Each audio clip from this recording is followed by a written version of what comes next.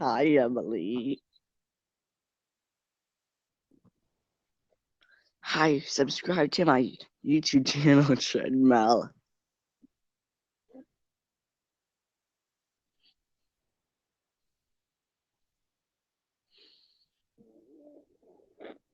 Wow, that smells so good. Wow.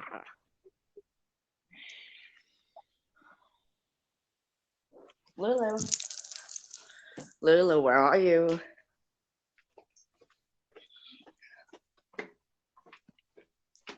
Lulu? Nope, not in there, obviously.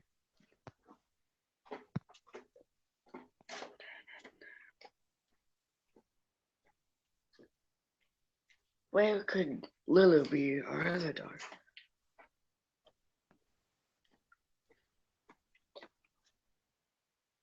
Oh, there's Lulu. Here's our other dog, guys. See, her name is Lulu. Lulu, say hi. Lulu, say hi.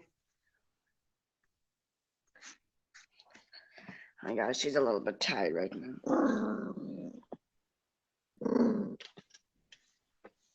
Come on, Lulu. Time to get out of the stroller. I know. No, you aren't too happy with this, but here you go, guys. Here's Lily, the other dog.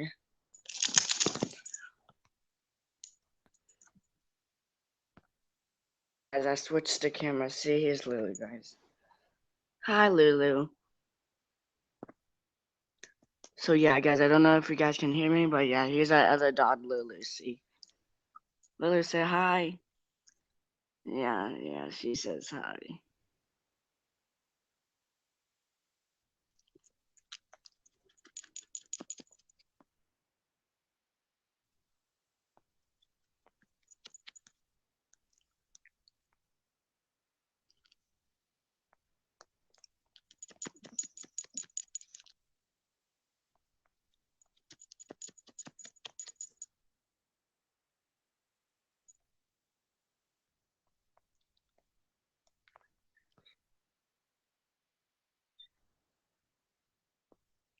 Yeah, guys, let me know if in the group chat if if if you can hear me, okay? But yeah, there's that other dog. Hold on, let me just wipe off my camera.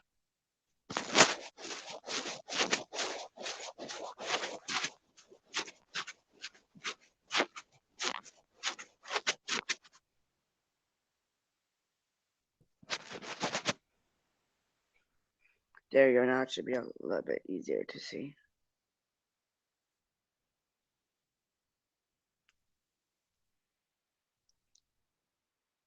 There's Emily. Hi, Emily.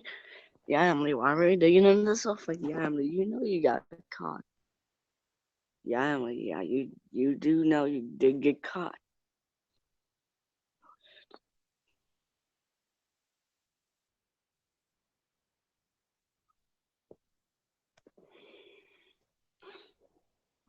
Guys, I'm just trying to wipe off my camera here.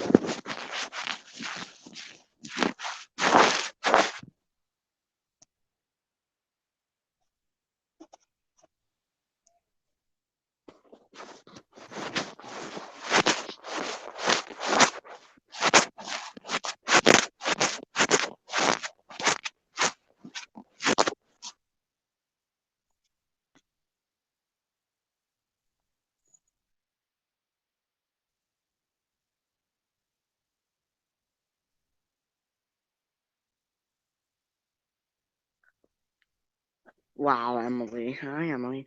Then I also have a tortoise, guys. There's Lucy. She is very tired right now. And a little grumpy, so yeah, I don't know why, but yeah. See, there's Lulu. Hi, Lulu. What's on your potato?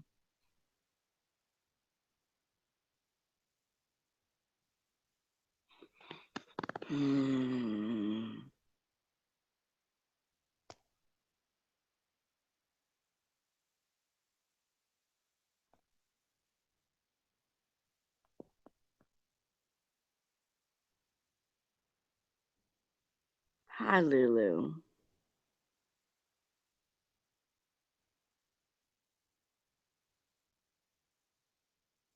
Luggage, luggage, luggage.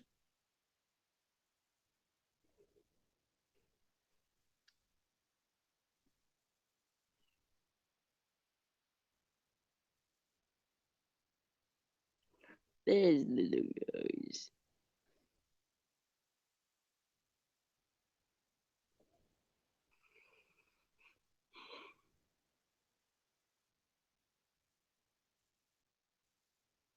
Yeah, guys, subscribe to my YouTube channel. It's called Treadmill.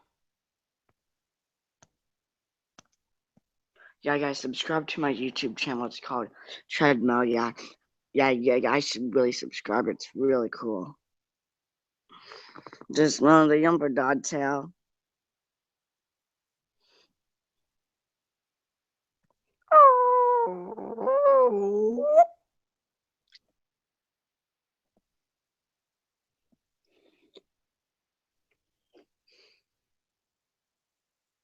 Luggage.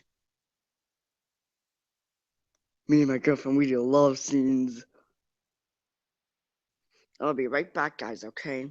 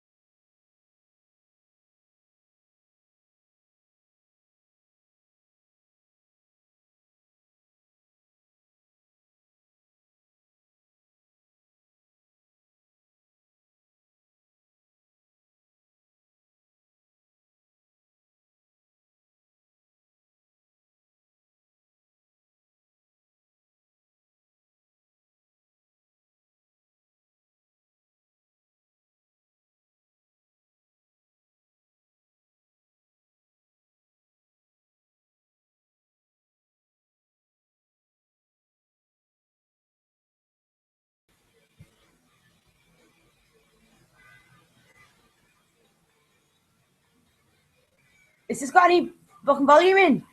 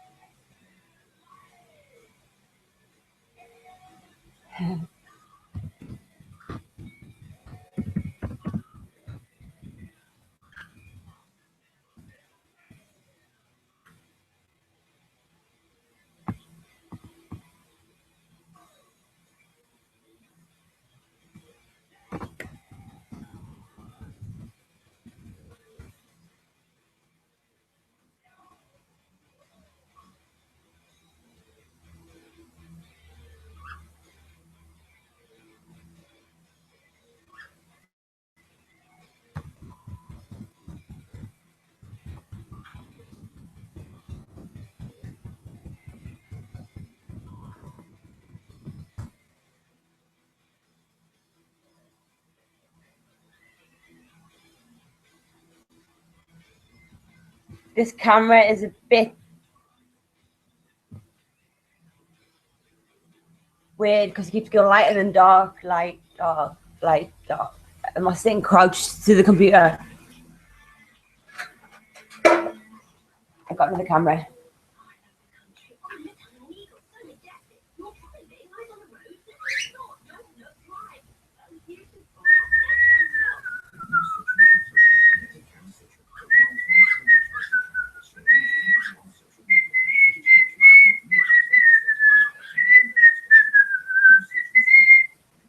Don't know what song that was.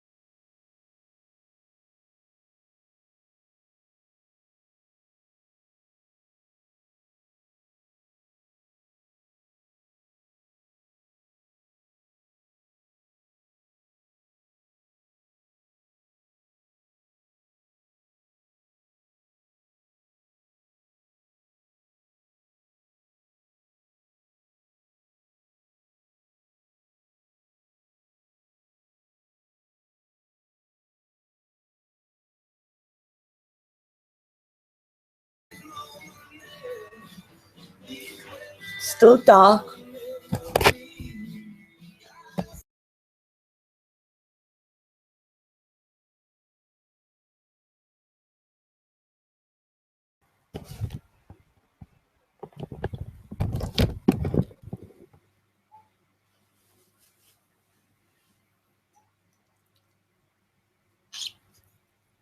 Gotta stay.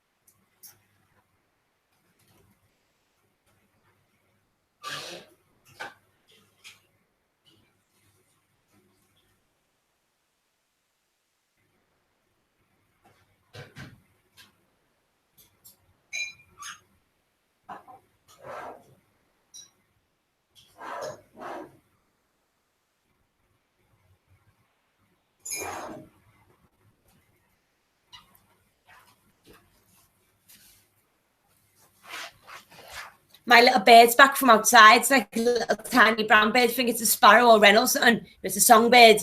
In the summer, it'll come every day outside the wire, the electric wire by the house, and tweet like. So he's lovely. And then he went away for the winter. Didn't see him for months. And now he's come back today. Saw him singing on the wire. And then it started snowing. Like heavy snowing. Hasn't snowed here all winter.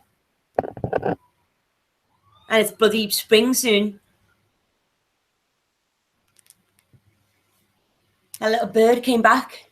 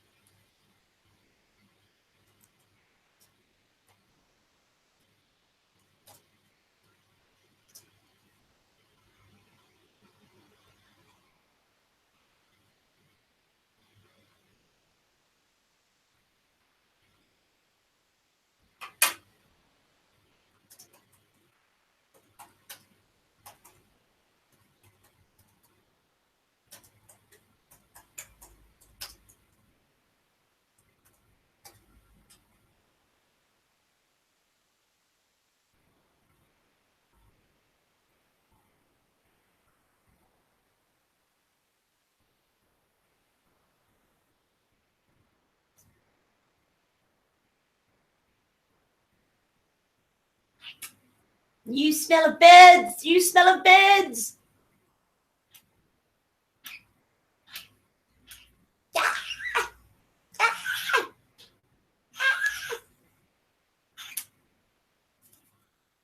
Go on. Not my earrings, no. Go on, Michelle. Go on.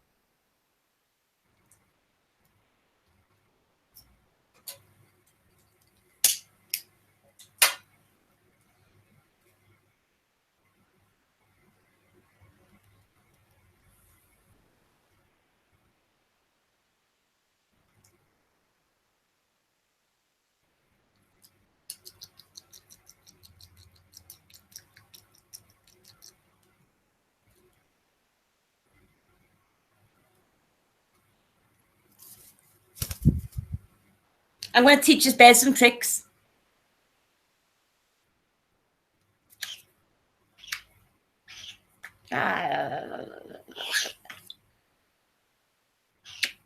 It's a little bird.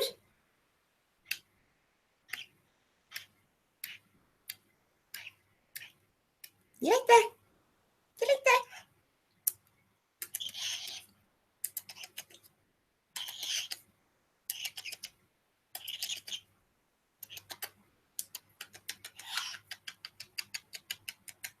I'm going to catch what Pakistani's got.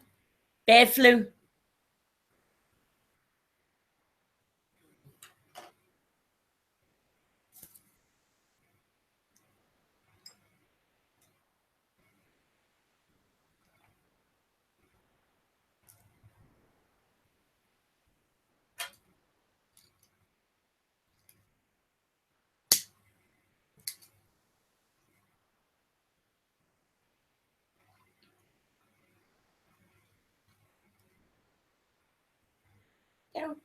Not that. Not for you.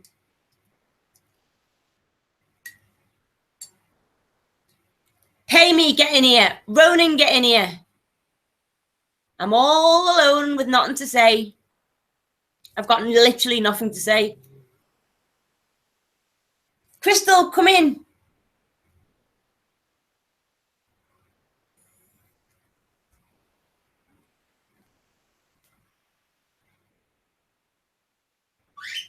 I do love my bird, yeah.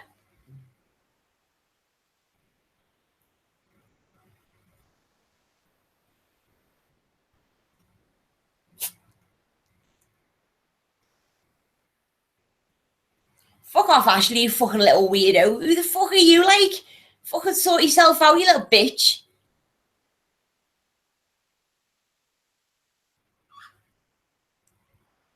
Get a fucking life and get an identity when it comes with it.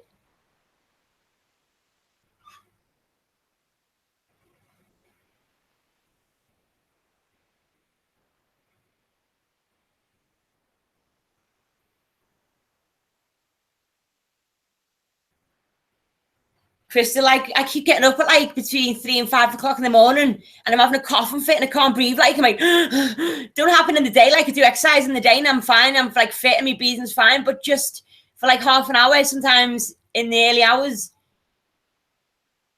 like I've got a cough and that. I'm going to the doctors about it. Like, it could be like, I don't know. I don't think it's anything. It's because I'm smoking too much.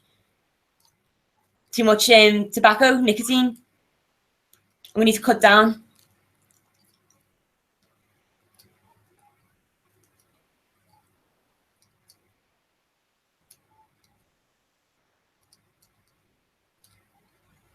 Crystal has had a cough for 2 weeks now. Crystal, think you need to go to the hospital.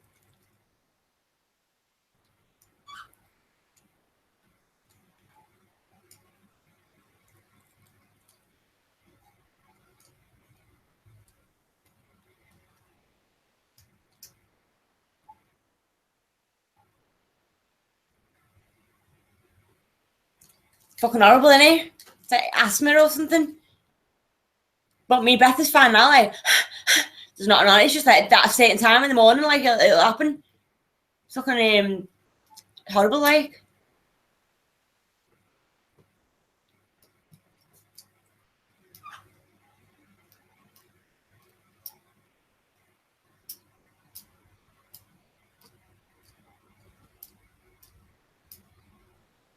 Acute bronchitis, yeah.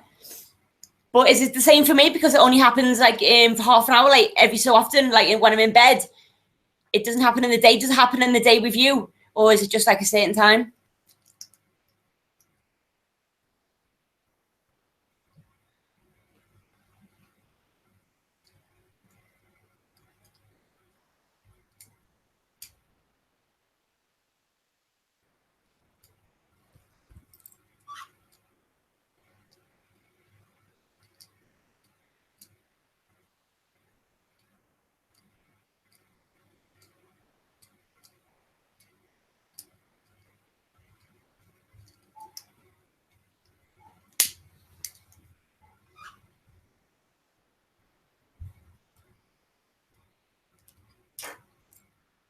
Ashley, what the fuck? Another girl in love with me? Eh? You won't fucking get anywhere. Like I'm not a fucking dyke. And boys, I'm not fucking straight even, innit? Fancy me dog, innit? She's the best looking out of everyone, out of all yous. Best soul, best everything. Better than you, like. Especially Ashley, she's better than her. Ashley's nothing but scum.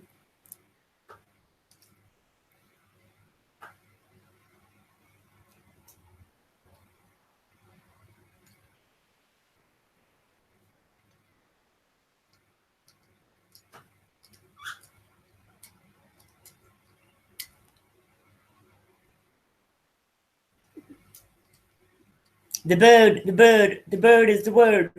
The bird, the bird. What you doing? What you doing?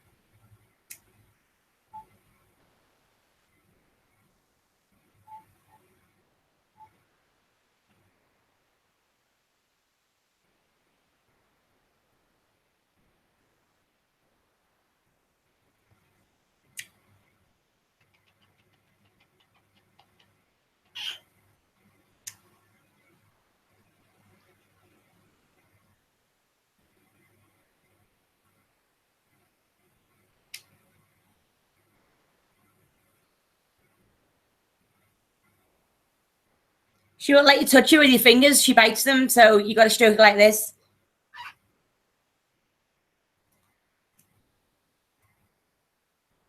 Because you're a weirdo. The bird is weird. Weird bird.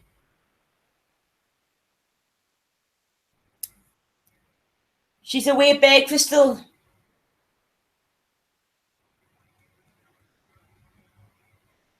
Or he, she, whatever.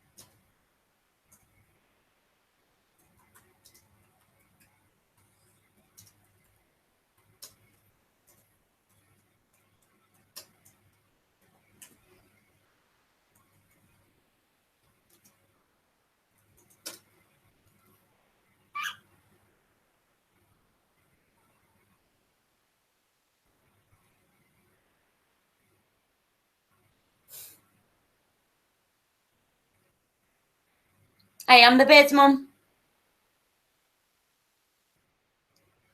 Normally birds in flocks, like with other birds, they don't tell one another that if they're sick because the other birds will kill them.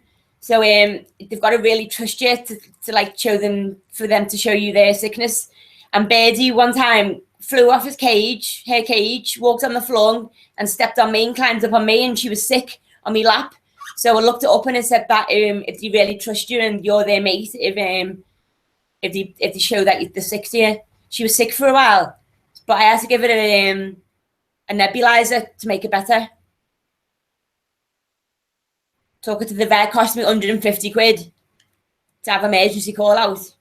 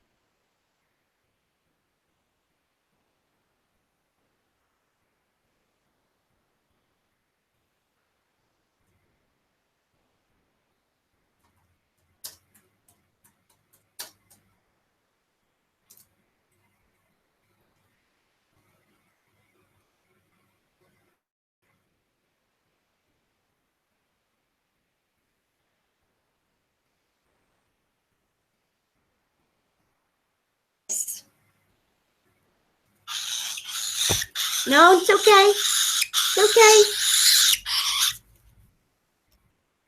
Still getting used to it. She don't like fingers, but she uses them to turn her on. She humps me all the time, humps me hand, and she touches the fingers like as kissing them. I don't know what she's doing, kissing the fingers. She'll start humping in a minute, but she's touching the fingers now. But if I touch it like with my finger like that, she'll bite me. She's weird. She's very sexual. She needs a partner, doesn't he? But I'm not having fucking little cockatiels running everywhere. Fuck that.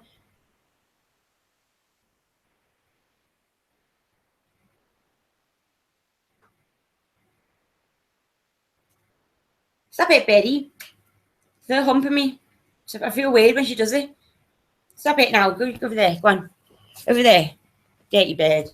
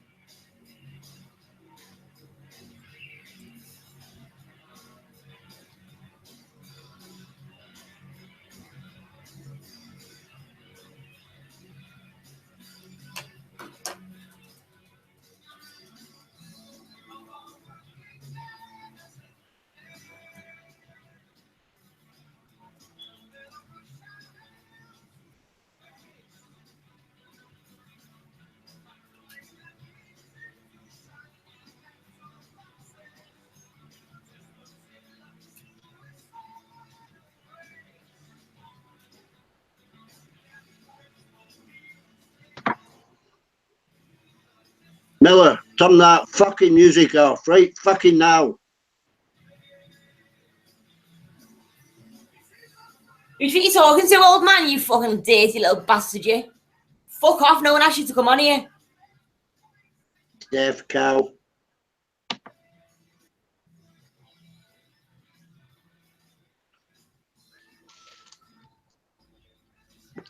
You fat lip.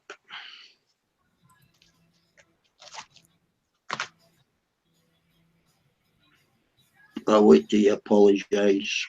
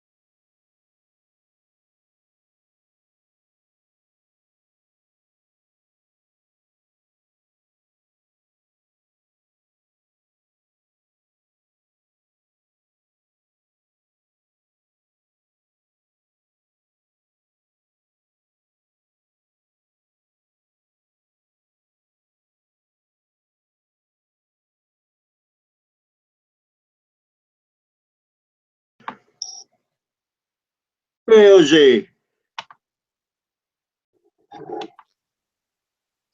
Hi, Ben. Oh, seems calm now.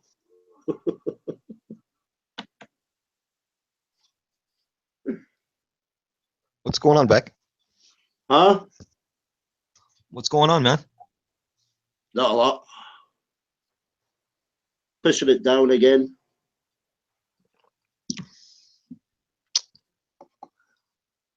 It's all right. Be indoors for a while too. Yeah, it's fucking boring though, you know. I know what you mean. You make the best of it, man. Well, I should be painting in the kitchen, but I can't be asked. Forge me. Yeah, I wouldn't want to be smelling paint fumes. Yeah. I think he was on fucking meths or something, that bullfrog this morning. Man, that guy is something else, man. That was crazy. Well, I can't understand why people can listen to him just screaming for an hour. You know, I had to Well, mute the laptop. that guy, he belongs in a mental institution, man. A mental asylum. He likes his pina coladas, eh? Funny for a couple of minutes, but a bloody hour. How Yeah, could somebody do that for a fucking hour? Eh? well, if people didn't know the situation, they would think that was being broadcasted from a mental asylum. When you look back at the last stream, that was,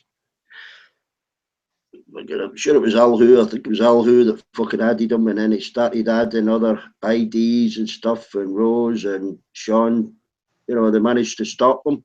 You know, I had to jump out. He was driving me crazy, man. well, everybody jumped out.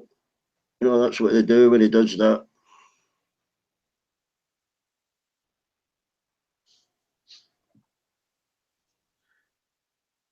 He kept repeating himself like it was some kind of broken record, man.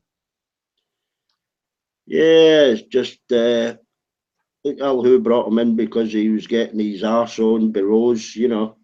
Yeah. Well, it's good to see that things are back to normal right now. You know, watch this space.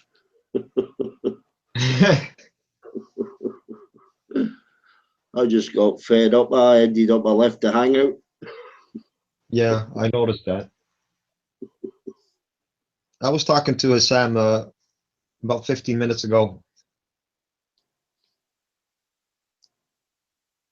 Oh, Sam. Yeah, Sam. Yeah, I call him my little brother. Yeah. Well, he's jumping about different streams now, you know. Yeah, that bullfrog, eh? You call him the bullfrog, eh? He's got dozens of IDs. He's got dozens of them. That was the ones me and Rose and Anders were kicking out. He was joining a different. He said couldn't keep him out. You know, but managed. He's using one of those IDs that get added regular. That's Spiritus Sanctus or something like that. He's one of those. Man, you know, And he just re-adds himself. he's the kind of guy that he would walk into a forest and he would scare all the life out of a forest.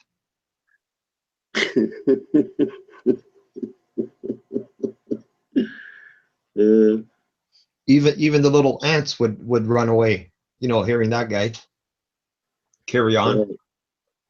Oh, it was crazy. Absolutely fucking crazy. I mean, I kept it up as long as I could, about 10 minutes. Yeah, I know. I was listening. And then I thought, what the fuck am I doing here? I know. Don't add any more fuel to the fire. Well, I just muted the laptop, but it kept going for about an hour, yeah. Yeah, I know, man. I had to jump out, man. Everybody did. Well, apart from Richard. Richard loves that kind of fucking stuff. Yeah. Richard will come in and stir it. Some other kind of fucking story, you know. Richard was probably drinking some good beers, you know, enjoying you getting roasted by that friggin' bullfrog.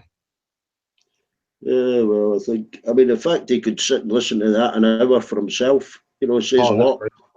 That's crazy. I kicked myself in the ass. I should have jumped out, 10 minutes into it. Yeah. Yeah, I just don't think I'll bother if he's on the fucking panel. Fuck it. There's a lot of lunatics coming in now. I'm kind of getting a bit weary. I'm too fucking old for that crap now. Yeah, man. That bullfrog, it was almost like a hammer hitting at my head, every time he kept fucking doing that shit, man. All that abuse. Yeah, just stay in the fucking side chat. Just watch what leaks and put up, fed up with that fucker and Al who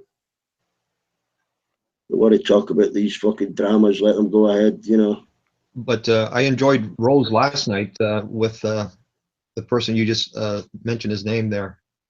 He deserved more. Yeah, yeah, she embarrassed him. Rightfully so. Yeah. Yeah, she's full of spirit. I like Rose, man. She has that Irish spirit that I admire. She's got a good sense of humour, she don't go too far. You can wind her up. You can wind her up, she'll take it, but these trolls just type any fucking shit they like, Yeah, I have the highest respect for Rose. You're getting a bit fed up with it herself, so Shan's given up completely. She has, eh? Yeah. Yeah, she said, fuck it. Why bother going on and taking a load of fucking abuse? She's tough. Sean is tough. Well, she is, but there's sometimes, there's some things being typed to her just go below the belt, Yeah, it's just too much. Yeah. Becky had a go to her. And she got fed up. She went, fuck it. Why should I put up with that shit, Yeah, that's just going overboard, eh? Plus, she's sitting with people that can hear what's going on, It's very embarrassing, yeah. Yeah.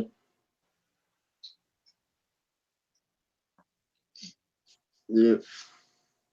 Yeah, because people are going to be judging her, like what kind of people do you hang out with, even though it's, a stream. Yeah.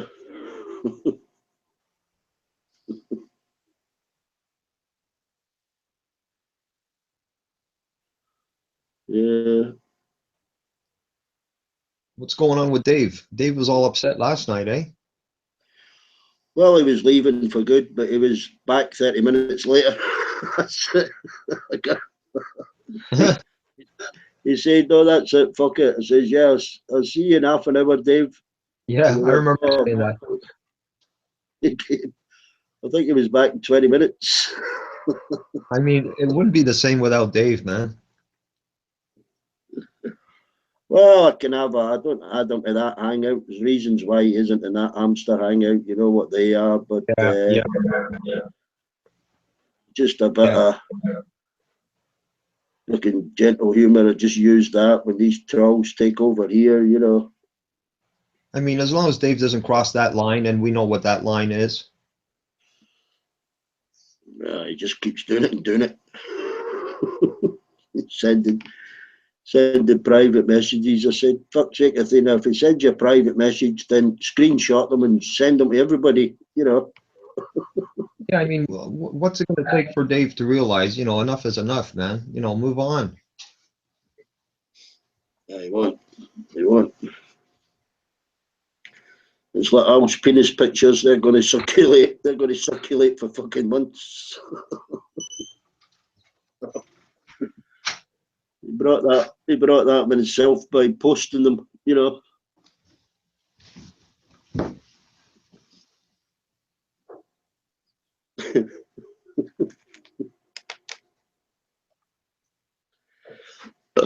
I'm getting less and less tolerant of these Canadian winters up here, man. Really? Yeah, I'm at the age now where, it's no longer that much fun, It just, the winters are long, it seems. Yeah. Yeah, it can get into your bones a bit. Yeah. That's why I entertain myself with the music, with the my keyboard, you know, playing piano and stuff. It just takes me away, you know, and my guitar. Yeah.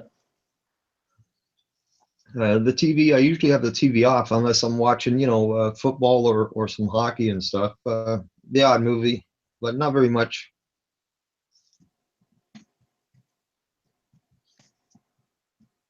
I try and stay away from the politics, you know, CNN and stuff like that. It's the same shit over and over. Oh, I don't bother. I mean, I'll look at the headline news, but the headline news is usually it's the fucking Oscars now. Yeah, You just- yeah, that was going on, the Oscars, eh? Yeah, I mean, the news was like 20 minutes and 15 minutes of it was the fucking Oscars. Fucking crazy. I watched a little bit of the British Music Awards. Adele, you know, she won an award there. Mm. She's got that amazing voice, eh? Oh, yeah, yeah. Yeah, she got a powerful voice.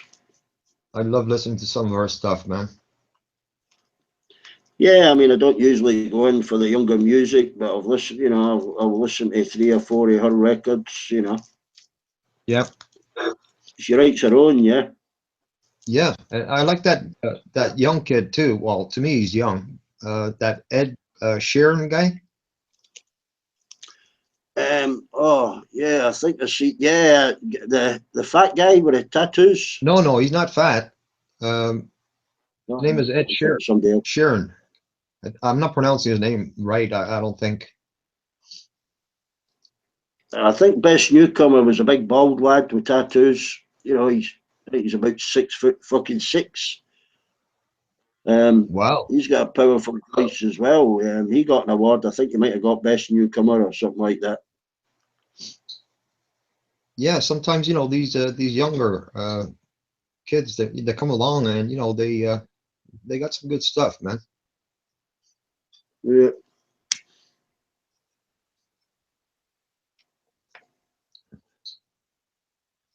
I mean, I was a teenager. I remember hearing London Calling, you know, the Clash. Man, that was so powerful. It's still powerful today. That song, you know. The London Calling, Yeah, yeah. man. Yeah.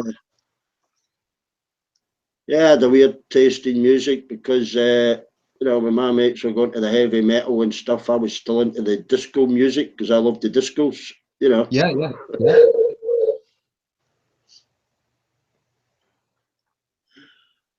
Yeah, that's all I heard really coming out of the radio in the late '70s was the Bee Gees, man. I got so sick and tired. You know, I changed the station.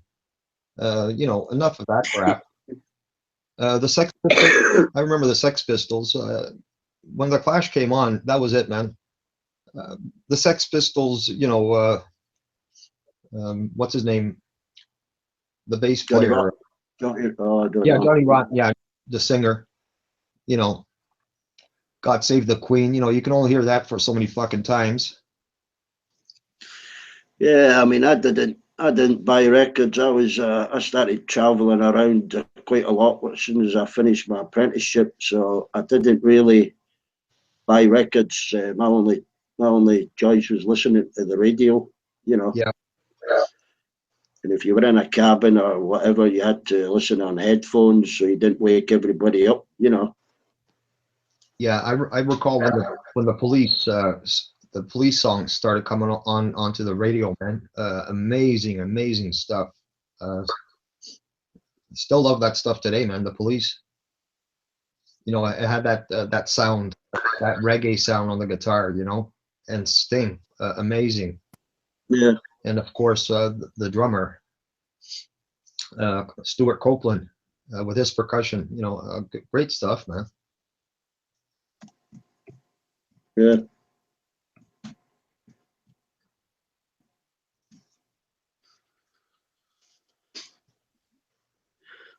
Yeah, like some rock, you know. I mean, I liked Queen,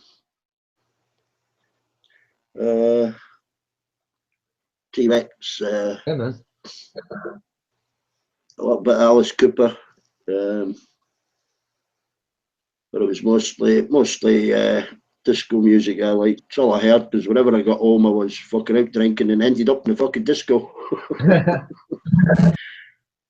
Places were open for late drinking, you know. So you like the KC and the Sunshine Band, eh? Oh no, not these girl bands or boy bands or anything. Then it was just like, you know, Funkadelic, eh? but it's something. Yeah, it was all fucking Donna Summer, Okay, man. and the ballad, the slow dance music at the end, you know. There wasn't. I mean, these different dances that came out. You know, I can remember when they played the typical disco music, and then they ended. They play a slow, smoochy one. Yeah, man. That's when you could get a hold of the girl. Of course, you're smart, man. You know where. Nowadays, it just Nowadays, you just bounce all over the fucking place. Catch a little grab here and there, right? On the dance floor. Who was it? Madness. You had a band called Madness. They used to do one where they just jumped up and down, or they laid on the floor and kicked their legs, you know. Yeah, I remember them. You have to remember ABBA. ABBA was big too, eh? Oh yeah, ABBA. But again, that was more disco kind of stuff, wasn't it? You know. Yeah. I remember visiting my cousin, Maria, and she was dating her. She married him after, and his name was Fernando, and we'd go and visit her, and that's what she'd have playing on, man. Fernando, there was something in the air tonight, man. It used to make me fucking sick every time I walked into her place. That's what she was playing. Oh, I'll tell you a funny story about that, Fernando. Me and my brother were having a drink in Yorkshire. He was home. He'd finished a job, and he was in Argentina working at the time. An Argentinian girl, and she liked ABBA. Right. I went into a shop called Jet Records for an ABBA tape for her. And he asked this kid, he says, I'm looking for an ABBA tape. He says, oh, we got all ABBA. He says, no, he says, I want ABBA in Spanish. Yeah. He went, oh, he says, hang on. And he never let him finish, you know, and this kid climbed these stairs up into an attic, yeah? Yeah. And you could hear him move his boxes around for about fucking 10 minutes, you know. Holy shit. And he comes back down, he's covered in dust, you know. He went, there you go, ABBA's greatest hits in Spanish, right? Yeah. And my brother looked at it, and he's looking at it, and he went, no. And he handed it back. He says, I need Catalan Spanish. Oh, man. And this kid just looked at him and looked at me. I went, you awkward bastard, you know. Unbelievable. The guy thought he'd done great, the kid, you know. He thought, fucking hell, I remember seeing this ABBA tape in Spanish, and he's went up and he's found it, you know. Yeah. And he's all dirty and fucking dust, and this guy says he wants a different fucking Spanish. Yeah. Oh, he's an awkward bastard, you know. Fuck me. He's like Serge, you know, you go into a pub and he'll pick and he'll wipe the receiver with an antiseptic, you know, wipe. Oh, Or if he can't hear on the line properly, he'll ask for his money back because the line was faulty, you know. actually, I got a milk carton here full of cassettes from, you know, that I collected through the years from a young, well, my teenage years as well, through the years. Yeah. And I have even newer tapes that I got at some stores. Yeah, I'm not getting rid of that because my home stereo, I have cassette players. I'm not getting rid of that. That's the best sound. You know, vinyl is the best sound, but even the audio tapes, it's better than digital sound. Well, I mean, I've still got some old tapes. I've got my kids' first words on audio tape, you know, cassette tape. Yeah, cool, Beck. The very first words. That is so cool, man. Yeah.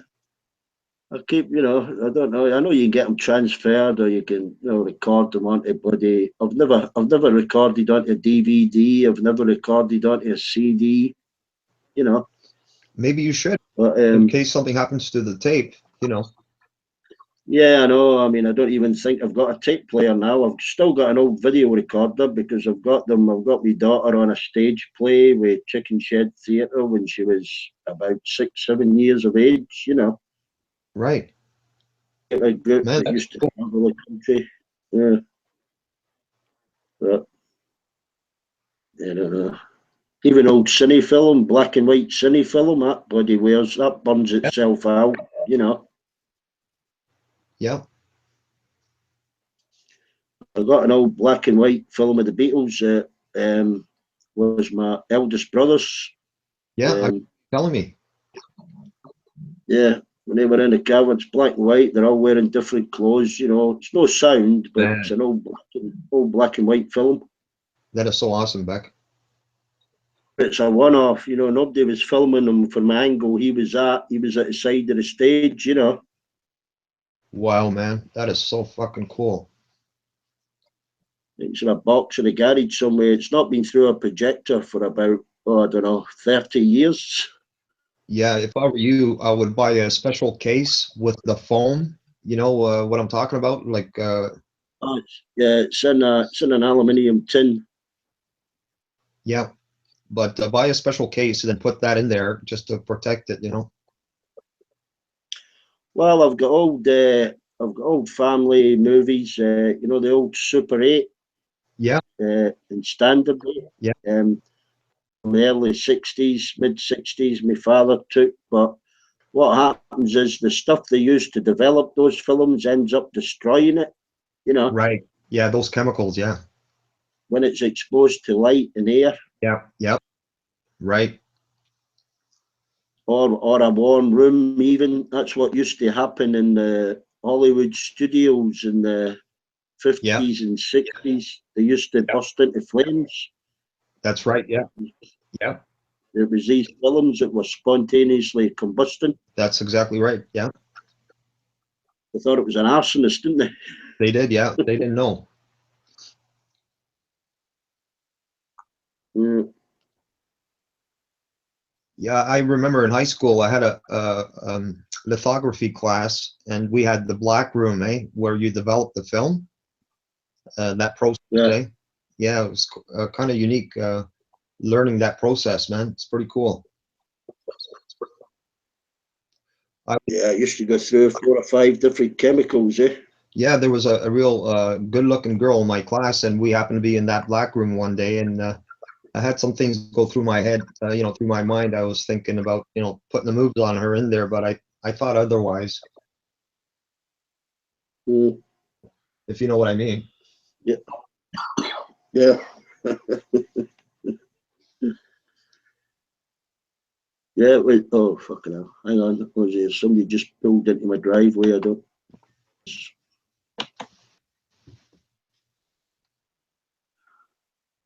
I'll be right back. Just see who this is.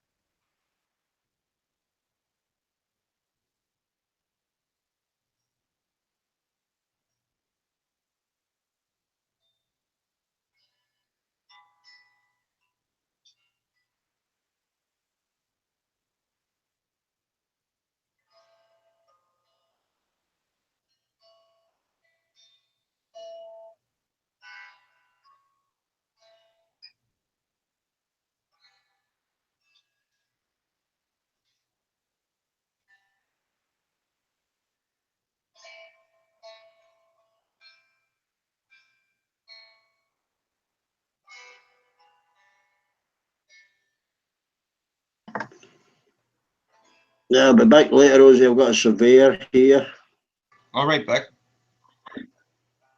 Catch you later, Rosie. I'll catch you later, Beck.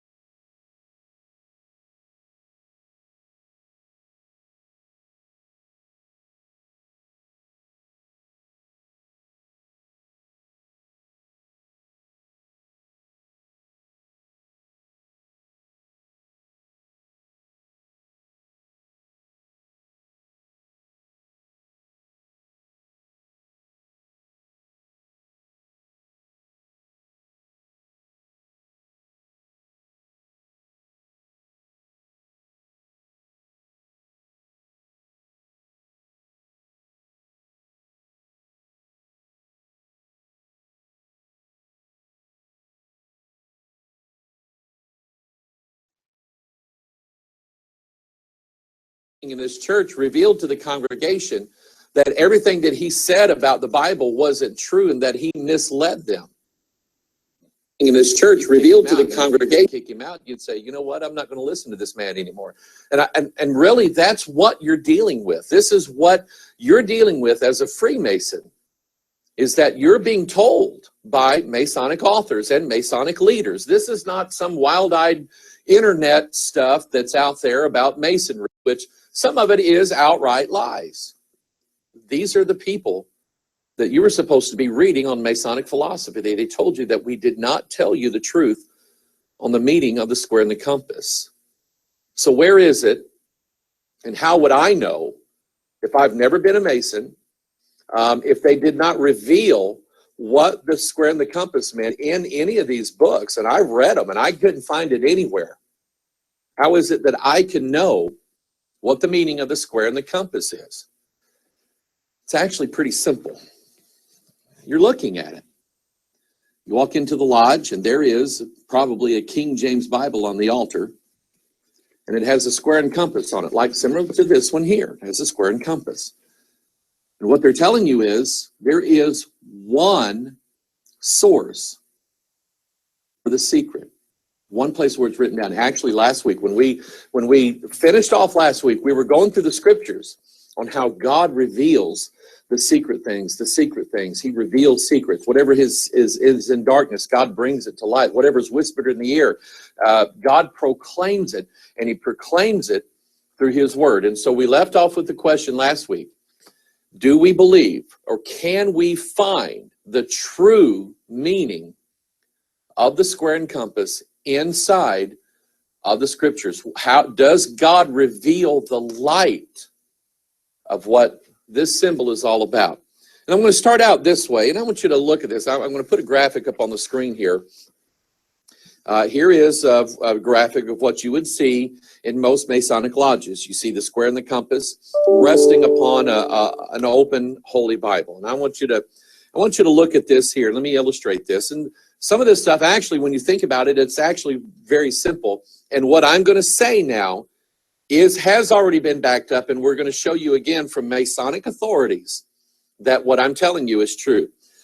We have the compass, and we note that the compass, it sort of looks like an arrow, and it's pointing straight up. Well, here we have the square. It's also kind of like an arrow, and we follow arrows. We follow arrows, you know, free parking over here, or we follow arrows on our little GPSs in our car that tells us, hey, turn right. And so arrows point in directions. And so here we have this one pointing straight up. This one we have pointing straight down. Now, I want you to think about this for a minute. Let's examine just ideas from the Bible. You and I both know that what is up is heaven. If you ask a child, where's heaven? They'll go, it's up there. Yeah, where's the bad place? You know, it's on fire, hell. Well, it's down there. So already in our life, we learn the meaning of opposites. Black and white, yes and no, up and down, left and right, things like that. And so you look at the square and compass, and you're looking at opposites. You're looking at something pointing up, something pointing down. When you look on the cover of Morals and Dogma, you have an eagle with one body, and yet it has two heads. And one is looking this way, and the other one is looking that way. And you think that, you know, like east and west. Remember what God said about our sins. He's cast them as far as east is from the west. Well, they're in opposite directions, which means they'll never meet. East never meets west. It just keeps going in a straight line. And God said that's how far he's cast your sins. Now, if God meant that someday east would meet west as these two opposites, that means your sins are not really gone. But we know that when God cast them as far as east is from the west, that he separated. He cast them out in different directions. As far as that is, that's how far he's removed them. And we all know that this way and this way are infinite lines. They are infinite. They never, it's kind of like positive and negative numbers. they never stop. Either way, they can just keep going forever. And so the idea, when God forgives our sins, he forgives them eternally. They'll never come back. And so we've learned these ideas in the scripture. Now I want to show you this. This is from the book. Here it is right here, The Symbols of Freemasonry. And it has a square and compass on the front of it. Here's what the author, Berezniak, said. In almost every tradition, the set square is associated with the geometric square, the earth, and matter. The compasses are linked to the circle, heaven, and the spirit. Now, let's think about this, okay? So he says that the square, of course, it's pointing down, and it represents the earth and matter, tangible things like this Bible and these books and things like that. The compass points up, and so it represents the heaven and the spirit, the celestial areas, and so they are opposites. Maybe in the lodge that you've gone to, there are two pillars. One is called Jachin, one is called Boaz. You know that on top of those pillars, on I can't remember which one, on one of them is a globe of the earth. On the other one is a globe of the stars. So they're basically saying the same thing, even with the symbol of Jachin and Boaz. Jachin and Boaz in a lot of Masonic lodges, if that's there, is sort of the gateway up the winding staircase to the holy place of the temple. And so you have two opposites. The Royal Arch in Masonry is basically composed of Jachin and Boaz, and the arch joins them two together with the keystone. The keystone is what binds them all together. I want you to look at this square and compass again. Here it is right here. So you could say that the symbol of the compass would be Jachin, the symbol of the square would be Boaz, and they are joined together by the letter G. This is what joins them together and holds them fast. That concept is known throughout Masonry. Read the books, read the manuals. Go online to Masonic authors who write articles on Freemasonry and read their articles. You'll find pretty much the same thing that I just told you. Now, I want us to go like I did. I went to the Bible to look at, because I'm thinking opposites, and I'm thinking, are there opposites in the Bible? Well, yeah, they are. In fact, we just look at Genesis chapter 1, and we see the very first thing that we can say is opposite here. Genesis chapter 1, verse 3. And God said, let there be light, and there was light. And God saw the light that it was good. And God divided the light from the darkness, and God called the light day, and the darkness he called night. And the evening and the morning were the first day. Now I want you to think of this verse. In fact, let's look at it again. And I have some highlighted things here. Notice that God created light. He called it good. Let's stop right here.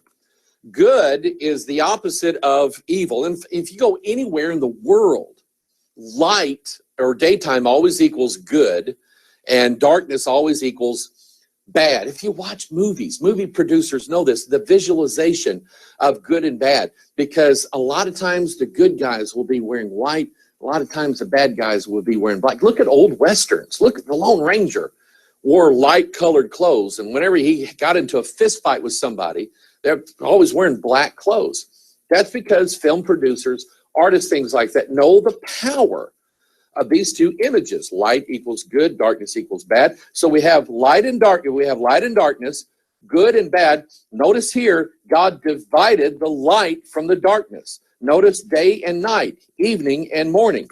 It's full of opposites here. And I want you to notice something very, very important about this passage and how God sees things that are opposite one another. God divided the light from the darkness. They're separated. They're not mutual. They never come together. They never have an agreement. There is light and then there is darkness, and God divided that. He separated the opposites. I want you to look now with this idea at the square and the compass. One of them represents the celestial area, the heavens. One represents the earth. This represents the spirit. This represents man. They're not separated. They are joined together. They are united. We'll see the quotes here in a little bit.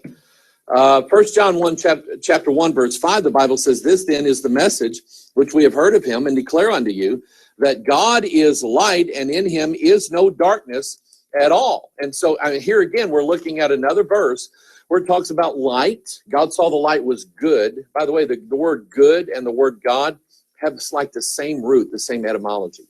God is light, and in him is no darkness at all. God does not have bad points. God doesn't have bad days.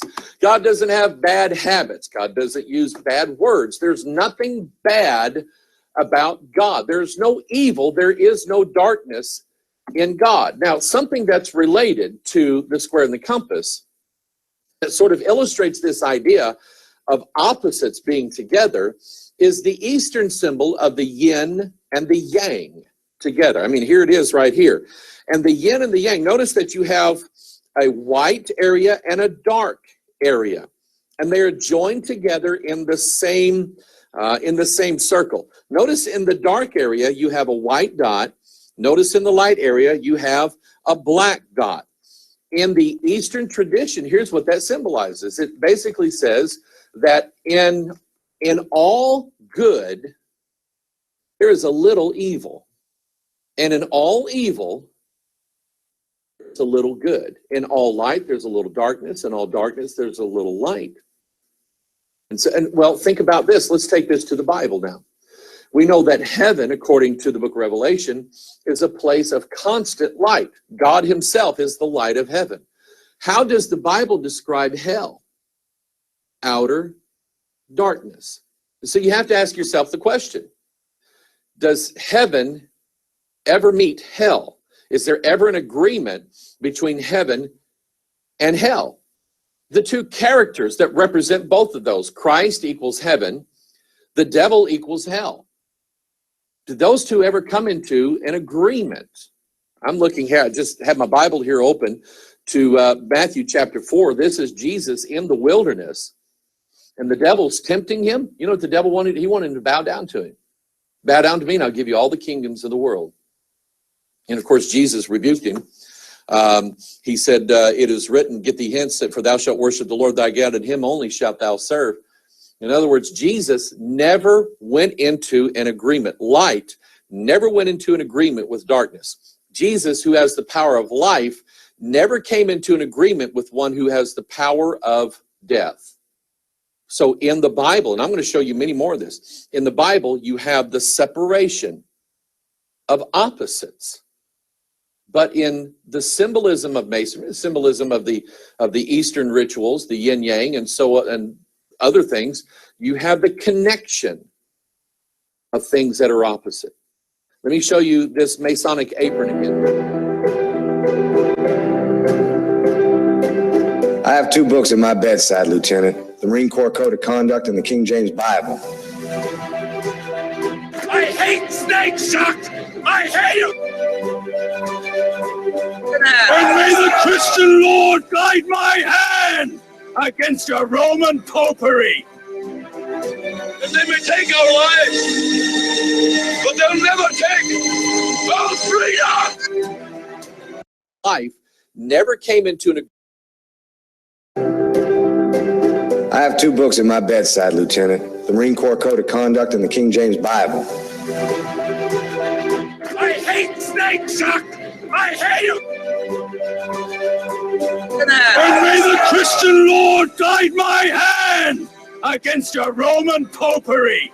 And they may take our lives, but they'll never take our freedom! We're on a mission from God. Title, you want answers? I want the truth! You can't handle the truth! Maybe we should chug on over to Mamby-Pamby land, where maybe we can find some self-confidence for you, you jackwagon! Coming to you live from his padded cell high atop Bethel Church, the most heralded, the most despised talk show in all of human history. This is the talk show Hell Hates. This is Pastor Mike Online. And yes, indeed, here we are coming to you live from our top secret broadcasting bunker here at Area 52. This is Pastor Mike. And I'm online and I am alive once again. I spent all day in bed yesterday. Went out and got pizza. Caleb is sick now, but I did. I spent all day in bed yesterday. Sunday, when I got done preaching the Sunday morning service, I went right to my office. I stretched out on my couch and I went right to sleep. Sweetie Pie, she's taken such good care of me. She said, "Are you going to eat anything?" I said, "No, I'm not going to eat nothing." And she made chili, and my wife makes the best chili I've ever had, no doubt. And I bypass and eat probably 2 bites of anything all day Sunday. But I literally went to sleep, slept for a couple hours. We had visitors that came in from Oregon. And I missed visiting with them. I went downstairs, talked to them a little bit, went back up and laid out on my couch, and I went right back to sleep. And woke up about 3:30, and I thought, man, I can't do this tonight. Went home and went to sleep. And that's how I spent Sunday, and I didn't sleep a whole lot Monday. I did get a little bit, but I just took my rest, and I letting my body deal with the infection that it had. It was the streptococcus bacteria or whatever, strep. That's what it was, and maybe a little touch of the flu to go along with it. But let me make this spiritual analogy, and I've talked about this before. You know, in the analogy of the body, this is my head, this is my body. The head is Christ, who does all the thinking. Think about it, people. The man that covers for me from time to time here at Bethel Church, Ron Dagonia. I'll tell you how I ended up knowing him. I went to work for him when Sweetie Pie and I first got married, and he provided a job for me to be able to provide for my family for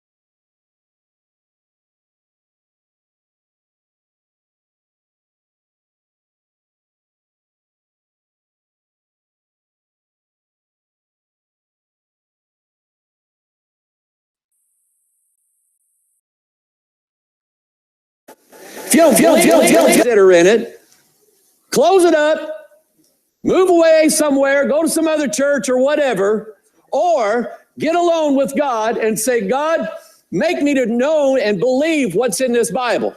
I used to be one of these, now the original Greek said this, original Hebrew said this, and what I wanted people to think of me was I was smarter than they are, and I was going to come up, I know these guys' heart. I was just like them. They want you to think that you wouldn't get it from God if you didn't get it from them. That was me. I would look at my Strong's Concordance. I'm a real Greek scholar. I have to look in a dictionary.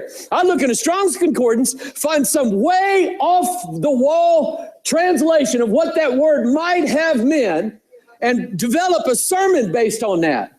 And my wife would say, would you cut that stuff out? Well, no. I went to Bible college, got a B+ in Greek. And God chastised me. And I was reading Exodus chapter 20, verse 1 one day. The verse says, and God spake all these words, saying, the Holy Ghost said, Mike, do you believe that? And I knew exactly what he was getting at. Did I believe that everything that I was going to read in my King James Bible came out of the mouth of Almighty God? Was I going to believe what I read in my Bible and not go to the Greek and Hebrew to try to change what it said? And I said, God, you got me. From now on, whatever word is in here, that word is supposed to be there, and I'm going to believe what you said. When you do that, you'll have more fun than a barrel of monkeys.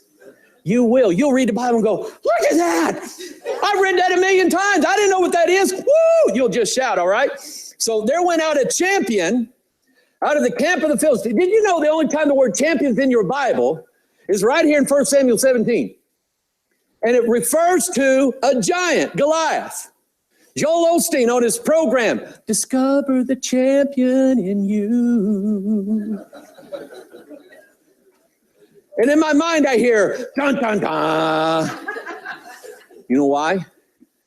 Because I know from Romans 7 and other places in the Bible that there is something in me that's no good thing. And they're always wanting you to discover something on the inside of you. I don't want him out. Stay in there. Amen. So anyway, a champion out of the camp of the Philistines named Goliath of Gath, whose height was 6 cubits in his span. I want you to notice I have certain words underlined. Here we go. Get ready. And the staff of his spear was like a weaver's beam. Do you believe your Bible? He was big, and he could take a weaver's beam, and that was he could throw that at you like you could throw a stick. His spear head weighed 600 shekels of iron. Think iron.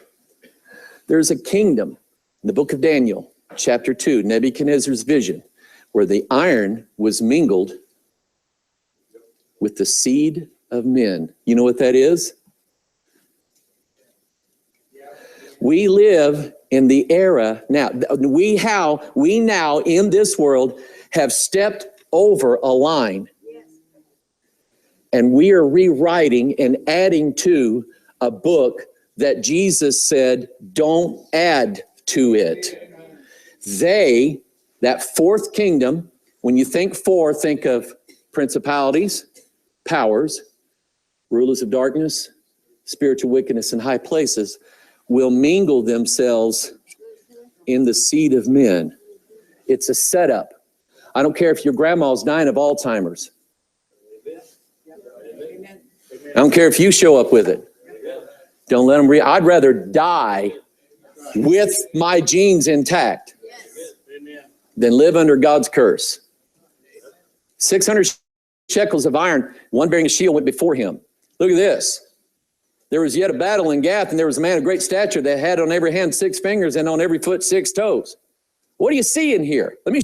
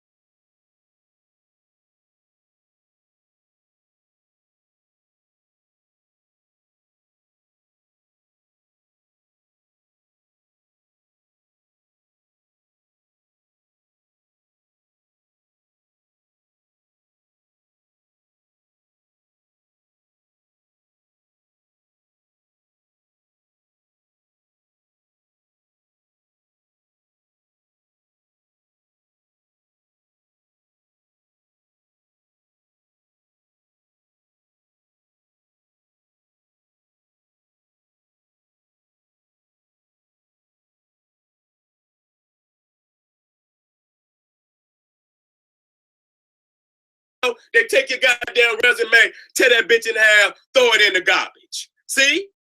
That all that. So you can dot all your I's, you can cross all your goddamn T's. What's the frequency in the words that you speak? Huh? And see, we're talking about today the power of speech. Verbs of power. Huh? Speech as an instrument of warfare. See, anything I do, I'm using that shit as an instrument of warfare. Okay? When I go to meditate and I go to call on the ancestors, I'm calling up some ancestors that's about some warfare. I'm not calling up any goddamn body. Everybody don't need to be called. Y'all go to calling anybody. Call somebody, and this man and that man, that motherfucker was a coon ass nigga in life. Everybody don't need to be called. We need to be calling up some warrior spirits. You motherfuckers calling up any and everybody. You calling up motherfuckers to set us up. You calling up any and everybody. So that's what I'm talking about. You're not thinking about warfare. See, y'all niggas comfortable. See, you got righteous nigga syndrome. Long as you got your little altar in the corner, huh? And you got your little candles burning, huh? You feel like, oh, you're better than somebody else. Say, Sarah, say motherfucker. Huh? Say, Sarah, say son of a bitch. Yeah. Sarah, say this, Sarah, but bitch, I got 1 million goddamn views. I'm waking up motherfuckers all over the goddamn planet. Nigga, you sitting up here crossing every I. You're dotting every I, crossing every motherfucking T, and your ass got 3 views. And you want me to be a little nigga like you? Huh? You want me to be a little nigga like you? You want me to get 2 and 3 views like you? I'm not here to do that. I'm bigger than that. I'm bigger than that. I didn't come here to be a little nigga. Excuse me. Excuse me. I didn't come here to be a little nigga. I came here to shock minds. Huh? I came here to shock minds and shock the spirit up out of your goddamn madness. I didn't see when a motherfucker is in shock. See, let me tell you something. Let me tell you something. Hold up out there, y'all. Hold up. You good niggas. You got good nigga syndrome. You got good nigga syndrome. You might as well go over there with the peckable. See, you know what niggas get good nigga syndrome? When they got to be next to the white man. And they don't wanna tip the white man off that he might be a nigga, a real nigga. You know, but that's being mental. You don't come and attack your people. But you got good nigga syndrome. You thinking that when you talk like the white man, when you talk, and motherfuckers want to say, just because, you talk good English, that don't make you a Tom. Well, why the fuck it don't? Why the fuck it don't? Huh? Why the fuck it don't? Yes, it goddamn do. Because when we came to these shores, anybody speaking a European language, we knew that motherfucker was the enemy. We were still speaking our mother tongue, which is the divine tongue. So anytime you find yourself speaking the white man's English better than a goddamn white man, niggas, you's a slave. Ain't no other goddamn way to say that. You worried about me saying motherfucker and all this shit. You is a motherfucker. You fucking your mother, nigga, for the goddamn white man. That's what you're doing. That's what you're doing. Just like I say, you's a nigga. And motherfuckers talking about.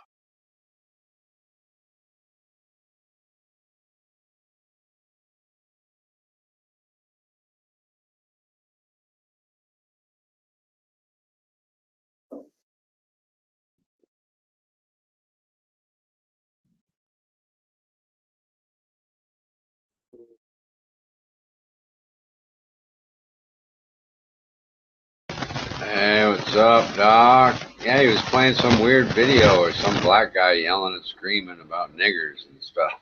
It was weird, man. I don't know what I was kind of hoping to keep playing it, but then you came along, so we can chat now, I guess.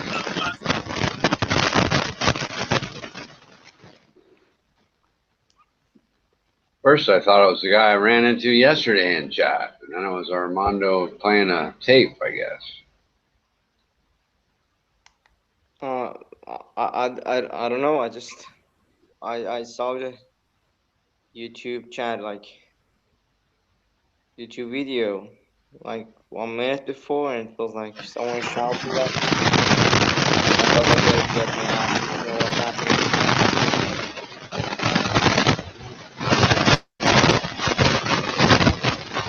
Well, I'm in a good mood. My stock that took a horrendous beating last Thursday recovered pretty well. So I'm happy today.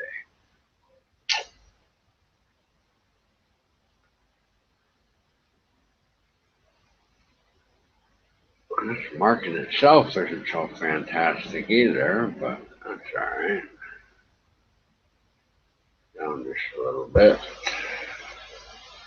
So what are you up to? Aren't you on your way to school or class or studying or something like that? He left.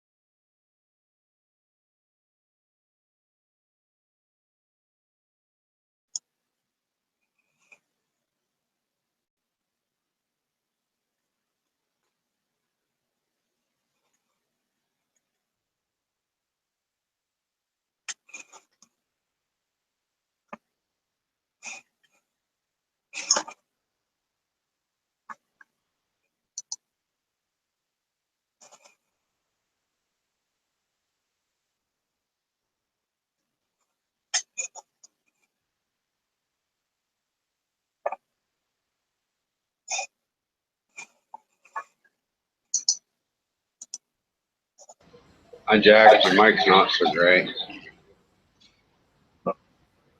Okay, yeah, I may have the Hangouts on. The feed. Good morning to you. Good morning. Actually, your mic's perfectly fine. You were just doing something I could hear in the background. That's all.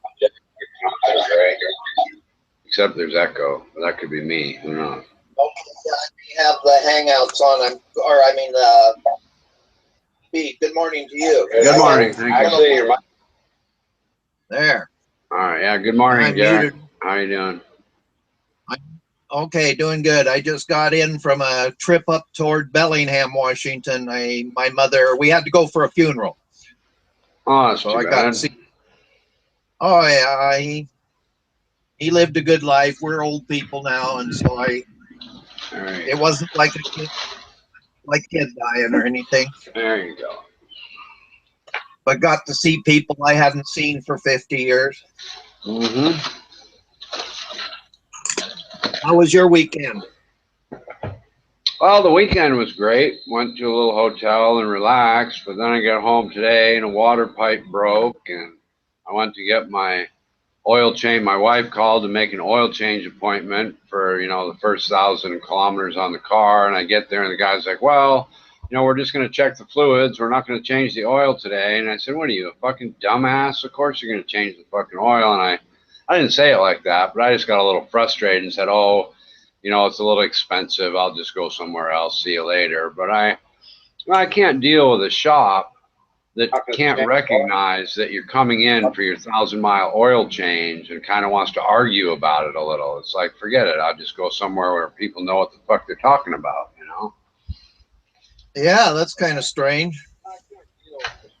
Yeah, it's the same guy. I actually called one time, or actually I went there one time and said I wanted new light bulbs put in my wife's car and made an appointment to have them put in the very next day. I show up the next day, they jerk me around for an hour, and I told him, I said, look, just put the light bulb, we'll check it and this and that. So he comes back and says, oh, your lenses are foggy. I said, yeah, I know the lenses are foggy.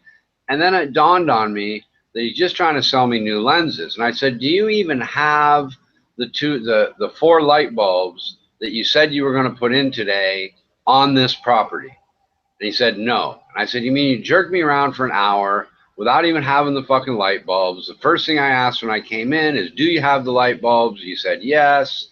I'm like, fuck you. And I left that day too. But I gave him another chance today, figuring how could you possibly fuck up changing the oil in a car? And sure enough, he wants to give me some static and make it sound like he's doing me some big favor by, okay, we'll change the oil for it. Like, whatever, dude, see you later, whatever. But anyway, other than that, everything's fine. And, in the end, I got nice Mobil 1 oil put into it somewhere else, and I got the pipe fixed, so there's no more leak. And tomorrow's another day, I guess, Yeah, sounds like life's going on for you. Sounds good. Exactly. It's like I'm crybabying about just general life shit that happens to everybody, So believe me, I know that, it's no big deal, but it's just odd that this Toyota place, even more backing up even further, we went there once prepared to buy a brand new car, and the sales lady was almost like she didn't even want to sell it to us. It's like, we said, well, look, let's sit down and we can negotiate a price or whatever. They had the Bangkok Auto Show going on the very same day. And I said, well, we're going to go to the show anyway. Will you match the price we get at the Bangkok Auto Show? And the lady didn't want to have anything to do with negotiating the price of the car. She didn't really want to sell us a car. And my wife and I both are scratching our heads saying we never met a car salesman that made absolutely no effort whatsoever to sell a car like that in our whole lives. You're like, this is the weirdest car salesman ever, It's almost like she was saying, well, yeah, go to the Bangkok Auto Show and buy the car from them and enjoy yourself, but I really don't want to sell you one anyway. It was just weird. That whole fucking Toyota dealership is, every time I go, it's nothing but weird and makes no sense. And we did buy a car there, or did we? No, we actually didn't ever buy a car there. We bought it somewhere else. So maybe, I don't know, you think maybe that's why, but probably not. I'm sure most of the service they do isn't necessarily from cars they sold people. But yeah, but that auto show thing, the local dealers always match those prices around here. well, you would think, but sure enough, we got a pretty good deal. I think we saved. My wife says we saved 200,000 baht. And the car cost like 1.6 million. So that's a pretty decent savings. And I don't know if she would have matched that or not. I mean, if she wasn't stupid, she would have, because they're making the same profit everybody else is making, buying it from the same people. But yeah, they made absolutely zero effort to sell us a car, to fix it properly. They told my wife 2 years ago that she had some big water leak she had to fix. And sure enough, I said, that's a load of horseshit. Just look at the water level in the radiator. There's no water. It's fully topped off anyway. And what water are they talking about? And where did it disappear from? The fucking oil pan? What the fuck are they talking about? But they wanted, to waste some money, maybe changing a thermostat or doing something stupid to try and fuck my wife out of some money. So they're just a bunch of little scammers. And at this point, I kind of like going there. And making it's kind of on my way to anywhere else anyway, just to make them look stupid and leave and say, well, thanks anyway, see you later, fuck you. Yeah, but it's idiots. Once you see them grabbing and taking advantage of women, it gives you a good hint. Well, absolutely. And I don't even know what possessed the reason is there are 2 Toyotas near our house. One of them my wife doesn't like me to go to because you have to cross underneath this bridge, and if the other driver's stupid, maybe he'll run into you. So she's really afraid that we'll get in an accident. So I said, oh, okay, I'll go to that other Toyota and let them change the oil. But frankly, I'm afraid that they'll take the next step and actively fuck something up, loosen a couple of screws or, poke a hole in the fucking brake line or something, because the shit they've tried to pull so far hasn't been successful for them. So I keep telling her we need to stay away from that place. It's like the plague, because they're dishonest, they're stupid, and they're claiming to do shit and don't even have the parts available. I mean, it's just idiotic. I don't know why. It takes me 3 fucking times in a row to learn, but I guess I won't go back now. It's just pointless, Yeah. I thought of you this morning. I was on the stayed at a motel, so I had TV, and I was watching the stocks and bonds. They were hovering the stocks. Right.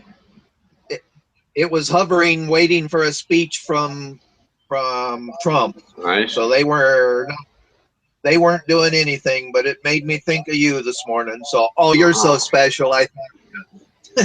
Well, thank you. I'm an investor in NVIDIA, and it crashed pretty hard last Thursday. It dropped like 12% between the regular hours and the after hours, but it's bounced back up pretty close to where, well, actually all of my put options are profiting, but they're just weenie profits. It still has to go up like $1.75 for them to all go away with 100% profit for me. But yeah, that was a little nip and tuck there last Thursday and Friday. And let me tell you, I was beginning to wonder, if the Bears really had taken over. It dropped from 110 to 99 in one day, and that's a big drop for a stock. Yeah. And it could have very well dropped from 99 to 90 to 80 and what have you. That shit happens. People get, tired of the hype and want to just sell it. But it's pretty much stopped at 99 and went up to 100, Friday. And today it's jumped up 3 points. So we'll see what happens. The hedge funds, they say, shorted the piss out of it. So what happens when they do that is as it ekes its way back up to 110, they start getting nervous. And just like they all sold it all at the same time to drop it 12%, then they all have to buy it back at the same time. And then it jerks up 12%, and they really fuck themselves. But that's not my problem because I'm not in that boat. But that's likely what will happen. Yeah, that causes big fluctuations when they do that. Yes, it does. MMA artist, long time no see, you verbose motherfucker. What's up? Oh, g'day, mate. How's it going? Oh, pretty good. Just chatting here with Jack and Buddy's in the room. Some other guy came in. Let me show him. That's Hassan. Yeah, Oh, man. not too much, dude. Just whining about life in general, I guess. About it. Oh, not bad, not bad. Oh. So what brings you here? I haven't seen you in this room for a long, ever, really. Yeah, it's been like, what, 2 months or so. I don't know, work's been pretty hectic. I've increased my hours quite a bit. Finished my degree up. So, freedom at last. And just, yeah, not much besides that. What about you? Just sitting back and where is it you're from again? Back in I'm in Thailand. I'm American. Thailand, that's the one. Yeah. That's the one. That's the one, yeah. I painted my house a little bit. I posted some pictures in the chat. I don't know if you've seen them a while back, but I'm doing the trim now and got my new car. Got my first little 1,000-kilometer oil change today, so I'm ready to start driving it a little harder, you know, racking it up to 6,500 RPM instead of 3 or 4, you know. So might take a little highway trip tomorrow to race the engine a little bit, see if it works well with the new synthetic oil instead of blowing up. We'll see. That'd do good. Going on long drives, it is fun. Oh. Yeah, I like to. You can usually find somebody on the road I like that'll race you, you know, and it's kind of racing where you're not just flooring the car and seeing who's faster. You really have to pick. You know, it's basically a 4-lane highway, and you got to pick your spots to pass the slow cars. So it's more of a tactical race with accelerations from, you know, 100 to 140 kilometers or something, and then you get slowed down by the rest of the traffic, and it's kind of fun. I mean, it's a little dangerous, I guess, but it's not like going 200 miles an hour down the Autobahn or something, you know. Yeah, I do enjoy that, especially with mates. Yeah. We've I have been fun out- with my wife. She's the kind that likes to weave in and out of the traffic, thinking one lane's going to go faster than the other. So every time I don't do that, I'll point out like a Porsche or a fast car, and I'll say, "Look, honey, let's race them." And I'll stay in I'll find one that zigs in and out of the lanes like her.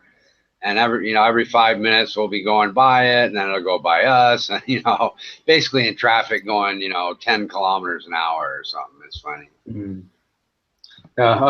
Occasionally I zigzag in and out, and sometimes it does turn out the best, and other times like, oh, for fuck's sake, what's going on?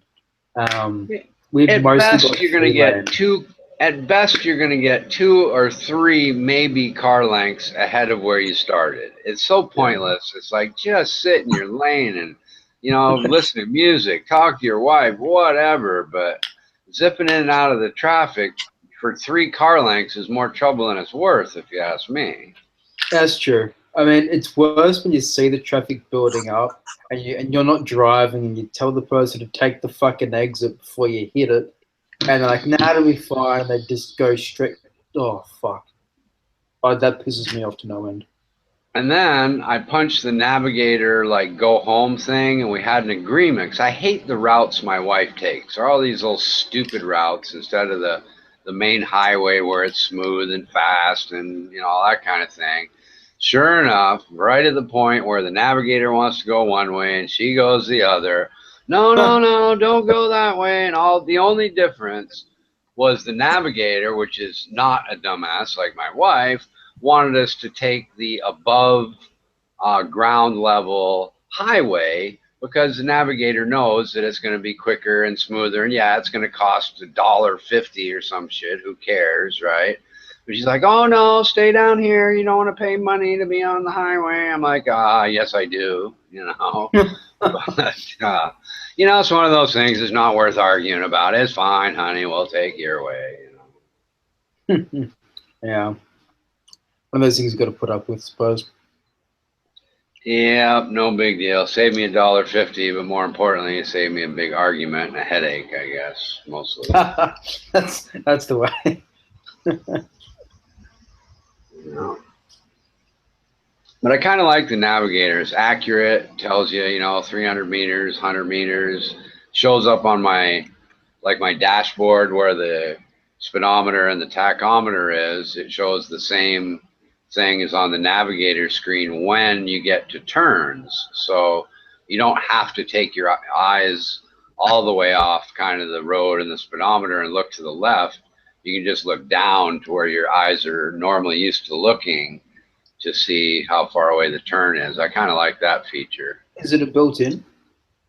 Yeah, it's a built-in navigator, and it's hooked up also to the dash panel that's right in front of your face on the turns. It doesn't show like the map and all that in front of your face, but every time you get within 100 kilometers of a turn, it'll pop up on the part you normally look at with a little arrow and tell you, it'll the countdown from 100 to 0 and that kind of thing.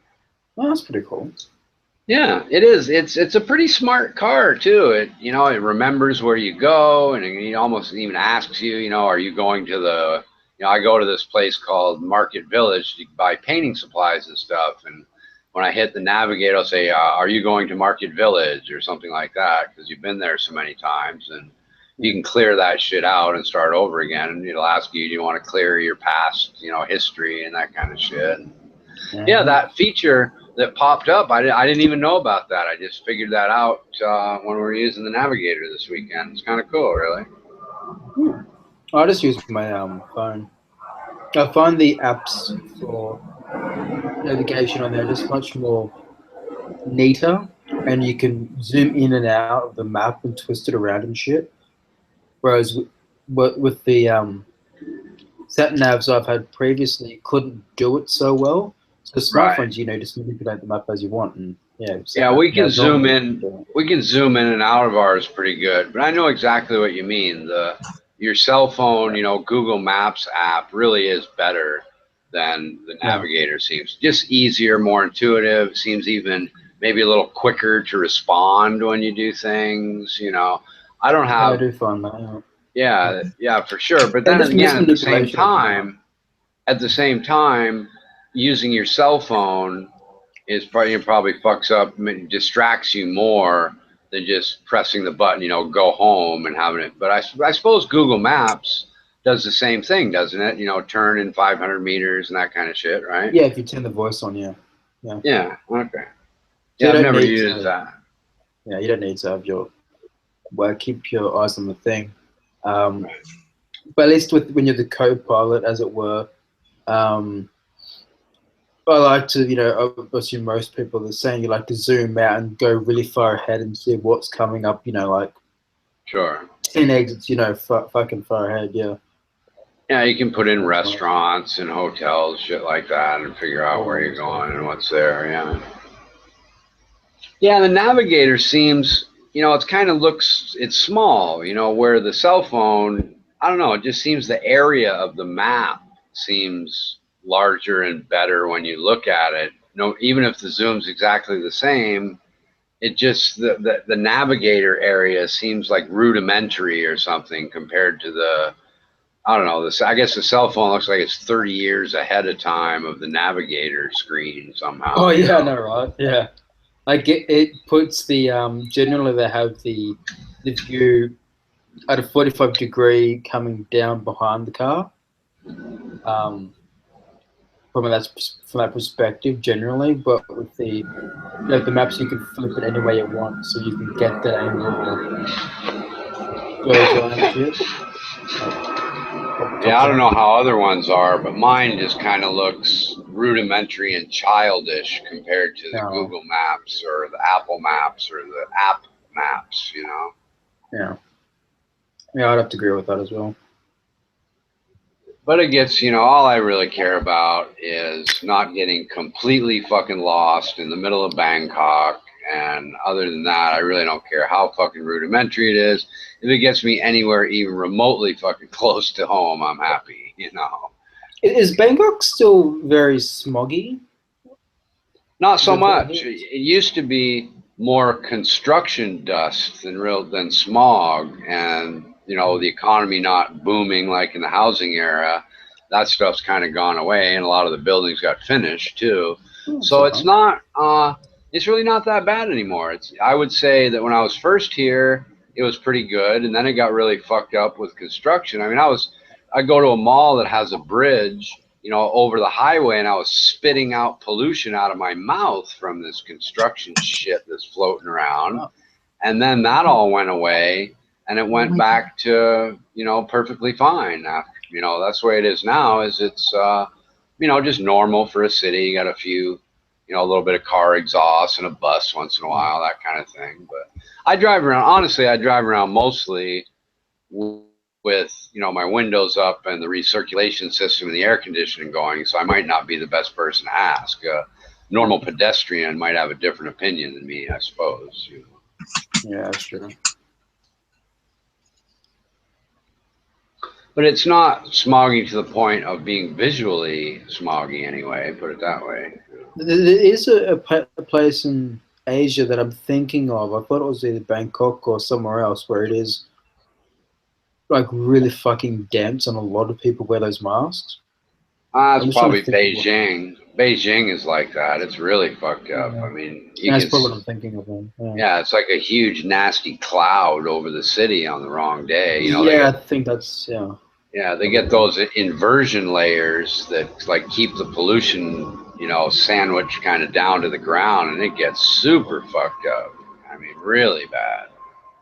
Your eyes will water. Like you said, everybody's got the masks on their bicycle, and fuck me, I wouldn't want to live there. That's the price you pay for, you know, a booming economy without planning for what you're going to do with the pollution, I guess. But and all crammed together. Yeah, they're you know, they're coming around. They're trying to figure it out with their little electric and wind and shit too, like everybody else, I guess. You know? Apparently, India's heading in that same direction. Yeah, it wouldn't surprise me. Yeah.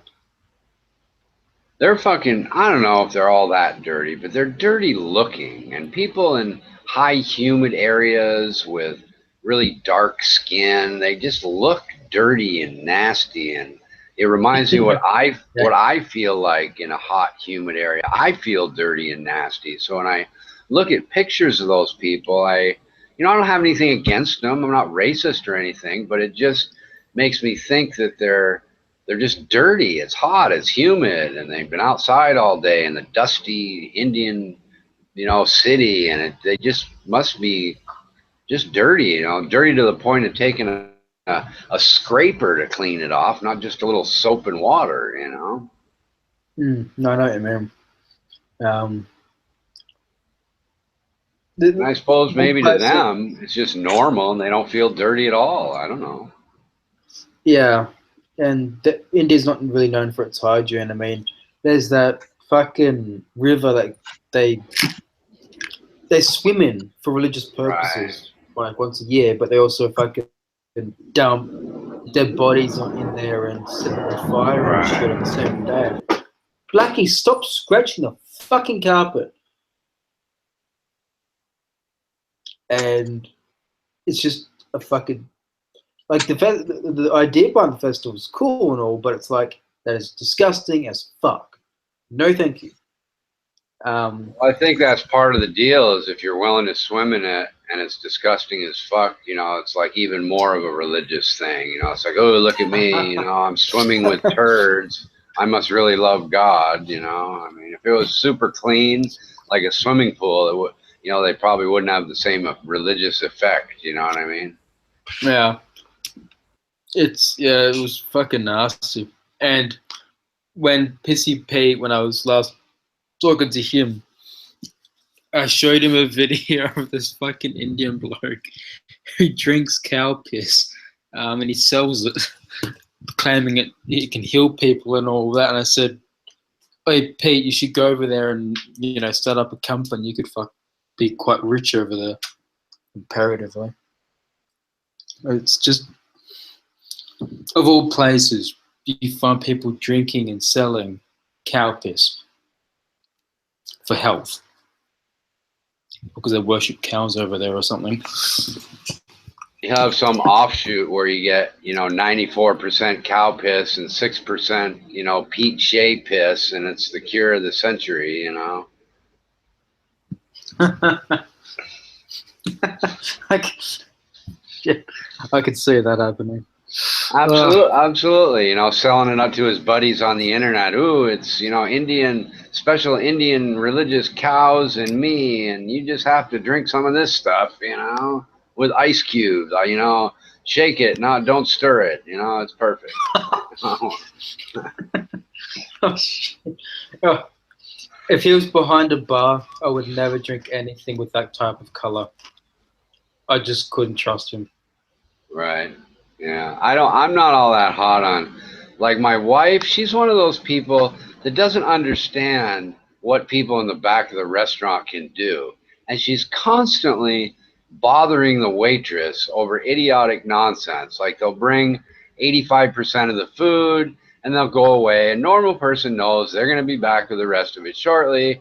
My wife has to bother, where's the rest of our food? She'll be, can I have this? Can I have that? Where's this? Where's that? I'm like, shut up, honey, before they piss in your fucking food or something, Jeez. Well, She's just one of those. I worked in restaurants for a long time, and she's one of those customers that nobody likes. She just asks too many dumb questions and wastes everybody's time, Oh, no. Oh, I hate that. Never worked in that kind of job, thank fuck, but that would piss me off. Well, yeah, because you have a rhythm, you go from table to table and you know what you're doing. And when some other clown that doesn't know what you're doing basically tries to tell you your job, like, why aren't you bringing my shit? You're bringing that other guy's shit. They have reasons for that. It's not ready yet, or it's just not up on the line in the right order or what have you. And it just fucks them up that 30 seconds where they have to stop and be polite and, oh, yes, ma'am, I'll run right over and check just on you, even though I have 10 other fucking tables, You're really fucking important. I'll get right on it, and they're thinking to themselves, geez, why can't this idiot just shut the fuck up and wait like everybody else, No, yeah.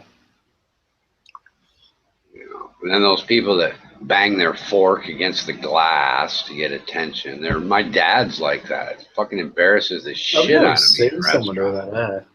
Fuck. Yeah. Oh, yeah. They'll bang their fork, making, and everybody in the restaurant will look over and they'll get, okay, I need another fucking martini, right now because I'm a fucking alcoholic and I can't wait 2 fucking minutes, I haven't been to many restaurants, but it was a Hog's Breath that I went to once, and I don't know if you got it over there.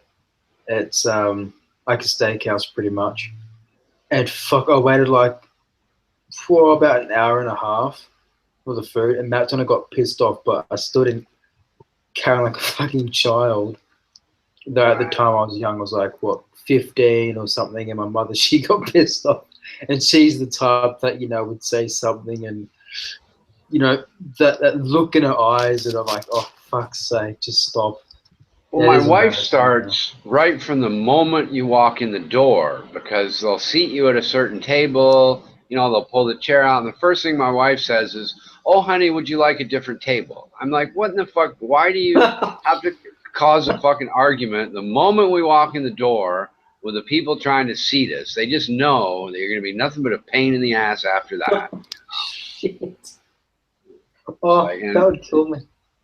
Well, yeah, it's like, what the fuck? They'll put us by the window and she'll want to sit on the inside. They'll put us on the inside, she'll want to sit by the window. It's like she has to have, she's going in, she's the customer, she's going to get just exactly what she wants and doesn't realize that. You've got patience.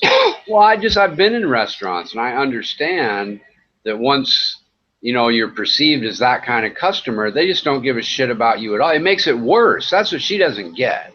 Is it complaining means they would have brought it to you in 30 seconds. Now they're going to take 2 minutes. She doesn't get that part of it, Yeah, that's true.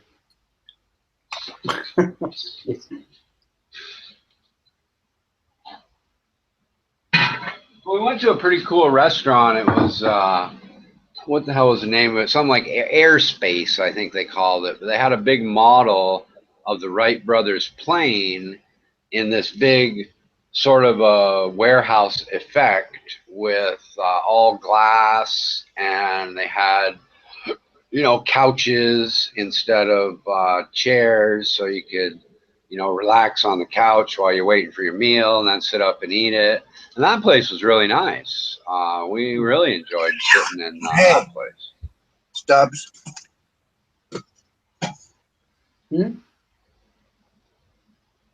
Sorry about that. I just had a cat fight. Ah. Yeah, they had the Like little literal cat live fight music. Hold on, what was that, Jack? A literal cat fight or between two women? Yeah, two cats. One attacked the other one in my house. They're normally side by side, but one decided to be dominant and attack the other one. But when I'm the boss, and so when I tell him to stop, the other one he's gone. The one stayed right by me here, but the other one who did the attacking shot away. So they know they're being bad. They're both yours? Yeah, I'm in the house and they're mine. I have 3 cats. I used to have 4, but one disappeared. I think my neighbor shot it. If oh my god, if my neighbors did that, I'd fucking slit their throats. Fuck me. I'm that fucking protective of my cat. Oh Jesus Christ. Oh fuck. If I had that, like someone came around a few years back to the house I'm at now, saying that they don't like cats and because I live in a what do you call it, like a cul-de-sac, and so one of the neighbors, a few houses down, you know, made, I can't remember the exact comment, but they don't like cats, and that if they saw a cat, they'd report it. And everyone here's got pets anyway. It's not against the rules or anything. And nothing got me more pissed off. So if I thought someone killed my cat, Yeah. Yeah. My cats don't go up to anybody else, but I live in the country, and still my neighbor shoots my cats. He's a bad. Oh, I'd shoot him. Whoa. I had a friend that used to get one of those have-a-heart traps, put tuna fish in it, just to bait the neighbor's cats into coming into his have-a-heart trap, and then he'd take it, put it in his car, and toss the cat off the fucking bridge into the Yellowstone fucking river. You know, it's like, what the fuck, dude? Oh my god! If you didn't put the tuna fish in the fucking cage, the cats wouldn't come around anyway. What are you fucking even thinking? You know? Those are evil people to me. Well, they are. No, They're crazy. Rip his fucking throat out. Yeah. And when I say used to have a friend, I mean he used to be a friend, and because of that, pretty much he wasn't a friend anymore. It's just I can't associate myself with people like that. You know. Yeah, I have wild raccoons that come in and they eat my cat food, but I don't even shoot them or anything. That's live too. Well, my wife says animals love their lives too. That's her favorite expression. She won't even step on a bug or kill a mosquito. When she gets sick of the mosquitoes, she'll get the mosquito electrical bat thing and make me kill them, you know. I don't know how that works out with her philosophy, but evidently that's okay. I'll go to hell, not her, I guess, you know. Yeah. I've been nominated to be the killer a few times on things, but I let them live if I can.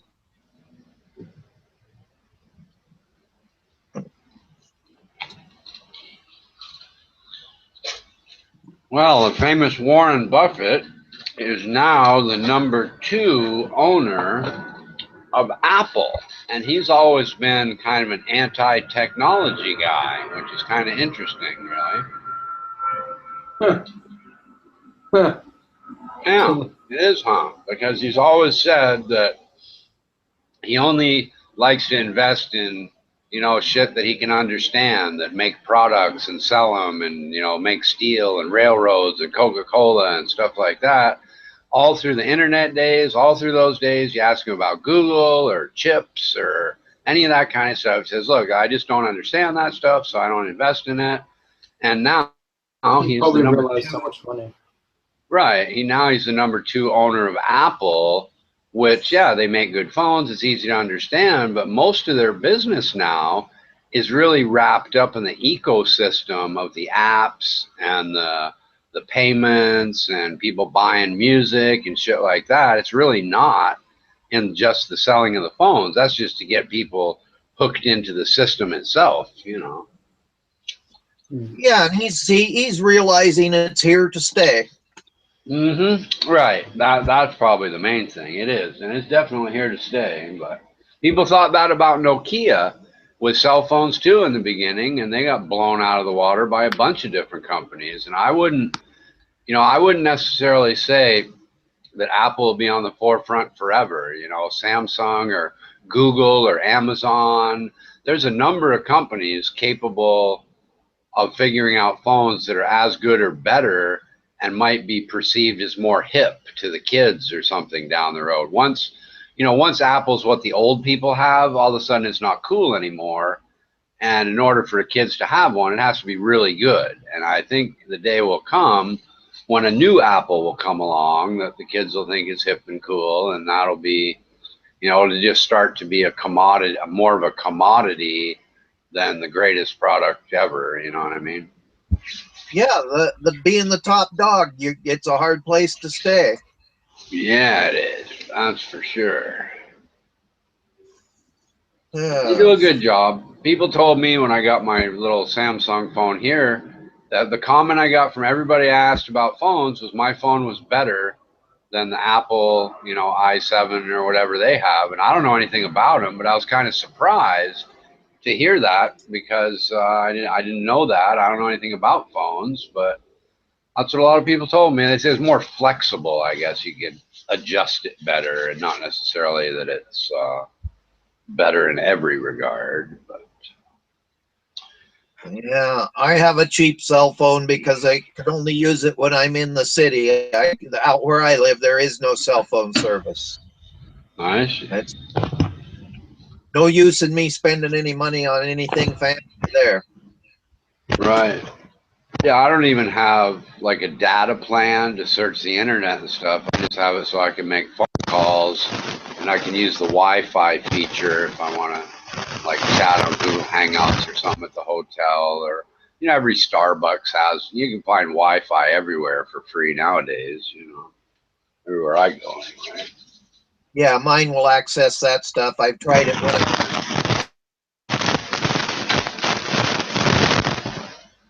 I had mine on the trip to the hotel, which was a 2-hour trip. When we got to the hotel, I looked at the Wi-Fi thing to hook up to the hotel, and there was a list of like 20 Wi-Fi stations that had picked up on the way, you know?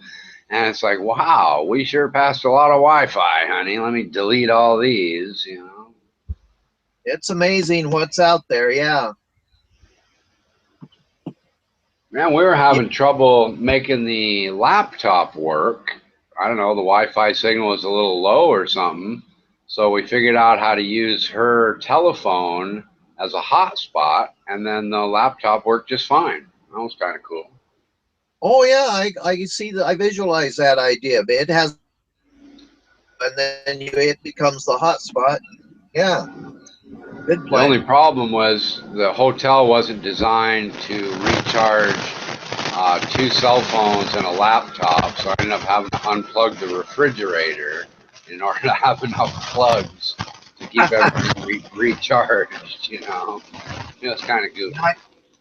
I noticed on the countertops where we were at this morning that there were plug-ins everywhere. Oh yeah, I imagine nowadays, you know, you can buy, you know, have the right kitchen designed with the, you know, charger plug kind of things into the wall and all that sort of stuff. You know, more modern house, I'm sure, has USB ports right next to the electrical outlets nowadays, you know. Yeah, they do usually wire that stuff in. Well, I'm going to go get another shirt on. I'm a little cold. I've got 2 inches of snow that came down during the night. I'm going to dress up a little warmer. I'm going to put myself quiet. I see. Let's see. You got Buddy there. No, he's unmuted. Hi, Buddy. No comment. I'm guessing he's in deep text conversation with his buddy Ronan, but I could be wrong. Who knows? Oh, yeah. You're better at knowing how everybody relates. It just goes over my head. You're so noisy. I know who you are. Right. Yeah. No, I enjoy my conversation with you. Okay, I'll be back in a bit.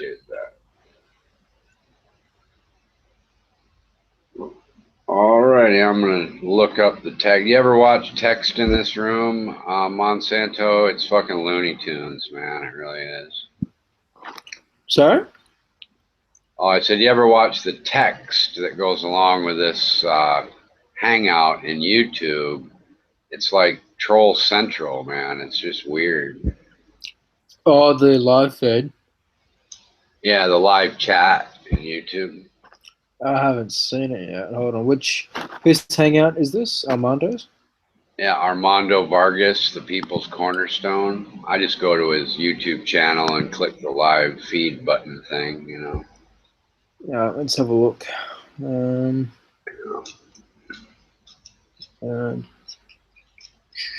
This should be it.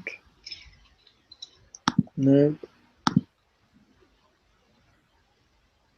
Yeah, and that Google Hangouts chat page gets pretty salacious. People fucking saying all kinds of shit to each other too, man. I never looked at that when we were chatting on the Flat Earth discussions. That I never even thought to look at that. Now I've got 3 or 4 that just pop up automatically with all these people yelling and screaming and arguing with each other. You're a faggot, this, and fuck you, you know, and holy crap. Oh, yeah.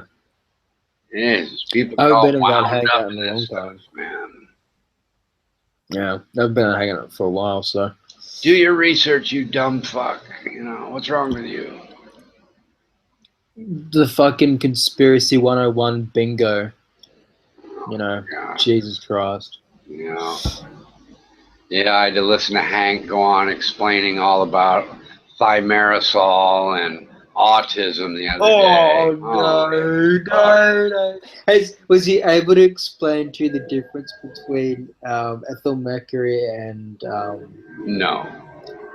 Oh fuck. Well, he doesn't even understand that whole connection's been completely disproven. You know, he's just a nut job, man. Yeah. Going over with the same 10-year-old shit or 20-year-old shit and just ignoring the disproofs that, you know, just all the stuff involved with it. He's got these, you know, old watch this really old video and you'll see, you know, he brings up a court case that was overturned in appeals court, and the judge called the people bringing the case and the doctors involved, you know, highly fucking unethical and, you know, fraudulent and all this kind of stuff. And he just completely ignores that shit. It's fucking There's bizarre. one person who posted on G+.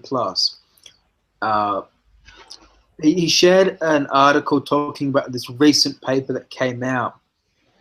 And of course the article gets quote mines a few sentences. And so I ignored the article, ignored what he quoted from the article in the post he made, and went straight to the original document. And it's talking about how some vaccines have like trace amounts of certain metals and things. But they were saying in the actual paper itself that this could be just from contamination with the equipment used. You will get low amounts of impurities in a vaccine. It won't do fuck all to you. But that's what it specifically said in the discussion section. We don't believe this is done on purpose. This is due to X amount of, you know, factors that the equipment used. And then I pointed that out to him, and he ignores it. Like I forgot his name, but it's something Venezuela, and channels dedicated to this anti-vaccine nonsense, and it's if you're that dishonest, you can't even read. It's only a short paper as well, like 20 or so pages. It's not that long at all. Oh, fucking hell. It bothers me that people are that stupid. It really does. I don't know. If I even believe they were that stupid, I think Hank is just a super troll pretending to be stupid, frankly. I don't believe he's that stupid. He sent me Hank, this place. He's far gone. He sent me this place with a bunch of viruses for my cell phone, telling me to download this and that. And then when I called him on it, this guy in this room named D-Beck, Hank wouldn't do that sort of thing. So then Hank sends him a completely different web page. He sends him to the YouTube page that talks about it with clean links without a virus. And D-Beck came back there and said, I downloaded that stuff. I didn't get a virus. I said, well, wait a minute. Where did he send you? Did he send you to the same web page I went to or what? And then we hashed it out and realized that what Hank did is he lied to him, gave him a completely different web page and said, well, that's what I gave Richard. I don't know. You could download something, see if you get a virus, What a fucking lying piece of shit, Damn. That's fucked. I mean, you can't, if it was me, I'd just laugh and say, ha, yeah, I sent you to a place with virus. You had to reset your cell phone and fuck you. But he is going to extend the story and out himself as an absolute liar just because that's what he does. He doesn't even care that he gets outed as a liar, Yeah, Hank can be pretty dishonest. Here's the screenshot / post thing that I busted that anti-vaccine bloke on. It's just a screenshot, and you can see a bit of my comment there, and it's talking about the concluding section. Right. And so it turns out it's from this website that he shared, Children's Medical Safety Research Institute. So people like him, like this anti-vaccine, go, this is an institute. It must be legit. It's not. It's a fucking, conspiracy quack website of fake news. And so, you pull the concluding section. The analysis carried out here shows that samples checked vaccine contain non-biocompatible and not bioresident foreign bodies, which are not declared by the producers, against which the body reacts in any case. And then it goes on to say, our hypothesis is that this contamination is unintentional, polluted components from the industrial processes, so on and so forth.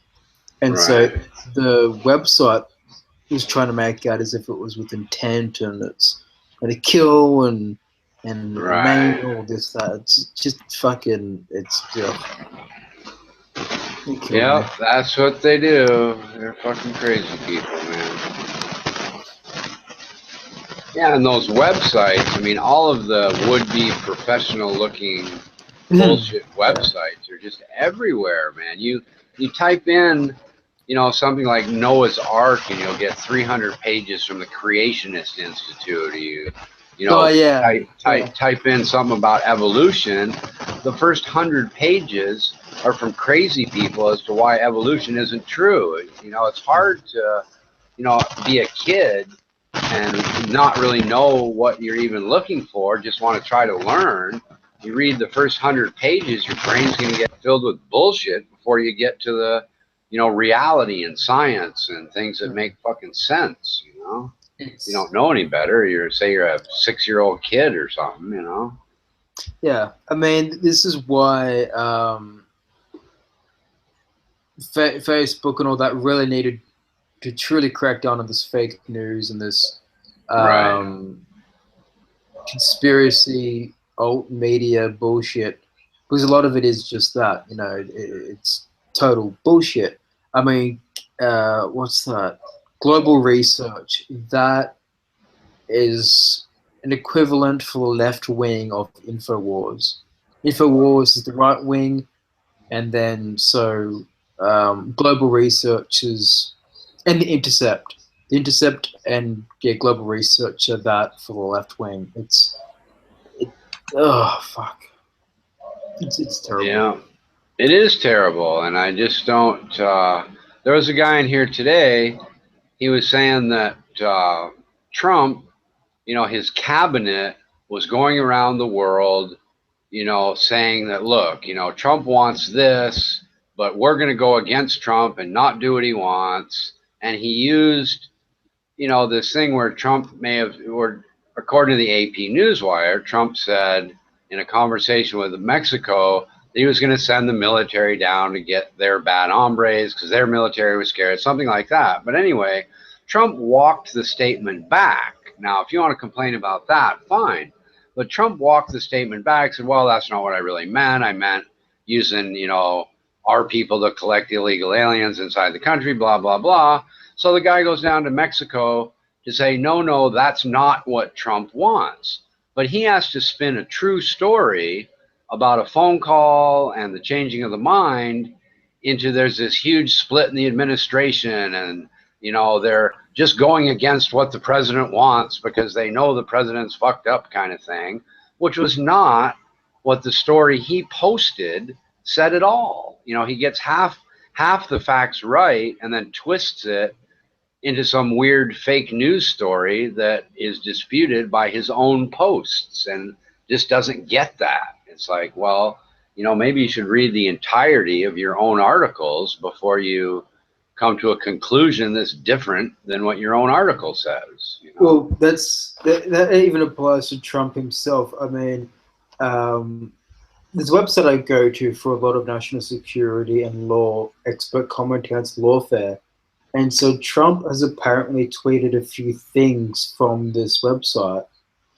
And he's clearly never read the articles, or his aides that tweet for him haven't, because the bloke who writes there, one of the blokes who writes there, Benjamin Witters,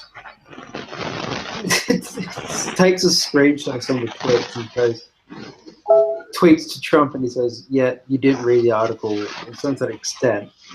Well, Trump makes his own shit up. I mean, that's for sure. He just pulls shit out of his ass and tries to claim it to be reality in the same way the people he's complaining about do it. That's where he falls off the rails. If you're going to complain about other people doing something, you can't be doing it yourself. Exactly. He looks stupid, but I complain about them both. Both sides ought to stop doing that shit because I don't want to. I'm tired of sifting through the bullshit in a story to try to ascertain what the actual truth is. The inconsistencies in the article itself. I read this one article the other day about not Mosul, but that area they're going in to fight in Iraq. It starts off with the army is charging in. 2 paragraphs later, well, the army has to go very, very slowly, house to house, because it's so dangerous. I'm like, why in the fuck do you start the article making it sound like the army's charging towards the center of town? 2 paragraphs later, contradict yourself, for fuck's sakes. Why, who, what editor didn't pick that out and say, go rewrite the article, you ignorant fucking kid, and if you do it again, you won't have a job here. What the fuck, man? The quality of journalism has gone down. It's not so much because of an agenda, it's just the people, mostly the authors, are really shit. Like, HuffPost. See, now I agree with that. I agree with that too. I agree it comes from ignorance and stupidity, not from some nefarious plan to intentionally make themselves look stupid and write bad articles. I agree with you. Absolutely. It's like, people are like, oh, CNN is bad, oh, Fox News is bad. Well, not the agencies themselves, it's just the authors. I mean, they get stuff right, they get stuff wrong, and sometimes they make really stupid articles and all that. I mean, it happens. You go to the author and say, okay, this author's got a bad track record. Not so much where I would disagree with you, though, is where the organization itself is becoming bad is by not firing these people. None of these people ever get fired. So, if they said, look, our policy is you can only be a dumbass 3 times, I'd be happier. But they just let it go on forever and ever. Some of them get fucking What's that bloody journalist award that they get the sort of the P? Peabody or something like that. I don't know. Pulitzer Prize. I don't know. I think that's what it's called. Yeah, and I'm thinking of Glenn Greenwald in particular. He's a quack job, uneducated little rat, and he gets a fucking prize here and there, and you read his shit, and it's full of fake news. It's full of disinformation. You're thinking, how has this man still got a reputation? Right. And it's also because of the people that lap it up. I mean, yes. Because it sells and makes them money, I guess. You know, it's really more about who's bringing in the most money rather than who's writing the best articles. And it's the crazy people that get that done, you know. So, yeah. Yes, maybe that's it. I don't know. Not good, though. Are you near an airport? I am. They run planes in from like midnight to 2 a.m. Yeah, I am near the big international Bangkok airport. Not super close, not like the windows are rattling and that kind of thing, but you can definitely hear it through my mic. I would hate to live near that close to an airport where you do get that kind of rattling or that, you know, that was really loud. Oh shit. Well, they actually compensated. I think they gave as much as 30% of the market value to people that were in that kind of situation. It's like a large apartment complex with really tall buildings that's right in the path and really fucked up their living situation. So what the government did is they compensated them the difference between the drop in price, or the way it used to be, to what it's worth now, saying that if you folks don't like it, you can sell your houses and move, and we'll compensate you for the difference. And some people did, and some people just pocketed the money and stayed. But that was a pretty good thing on the part of the government. You know, why? Yeah. Most governments would be too tough fucking shit. You should have thought about that before you moved in. You know, the airport is like the longest running airport in the history of airports. It took 20 some years to get it finished. You know, probably them people figured, well, they haven't got it done in 10, they'll never get it done or something. You know? Yeah. No, that's true. I mean, that is good for them to compensate. But yeah, wow, I couldn't imagine, you know, waking up really early for work and fuck me. Well, I couldn't imagine trying to relax at home with like shit falling off your shelves because they rattle, they get to the edge, and one day it falls off, and you're, you know, every time one comes by, you have to turn up the TV. It's not quite that bad at my, you know, and I have the doors wide open too right now, and during the hot season when the doors are shut, you really wouldn't hear it at all. That's kind of why you're hearing it right now. Yeah, it would be that bad, yeah. Fuck, I miss flying. I want to go somewhere now. Shit. Come to Thailand and meet King Richard. That's what you should do. I actually should go to Thailand one time. It's fun, dude. We'll go down and catch some ping pong balls out of pussies in our mouths and see the live fish and pussy show. Oh, yeah. We'll have a great time. Go down to Nana Plaza.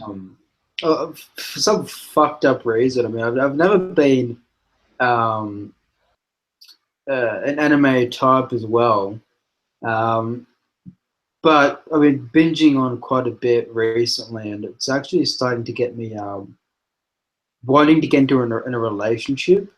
Well, it's like cartoon child porn, most of it, isn't it? Well, yeah, a lot of it is. It's like verging on fucking porn, and I do not get since you're in Thailand, it'll probably be the same law, but since Japan is like the hub for anime and shit.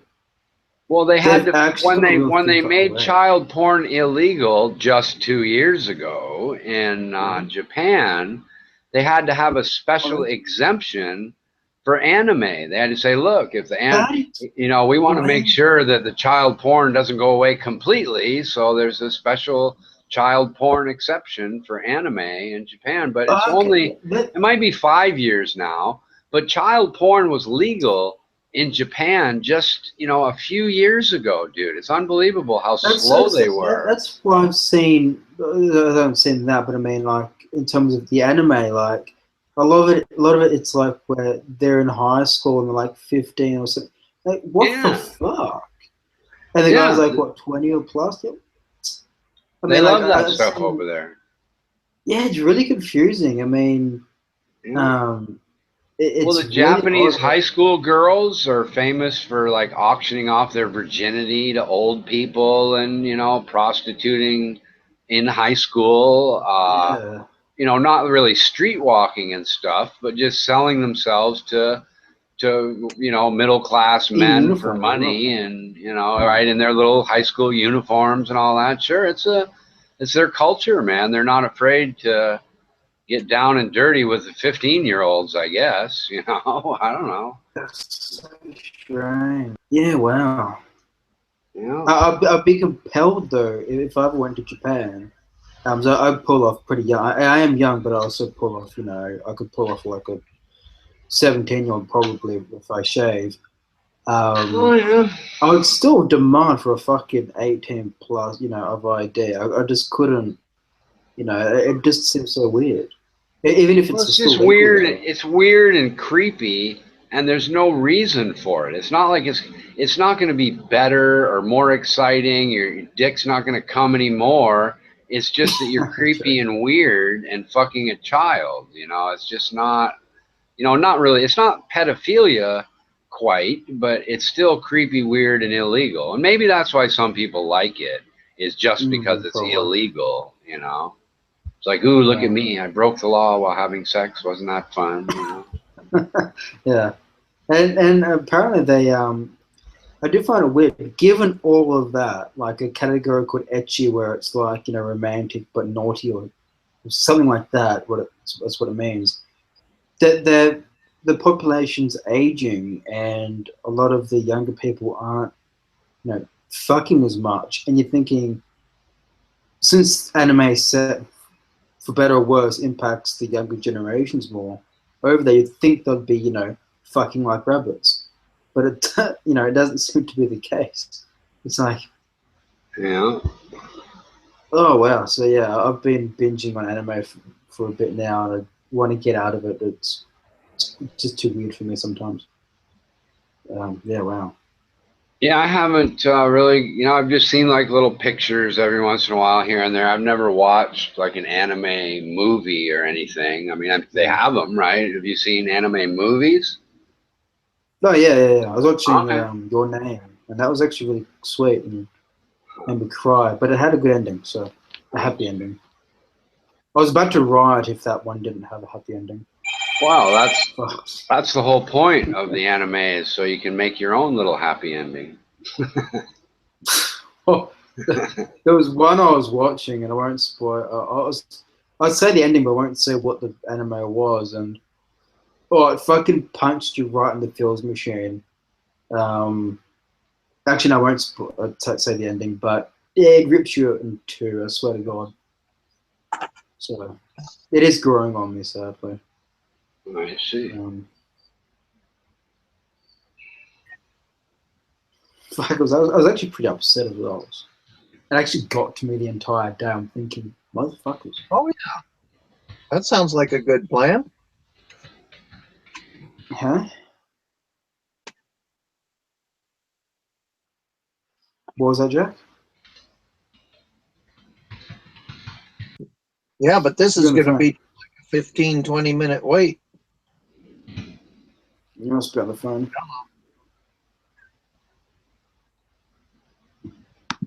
You on the phone, Jack? Oh yeah. But anyway, so you'll meet up with Jed there, or wait for him for a few minutes, and he'll show up. I gave him a mute so we don't have to hear his conversation, given it's private and all. Sounds like a great plan. It's also all safer for you guys to have two vehicles. Mute. Why won't this thing mute? And that reduces the exposure to anything. Yep. Mute, god damn it. I don't know how to turn down the channel that I was on. I've been there and done that. It took me 5 minutes to figure out how to shut the Hangout off on my phone when I was at the hotel this weekend.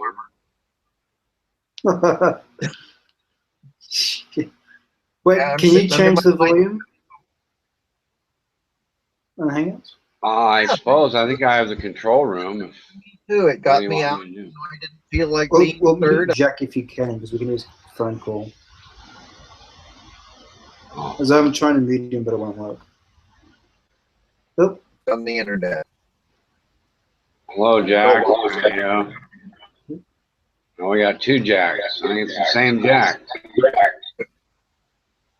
Okay, we'll see you. Bye-bye. Kiddles. Toodaloo.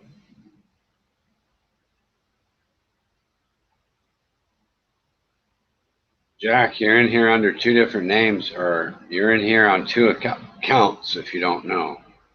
Somehow. Computer and cell phone or something. I don't know. There you go. Back to one.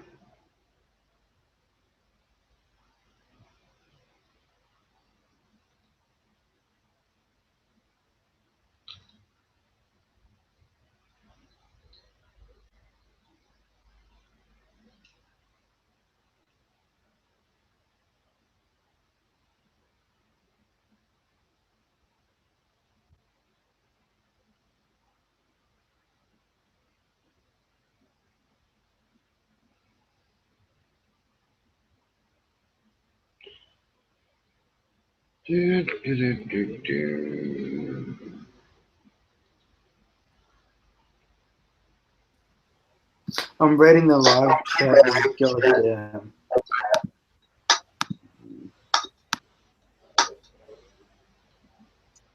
Say again. Well, Jack's got. Okay, he's muted himself. People are talking, saying that you're a child molester in the fucking live feed. Probably joking though, most likely.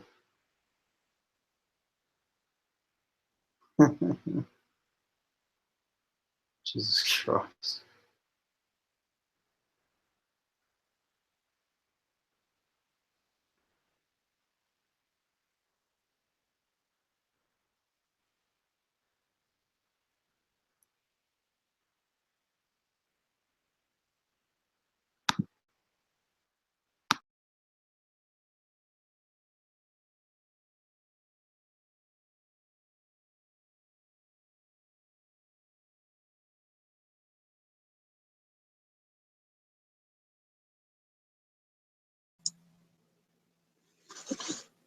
There, now I'm reduced back to one human again.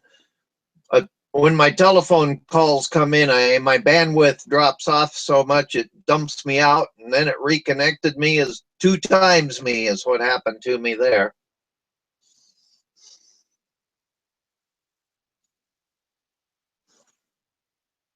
Yeah, it's all above my pay grade. I much prefer a computer over the cell phone thing, that's for sure.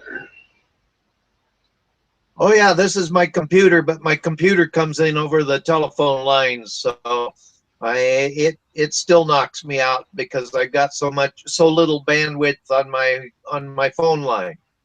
I see. Well, that's what you get for living out in the countryside, I guess. They'll solve that with satellite technology someday, I suppose. Yeah, years ago I used a satellite uplink, downlink, 2-way satellite. It was really good, but that's been 20 years ago now.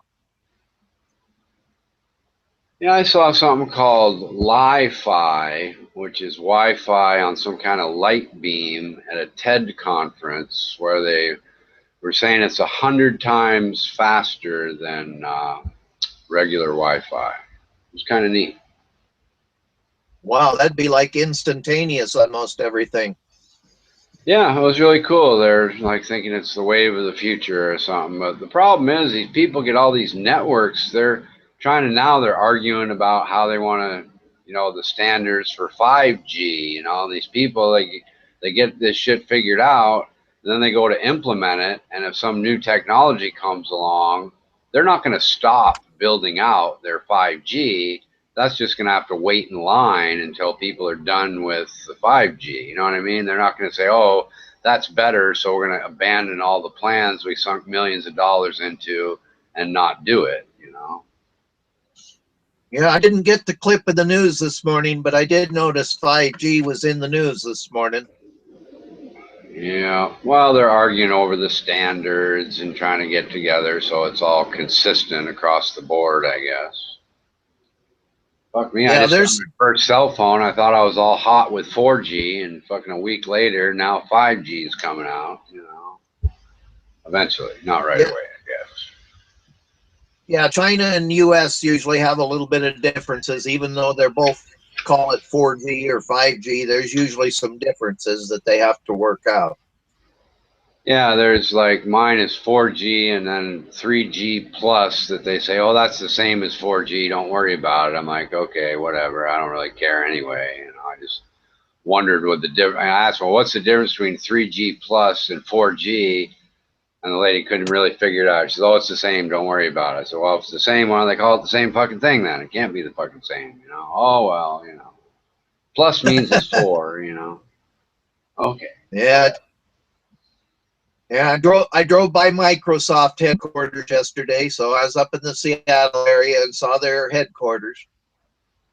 Huh. Is it like big and massive and look like a big college campus, I'm guessing? Something like that? Well, the part I went by was a high-rise building in downtown Kirkland. I see. It just looked like another skyscraper over there. In the past when I've been there, but that's been 20 years ago, they did have sort of a campus type thing, but now what I see is a high-rise right in with all the rest of the tall buildings of the town. I see. Yeah, they try to make it hip and cool so they get the young kids with the fresh minds wanting to work there, you know. Yeah, they do their best to bring them in. They pay them well and treat them well. Yeah, there you go. They do that for sure. And good on them. You know, they could be evil, greedy corporations like people complain about, but they're try to stay away from that image as best they can. I mean, if it weren't for some of these people in Silicon Valley, there'd really be no voice at all in the world of treating employees well, near as I can tell, except for people that aren't businesses. You know, it come from only employees, but you know, some of these technology companies, they side with labor a lot of times, you know. Yeah, they are, like you say, they're one of the leaders in how they treat the people. Yeah. Yeah, there's so much money to be made in that field that it's kind of easy for them. Whereas maybe if you're, you know, a factory making stuff for Walmart where the margins are so slim, it's just a lot more difficult to be generous to your employees and still make a fair profit for your business investment. So they're in a kind of a unique position in some senses, you know. Yeah, theirs was more of a warehouse business, even though they have their software people, I'm sure, too. They've got to send out a lot of products, so they have the warehouses. Yeah. Yeah, technology is really what drives the world, man. I don't know about selling little baubles and trinkets and jewelry. That really doesn't make the world go round. It's just what people do with their extra money after they bought the cool shit technology came up with, you know. Yeah, I just changed that. I like to be able to access China. There's a company called Fast Tech. I like to get the Chinese stuff for cheap. It wears out fast, but it's shipped for free, and it comes in as you get your China junk from them. So my junk I get from online too. And if I want something real, I go to I can't even say it, Amazon. All right, there you go. Do you ever try Alibaba? That's like the big Chinese Amazon. I've never used them. Well, when I search up Alibaba, it isn't like I can just order stuff from them. I've never found a site where you can do retail. They're after selling to businesses, so they want you to buy 1,000 part items like what they're selling. I see. Yeah, I don't know much about it except that it's a big company in China. I think the guy that owns it's China's richest man, if I'm not mistaken. Jack. Yeah, I've found they have a good presence on the internet, but I've never found the one that's just to retail rather than, like I say, selling you 1,000 items of each thing. If I could find a retail where you could buy individual items, yeah, it would be a powerhouse like Amazon. Yeah, I'm sure it exists. You're just not looking in the right place. Because my wife has bought individual items off Alibaba before. Yeah, I'll have to do it. It's been years since I looked for it, so I'll have to do it. Things have changed. It changes so fast. Amen to that. I tell you, when I did, the one thing I thought that was kind of cool with my cell phone is how everything got hooked up together. You know, I can just hit the email button and it gets all my emails from all my different email addresses in one little spot.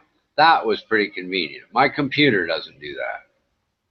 No, yeah, it's amazing what we have at our fingertips now. Mm-hmm.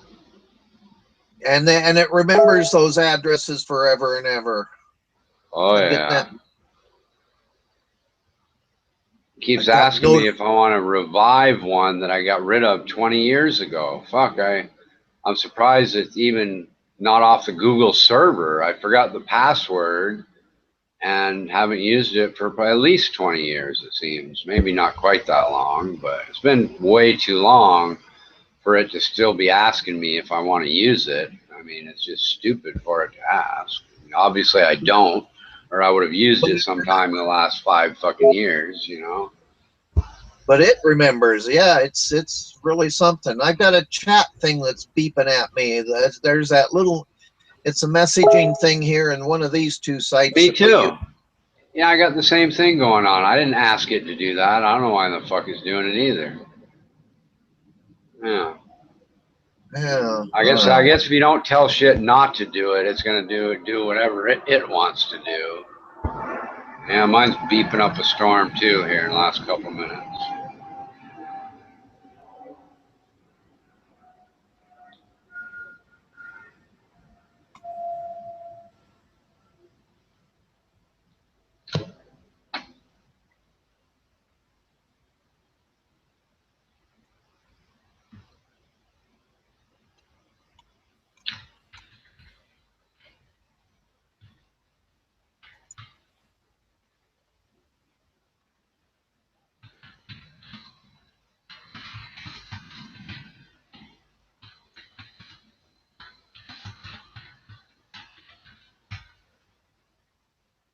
Oh, well.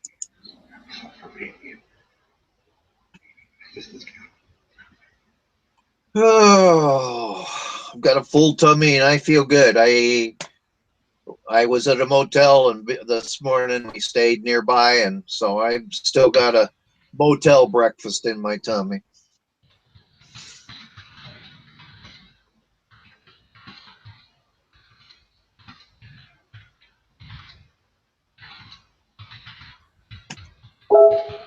There it is again.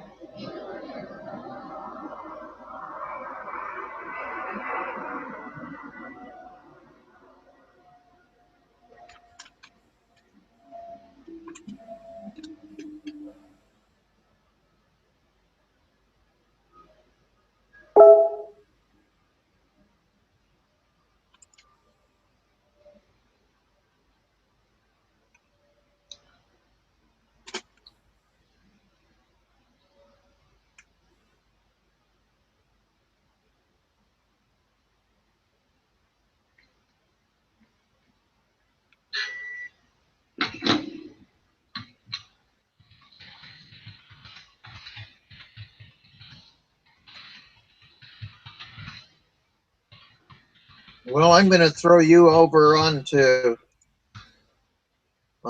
silence, and I'm going to take me a nap with you talking in the background. All righty. People say I have that effect on them, so you should be snoozing in no time. Yeah, I'm just warm and comfy and feeling good holding the cat, so I'm going to snooze down a while. Talk to you a while. All righty.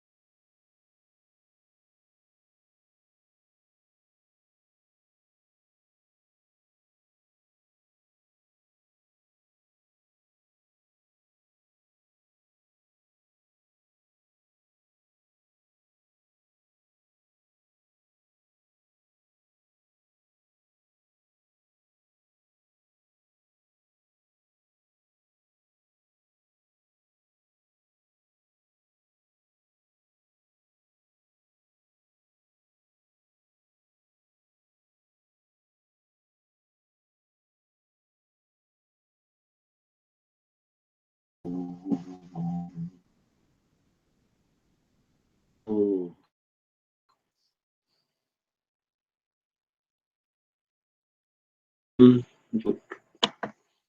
Come on. Slowly loading, guys. I'll have a look. See what.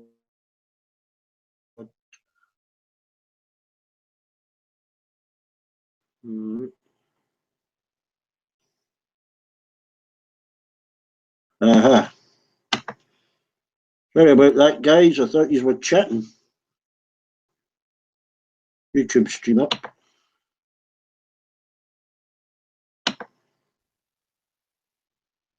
Right.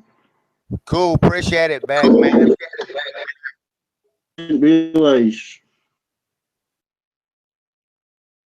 controls over my pages load.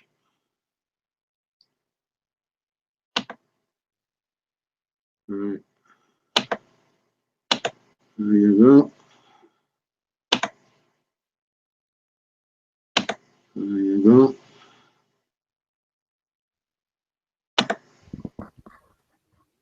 Hey, Beck, I'm gonna try to shoot a quick. I'm showing a guy in the room some equipment. Let's see. Present to everyone. Is that what I hit on her lips? Yeah, present to everyone, yeah. When you're Okay. ready. There we go. All right.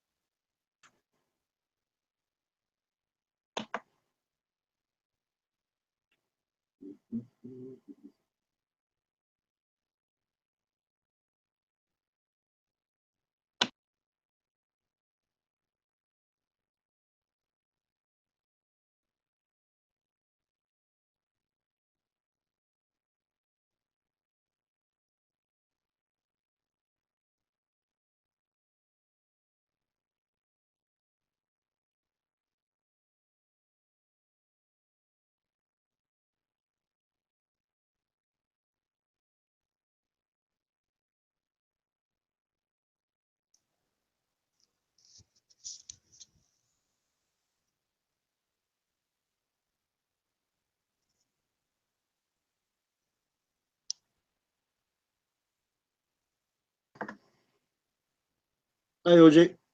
Hey, Beck.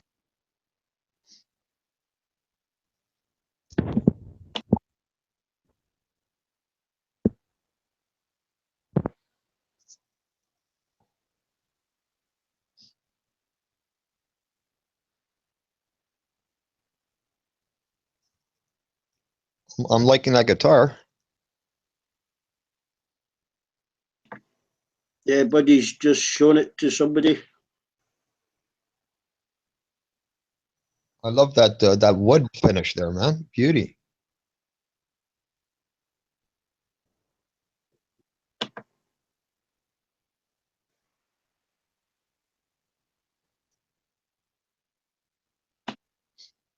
What is that? A maple?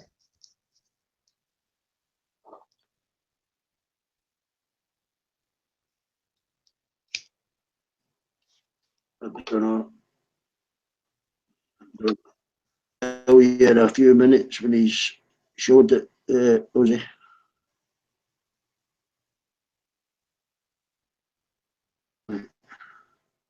Yeah, that looks like mahogany. 10. That's actually, yeah.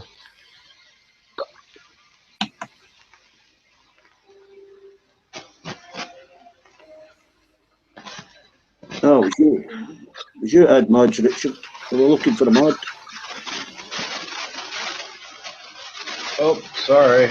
Buddy's got mods, I think.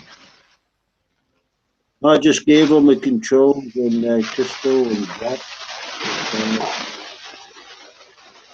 On the hangout. I never noticed anybody in here. I thought it was empty.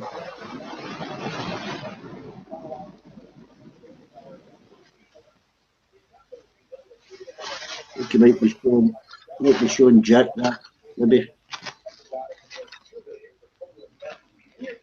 Whose guitar is that? Is that yours, DeMello? No, that's Buddy's. Buddy's. That's Buddy? Yeah. Yeah, it's a custom guitar.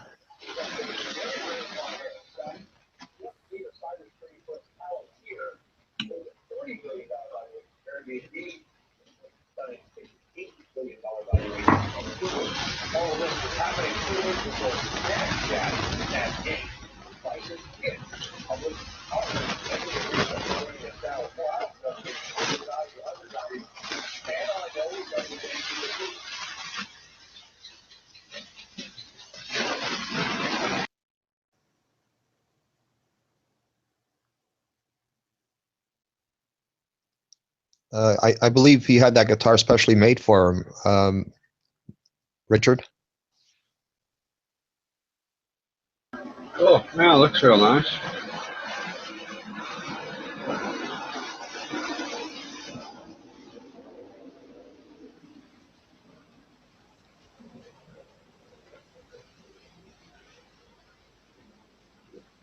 Well, I suspect when he mellows out and starts writing music and gets back into that, we'll be hearing the Ronan Kanushi song down the road.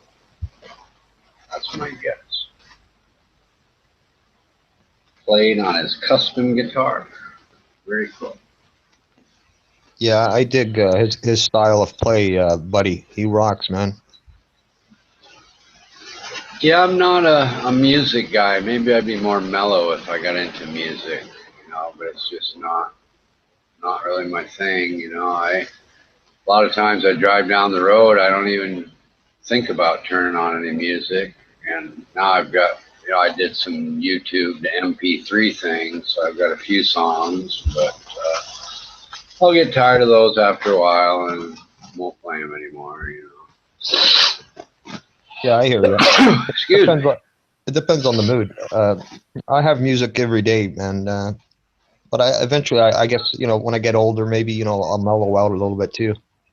Maybe get more into the jazz. No, I kind of like playing, like if I want to mellow out to music, I actually put on Tchaikovsky or Brahms or Beethoven or something like that. I've got about, maybe 6 hours of that kind of stuff on my YouTube channel too, right next to, you know, Sir Mix-a-Lot and Metallica. You know, imagine somebody looks at my selections and that sort of pops out as being kind of odd, you know. I got a whole Beethoven collection on vinyl, man. Nice. I like Italian opera too. That's pretty wild, you know. They sing those high notes and bellow out the songs, and man, it's quite the thing. I've never actually been to you know, like an opera at the opera house or anything, but I got introduced to it with some vinyl that my mom had, and yeah, I used to crank those things right up, and they're awesome, man. Especially I like the female singer operas more than famous men, you know. Yeah, I heard that combination. It's U2. They did a song back in the day. It's called Miss Sarajevo, and Pavarotti, he comes in at the end of the song, and man, what a masterpiece! When you hear him come in and he starts to sing his opera, it just goes right through you. You know, check that out, man. Listen to that track. It's called Miss Sarajevo. All right.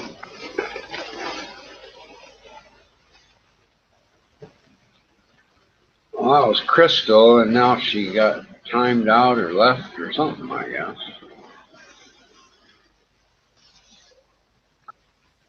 Yeah, maybe it was her phone. It happened the other day too. It's probably like you're saying, she got timed out. Above my pay grade. I just like to turn shit on and hope it works. If it doesn't, I'll try again, but if the technology don't work, just wait a year or two and they'll figure it out. It'll work better.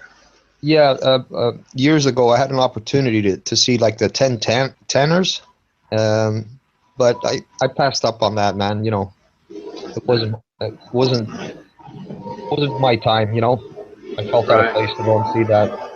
You know, like I said, I really much prefer the women You know, I love hearing that high soprano, high pitched sort of glass shattering sound. You know, it's just Yeah, awesome.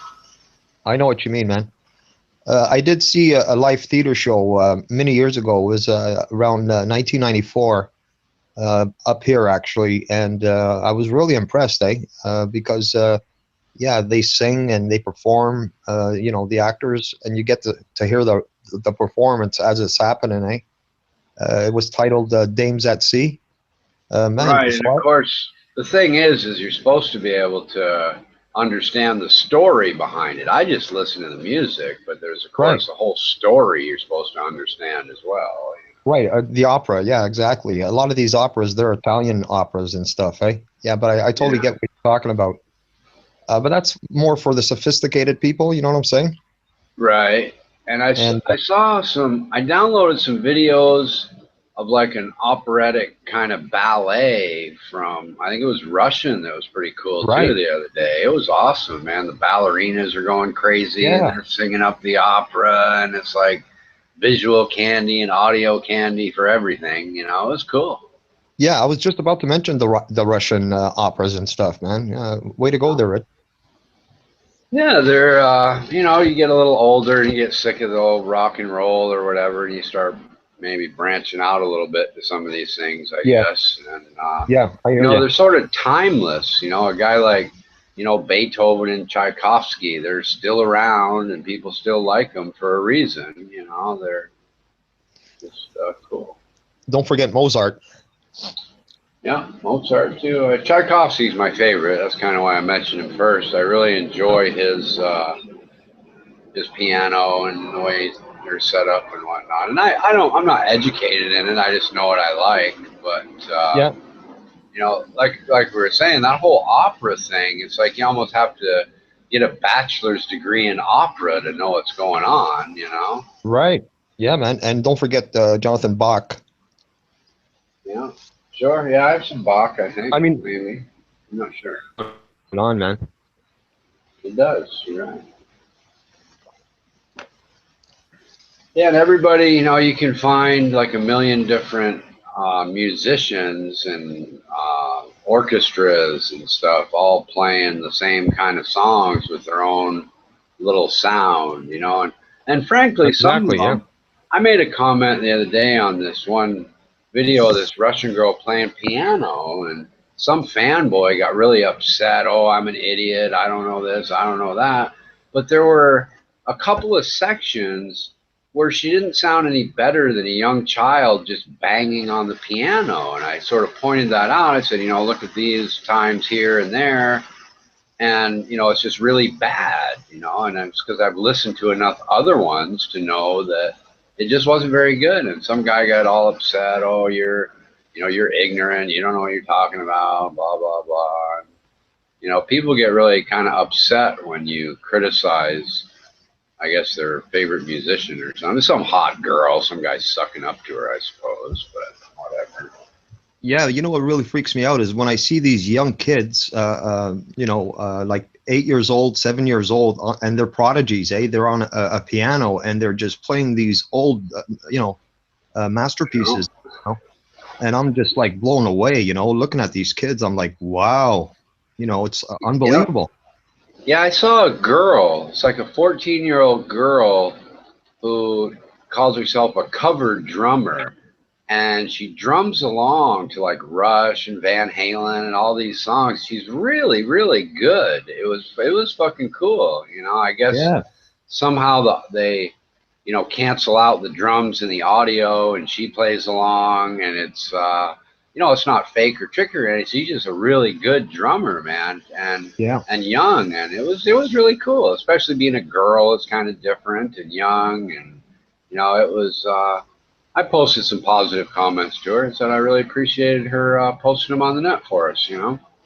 Yeah, man. I mean, I remember in the 70s, man, when I used to hear like Heart, the band Heart, rock out to, you know, like Barracuda and a whole bunch of stuff. And these were female, you know, two female artists. You know, these girls, they fucking rocked out, man. You know, they paved the road to these other female artists. Right? Yeah. And then I remember, Joan Jett and the Blackhearts, in the early 80s, so many other female artists have come after that. Girls, women, they can rock out just like any guys, man.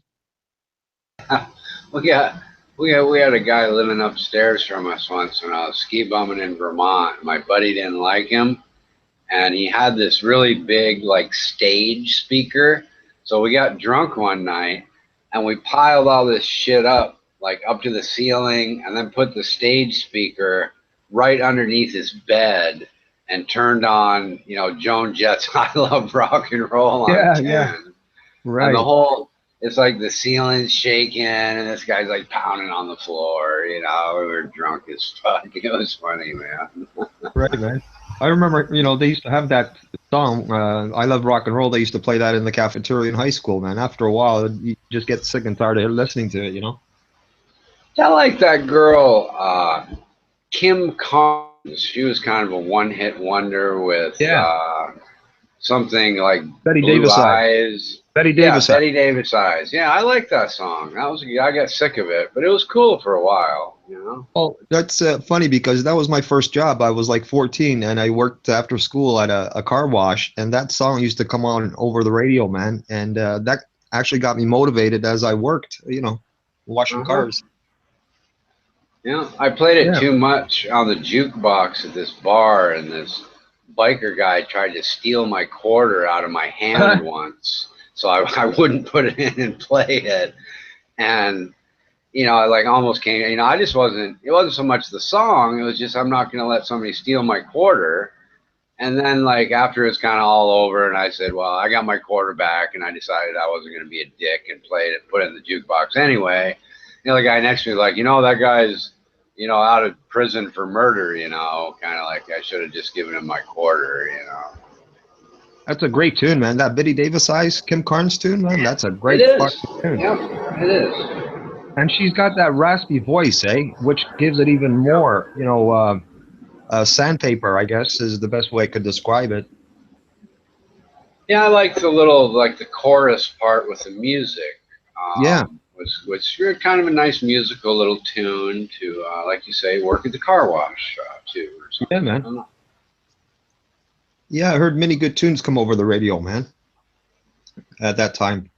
Yeah, I don't, there's a lot of people that are sort of against radio music. They want to find the underground or stuff that's too risque or whatever to play on the radio. But to me, I like radio. It has some cool tunes on it. If they sucked, they wouldn't be there in the first place, for the most part, the way I see it.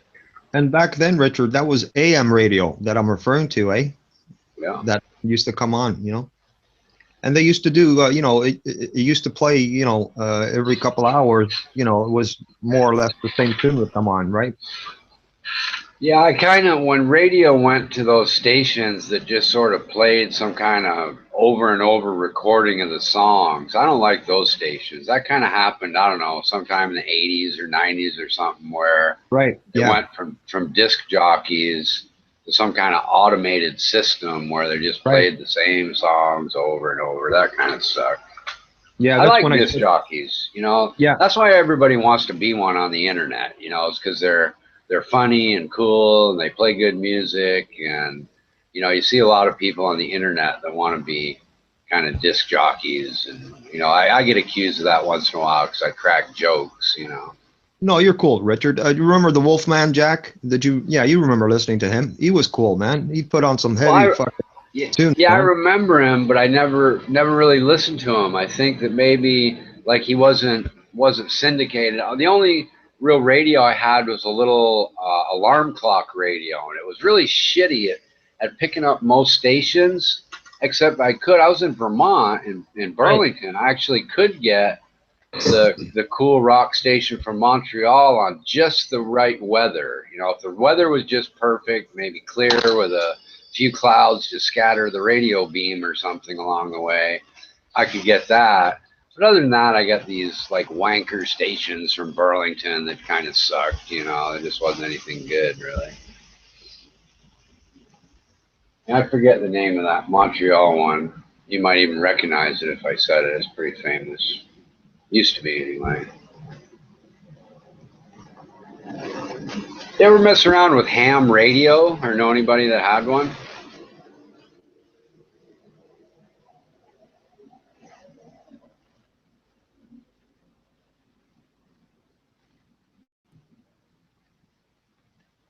Oh. My stock's a penny over where I want it to be this Friday. Woohoo. The luck of the Irish.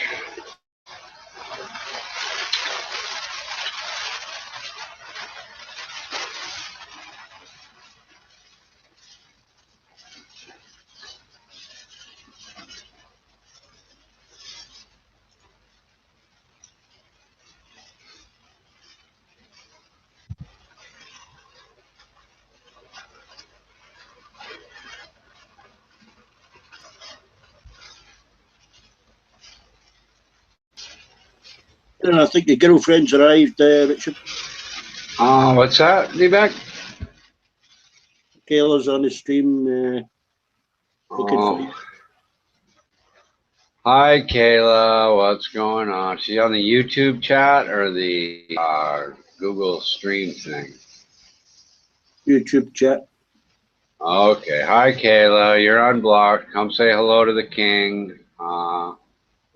I'd love to hear from you. Just leave your sniping friend Anders at home if you don't mind. Thank you.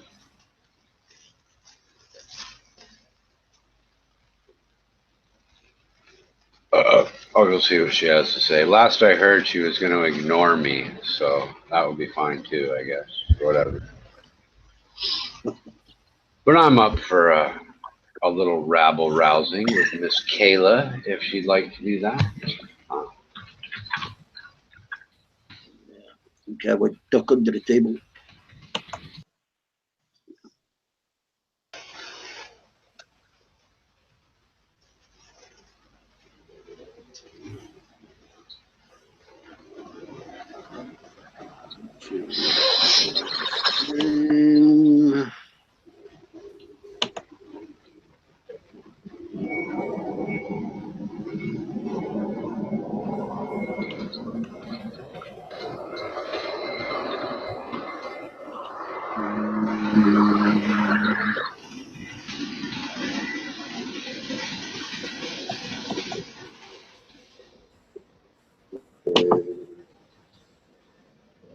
Okay, no, she's not in hangout.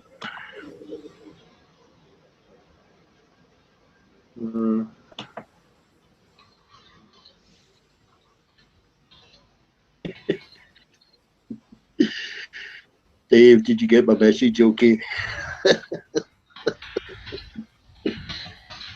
Oh my goodness. Awesome.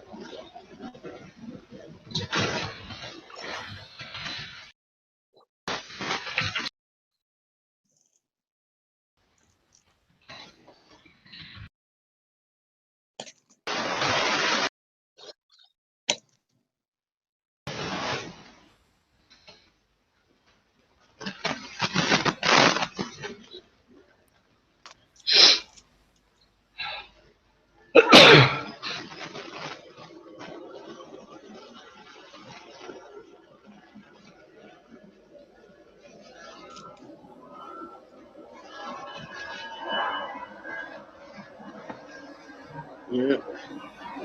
Cut off.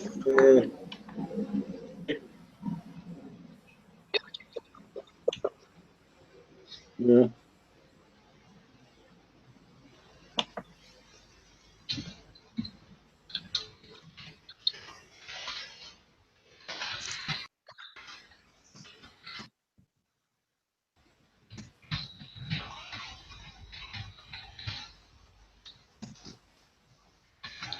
How about the Motown stuff? Were you into the Motown stuff, Beck? Oh yeah, I'm in no time. Yeah. Yeah, that's the stuff I remember in the beginning when we came here. That's the stuff that was being.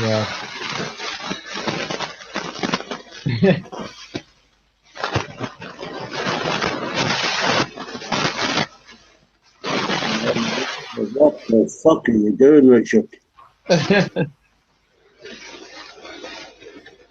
What are you whining about now, D-Beck? You're fighting with a washing machine. I got my fan on high. Frankly, I don't even know why. It's not all that hot or anything. Yeah, fucking fans around here. We run them so often. Surprised it's not clicking and making all kind of fucking noise. Worse than this. There we go. Tone it down for you. Sounds like a friggin' a jet taking off. Yeah, well, it's a fan that my wife got from her last company as a present or something. It's got the company logo on it. Sounds like a F-16 taking off, man.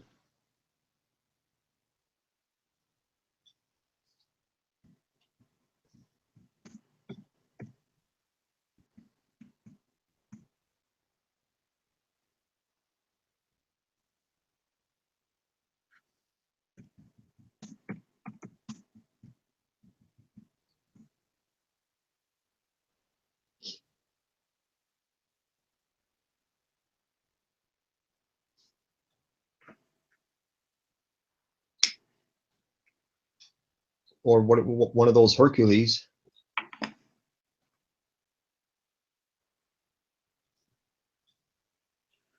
Yeah. It won't be. They don't take off at night time. Well, seldom. Unless they're scrambled.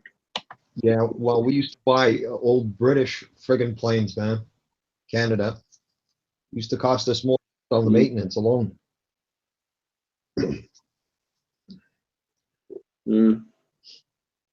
They've got them. The Eurofighters here and the F-20 fucking 4s or whatever. We used to take off 2 at a time, but they're only allowed to take off 1 at a time now. Yeah, I mean the Israeli fighter pilots, they were training the Americans. You know, those Israelis, they're the best in the world.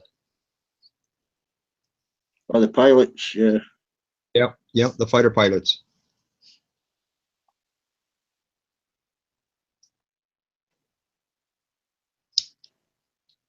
The battle experience, you know. Yeah, well, we're talking like low altitude, you know. Oh, you mean hugging the terrain, yeah. Yeah, hugging the terrain, yeah. Russell.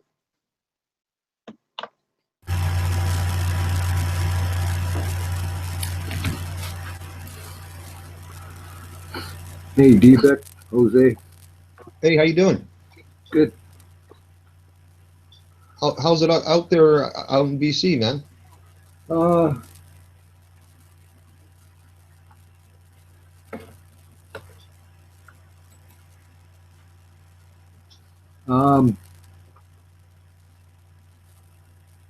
Just a little overcast, above zero, probably about +3 or something. Oh yeah, that's not bad.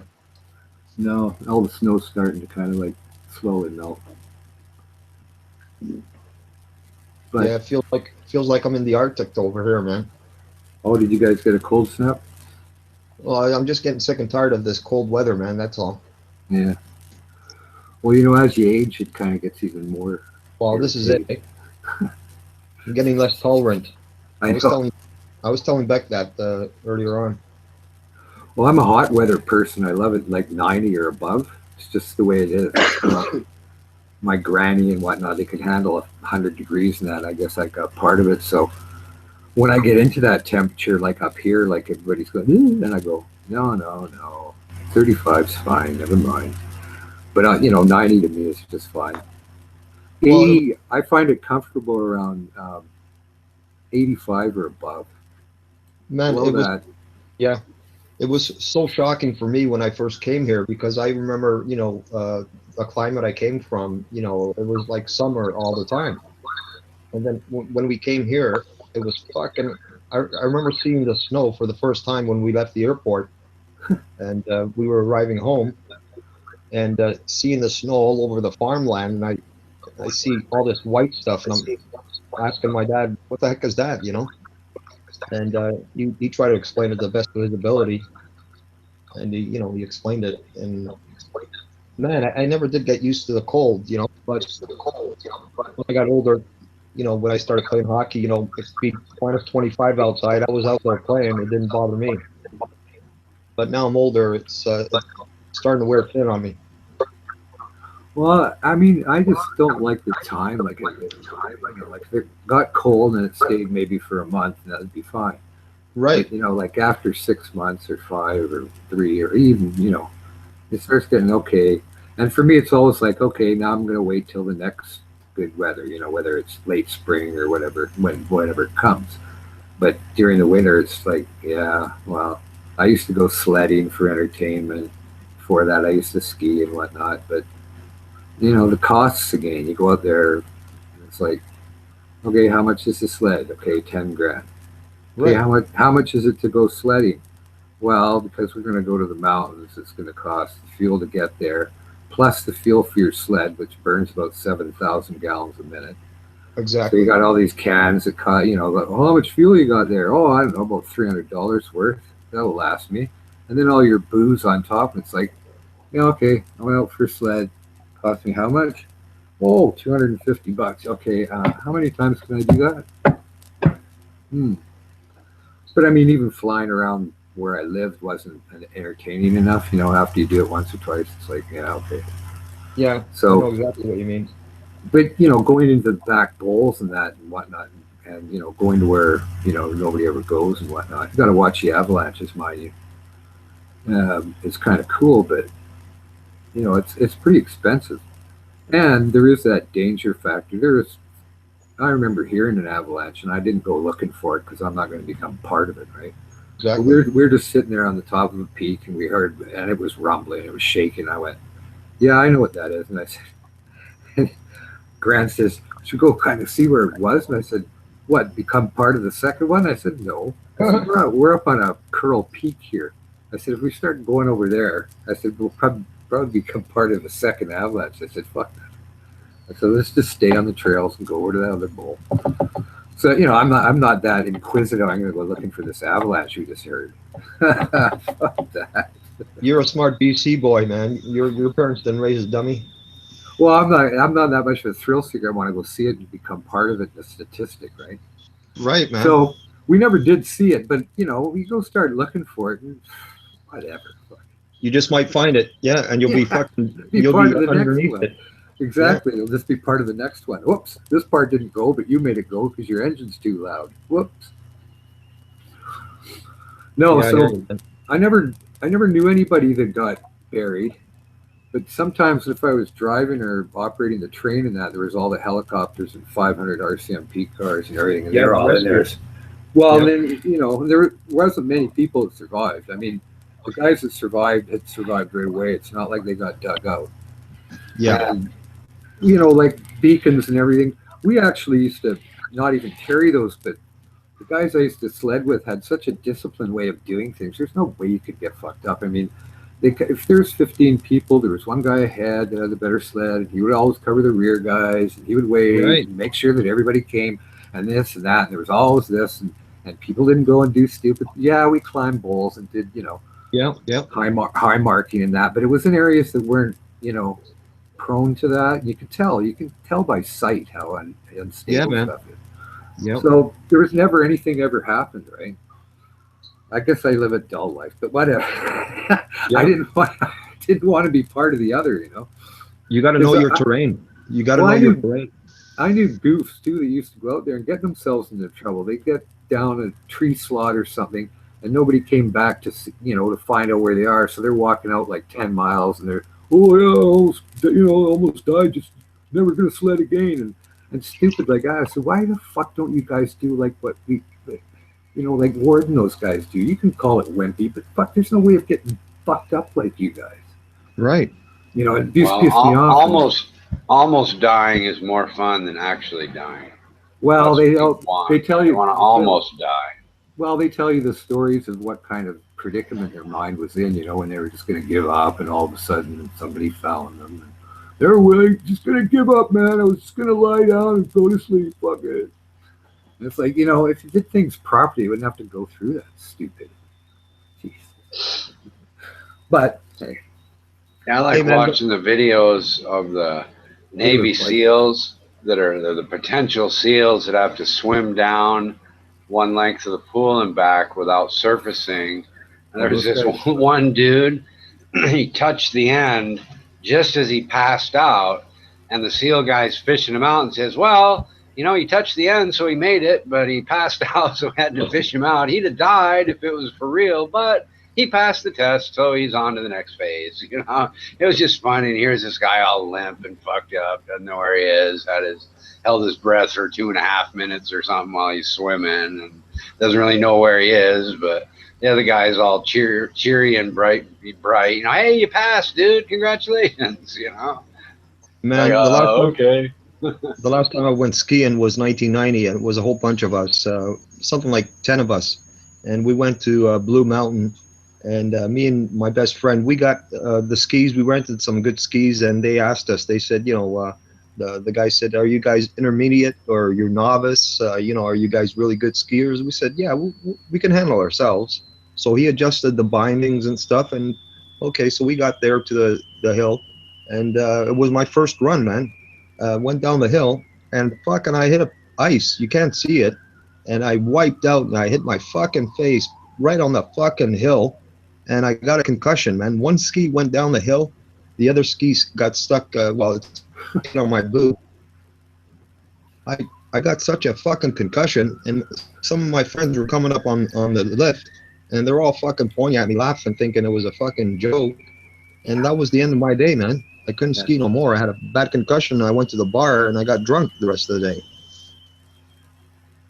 Well, that sounds like just as much fun. When we were kids, we used to do what they call stack jumps.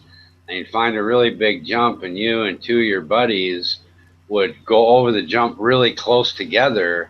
So if the first guy fell, the next two would run over him, And so you're really motivated not to fall if you're first in line. Of course, we'd take turns, But every once in a while, the first guy would fall, the next two would be crashing over the top of them, getting all big pile of 3 dudes fucking crashing after the jump. It'd be funny to the people. We do it under the chairlift, so the people on the chairlift would be laughing their ass off. You look at those dumbasses, Well, it wasn't so funny for me because I had blood coming out of my nose and stuff, and I knew I had a concussion. Oh, yeah. And I just went down to the bar, got cozy. I had the headache. The headache was going on, and I said, well, it's time to start drinking, and that's what I did. I got drunk the rest of the day, and I enjoyed doing that. But the next day, I still had a big headache from the concussion. You got your bell rung. Oh yeah, big time. Yeah. And that lasts. Oh, it does last, man. I got lucky though. Could have been worse, Yeah, I gave up skiing. Kind of. I just rented after that when I had all this equipment and whatnot. And, I was having fun, and I didn't like to wait in lineups for the T-bar or the chair 40 minutes or whatever. I came down the hill. I had a pretty good run, whatever. It was kind of pouring snow, but I went to clear off my skis and banged them on the ground, and I heard this noise go, boom, and there were glass skis, and I went, I hope that isn't what I think it is. I think my ski's broken, and I did it again, went, and it was broken. It's like Shit. a $200, back in the day in the 70s, like a $200 set of skis, right? And I'm going, yeah, well, waiting here 45 minutes. Now it's starting to rain because Vancouver. I just broke my $200 ski. Yeah, back in the day, those were expensive, man, for $200. Yeah, they were heads. Oh, heads, yeah, that's a good brand. And they come delaminated sometimes, that it's separated. Separate and be all It did. fucked up. You couldn't Well, that's get what it was. It didn't crack as supposed, but it separated. And it's like, what? I know. I had a pair of K2s that did that once when I was a kid. Those are good. Yeah. I couldn't believe it. I just went, what are you talking about? These are head skis. They don't do stuff like that. No, those are for Daiwas or whatever. Fuck. But I just thought, but there was other things involved. Just waiting in the lineups at that time is like 40 minutes. Be like, well, but there's nothing that gotta be a part different. definitely There's got to sucks. be a different route. And I'd fly over to the T-bar because that was always, less people. But then that started getting like to the point. The other one was an hour wait. It's like, okay, I'll go to Blueberry. Nobody goes to Blueberry. It's goofy. You have to stop in the middle or you'll hit a tree. So I'm gonna. Oh fuck! It's fucking 30 minutes here. Stay away from the trees, man. Huh? Stay away from the trees. Well, it's Vancouver skiers, so you got the bulk of them going there. But a lot of people drive to Whistler, but then it becomes a game. Right. When you go to Whistler, it's $500. Yeah. How man. often can you do that? A weekend. It is. It's $500. I don't care. Yeah. Go up there, you party. You got to pay your toll fees. Everything else, accommodation. Even though if you have friends, even though it's still going to cost you $300 at a minimum. Right. Just for the weekend. No, I'm. You know what? It'd probably cost me $1,000. Yeah, I hear you. If I was 30, it would. Not now. Yeah, I know. You got some friends. They want some white powder, the other kind of white powder. Whatever it is, after the booze gets flowing, you look at your wallet in the morning. You go, how the? What do you mean? I had $300. I had to have lost money. There's no way I could have spent that, and you did, because you did this, and then you bought that, and then you bought all these drinks for that. Oh, the appetizers, and don't you remember you had all those fucking appetizers? What? Oh, gee. Fuck, a cup of coffee and a donut at the ski area is like $18.75 or something. The money spends fast. Oh, it was ridiculous. That's why we always took our own booze. Well, when we were younger, but when you're older, you're not, and you're paying that price. It'd be like, okay, look, down in the bar, which is overpriced beer, costs like $2, $2.50. Why the fuck is this $5? And I mean, it was just absolutely fucking retarded. It's like, what? What do you mean $5? No, I can only have 3 beer, $15. That would have bought you like 3 cases. Yeah, but you don't think about that, man. You're gonna go in your pocket and you're gonna spend the money, man. You're not gonna be counting, $5 for a beer. You're just gonna fucking do it, man. You're there to have fun. I couldn't afford, I lived by myself. I worked. I had a car that was fast that I, spent money on. It wasn't any, I didn't have money to do other stuff too. I mean, I didn't have rich parents. I hear you. And I guess if I had another job that paid me horrendous rate, I'd be some sort of lawyer and I wouldn't be doing or have the same kind of personality. I know what you mean. No, it was just too much money. That's why you had to take choices. What are you going to do? Do this? Ski for fucking 3 months of the year, and in Vancouver, you're lucky to ski too. Yeah. Drive to Whistler for $500 for a party. Yeah, that's cheaper for me to party at home. I liked going up there and doing the thing, but it wasn't like you want to do it every weekend. Like some people I knew, they went up there every weekend, but they had places, and their parents were well off, so the whole place was supplied with food and everything else, and the stupid person that comes and cleans everything up. So basically, you go up there and they'd raid the booze that was there too, because there'd be booze supplied. But they'd you'd just pay for going out to the clubs and whatnot like that, or going out for dinner and skied. They'd have passes, but the passes were pretty expensive, $1,000.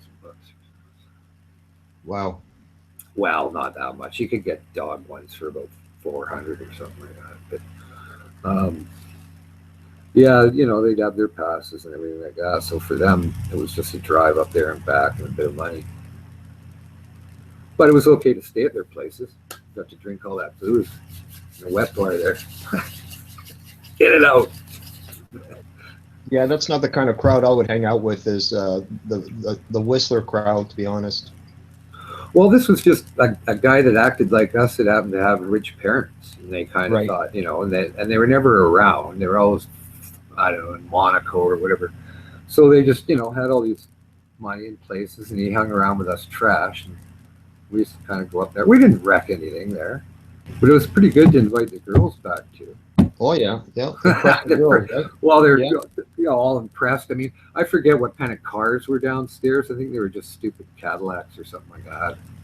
Maybe one was a Mercedes. I don't even remember riding in them because we just got cabs to pick us up and whatnot. But the house is pretty nice. That's pretty cool, man. And that was just there, yeah.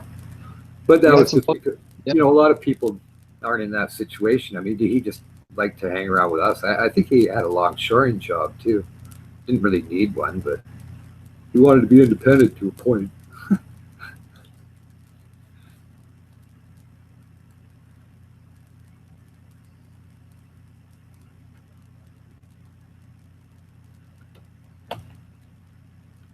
You get cut? No, I don't know what's going on. Oh, I guess it's just us. Yeah, I've known some rich people in my time, you know, kids and stuff, and I never really got along with them, you know, because they were always fucking spoiled and shit, so I stayed away from them. Well, I knew some friends of mine, like his dad was a blood doctor at the University of Western Ontario there in London. Yeah. And he knew some affluent people that were kind of cool, like this George Jackson guy whose parents, again, had some big cottage on Lake Huron and that. But he was cool. I mean, I got along with those guys. Yeah, they went, you know, their parents were pushing them to go to university and get degrees and that. But, you know, they liked to party just as much, and I had mushrooms, and they liked them too. And I don't know. I had fun with them, I guess, but I was kind of the center of entertainment anyway. Yeah, the friends I hung out with were just hardworking, everyday people like myself, man. So, you know, we share that in common. Yeah, these guys, you know, it was when we were young. I was about 21. I mean, I had my job. I had that since I was 17. So, you know, it wasn't like I was going to give it up. You sound like an anti-elitist bigot there, Jose. No, I'm not. No, I'm not. I'm not, Richard. Okay. Well, I'm I met, trying to be like that. you know, I went down to California and was buying cars, you know, a little bit high-end cars, and I met some pretty cool rich people, actually. Yeah, it was funny. One instance, you know, the woman of the couple, you know, wasn't that well educated, and she's going, "Oh, you know, like, do you actually have trade schools up in Canada?" And I made some remark. I don't know. I said, "Well, we got rent-a-dog sled too," but her husband just got really mad. He said, you know, something about being ignorant. What are you talking about? What do you think they are? You know, living in the backwoods and whatnot. Like, but he was a pretty cool guy, actually. It's the kid that I bought grew the up car with. off him. They were, you know, the preppies and stuff. They were kind of different, you know, and they were spoiled and stuff. So they never really, they never fit in with us, kind of thing, Richard. That's the way I'm trying to explain it to you. Well, I don't know. This guy took me in the back there and said, "Never mind my wife. She's stupid." She said, "Some people, you know, like to be educated because they feel that they should be, but some aren't." And he started pumping me full of Glenfiddich scotch. Then I had to get my friend to drive. I said, "No." But I don't know. I seem to The get thing along. about education is you just want to know how things work and what's going on and stuff like that. If you're uneducated, you know, you just don't quite understand how to manage your life as well. And it's not really about getting a job or a degree. It's about knowing what's going on around you. You know, how does physics work, or how does the economies work, or, you know, how does, you know, what's the history behind the world and stuff, you know. Yeah, he was into engineering devices it was actually for cleaning up the environment, different types of processes and whatnot. And, you know, he wasn't young or anything like that, but I don't know, he was pretty interesting. I tried to keep him interested, and he was, because I think we went through the whole bottle of Glenfiddich, and his wife wasn't allowed to come in there. There's like the richest kid in my high school. He'd drive his Harley in one day, his 450 SL Mercedes the next, and his dad, I think, owned the Coca-Cola bottling plant or something. But they had this huge mansion out in this isolated section, and the thing is he was so far beyond like the preppies you were talking about, Jose.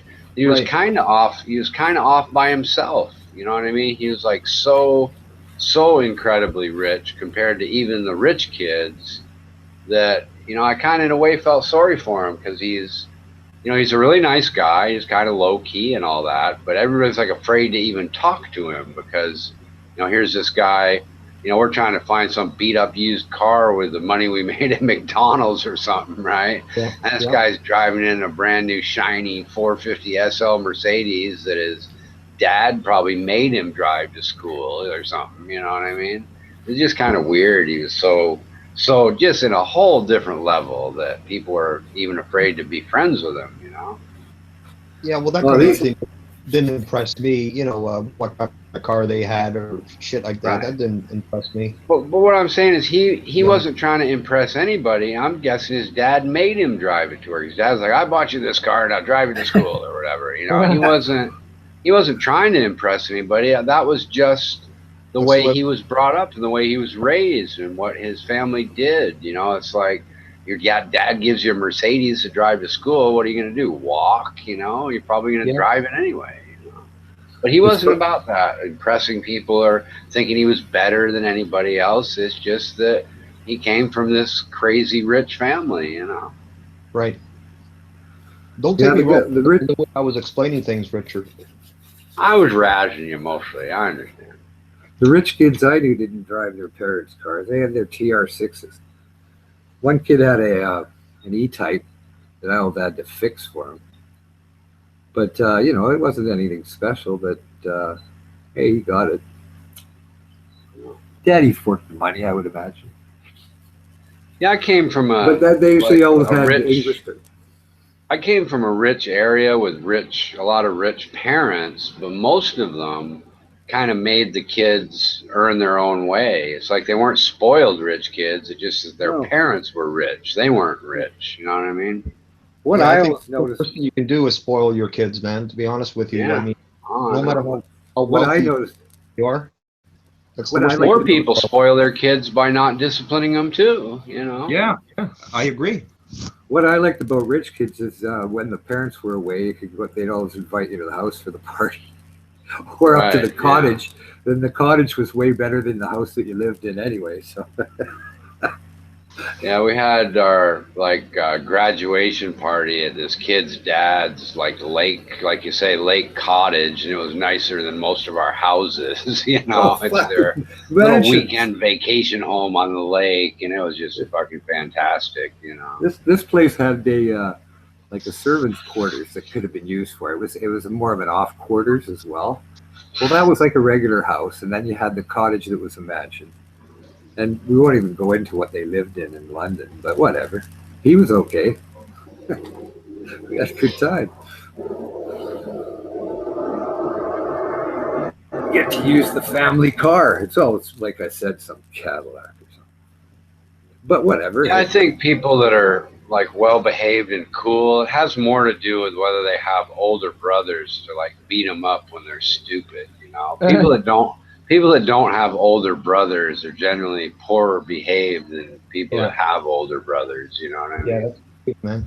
And we never wrecked anything or nothing. There was never any complaints. It wasn't like, no, George, you can't go up to the cottage or the house while we're away. We always made sure nothing got smashed, and if it did, it was fixed. Nobody knew the worst. So it was just good to use the facilities. You know, you get to use the boat, stuff like that. Get to go out there. I don't want to own a boat. Just way too much money. Yeah, they're kind of money pits. You know, you got to store them and clean them and just general maintenance. You know, like I mean, what are you gonna if you operate it in the ocean? Well, that's a 12 month of the year job. I don't care what you do. You can pull it out, put it in, and you got to spend.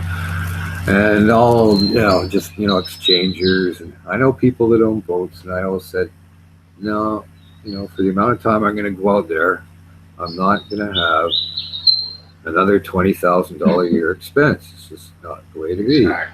Yeah, and if you live up north, you got to pull it out so it doesn't freeze around it and crack it and that kind of shit.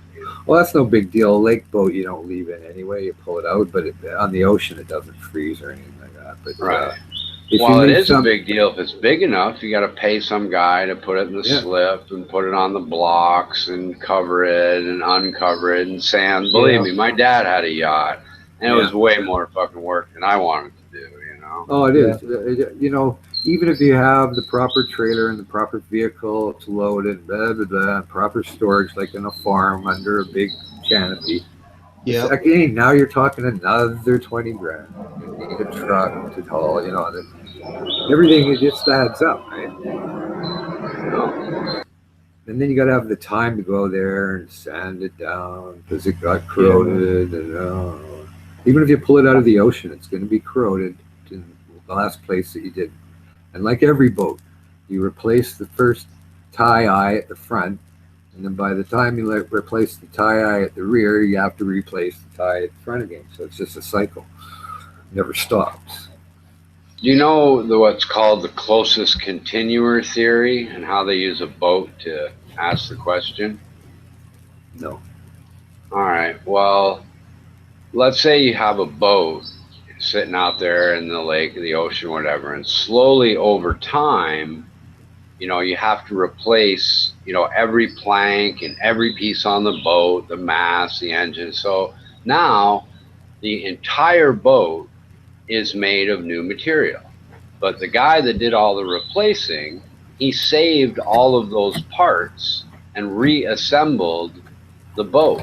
So which is the closest continuer of the boat itself? Is it the new boat, in the lake, or is it the old boat that the guy reassembled? And it's a question that kind of goes, it's a philosophical question, and the main idea, it kind of gets more complicated, is supposing you had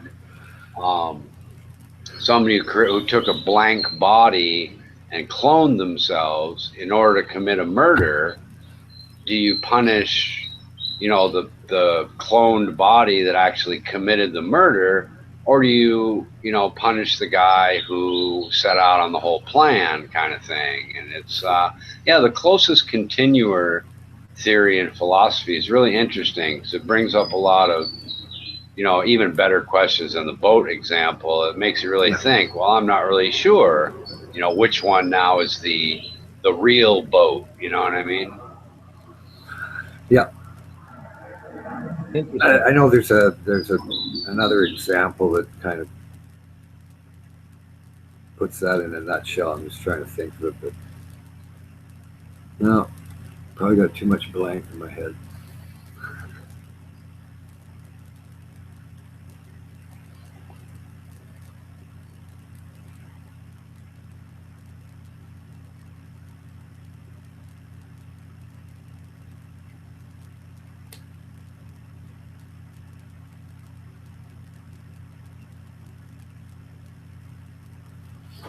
So how's your sleeping going there, Jose?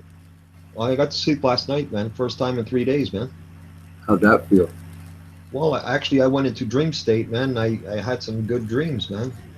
It felt great, man, to finally fucking sleep, man. Yeah, I would imagine. Kind of eats at you. I don't know. I've never really had insomnia to the point where I had to question anything, so I can't really sympathize in having experienced it. Well, it's the disorder that I have. It's comes with it, eh? Oh, so that's part of Yeah, that's part of it. Another one. But I'm used to it. I had this for 23 years, so the sleep disorder that comes with it is it's part of it, right? Oh, okay. So you just have to bear with it or try to deal with it? Yeah, or pretty control much. it? But my dosage for my medication last night, I went a little bit, another 25 milligrams, and that did the trick, man. I got a little bit more knocked out. Hmm.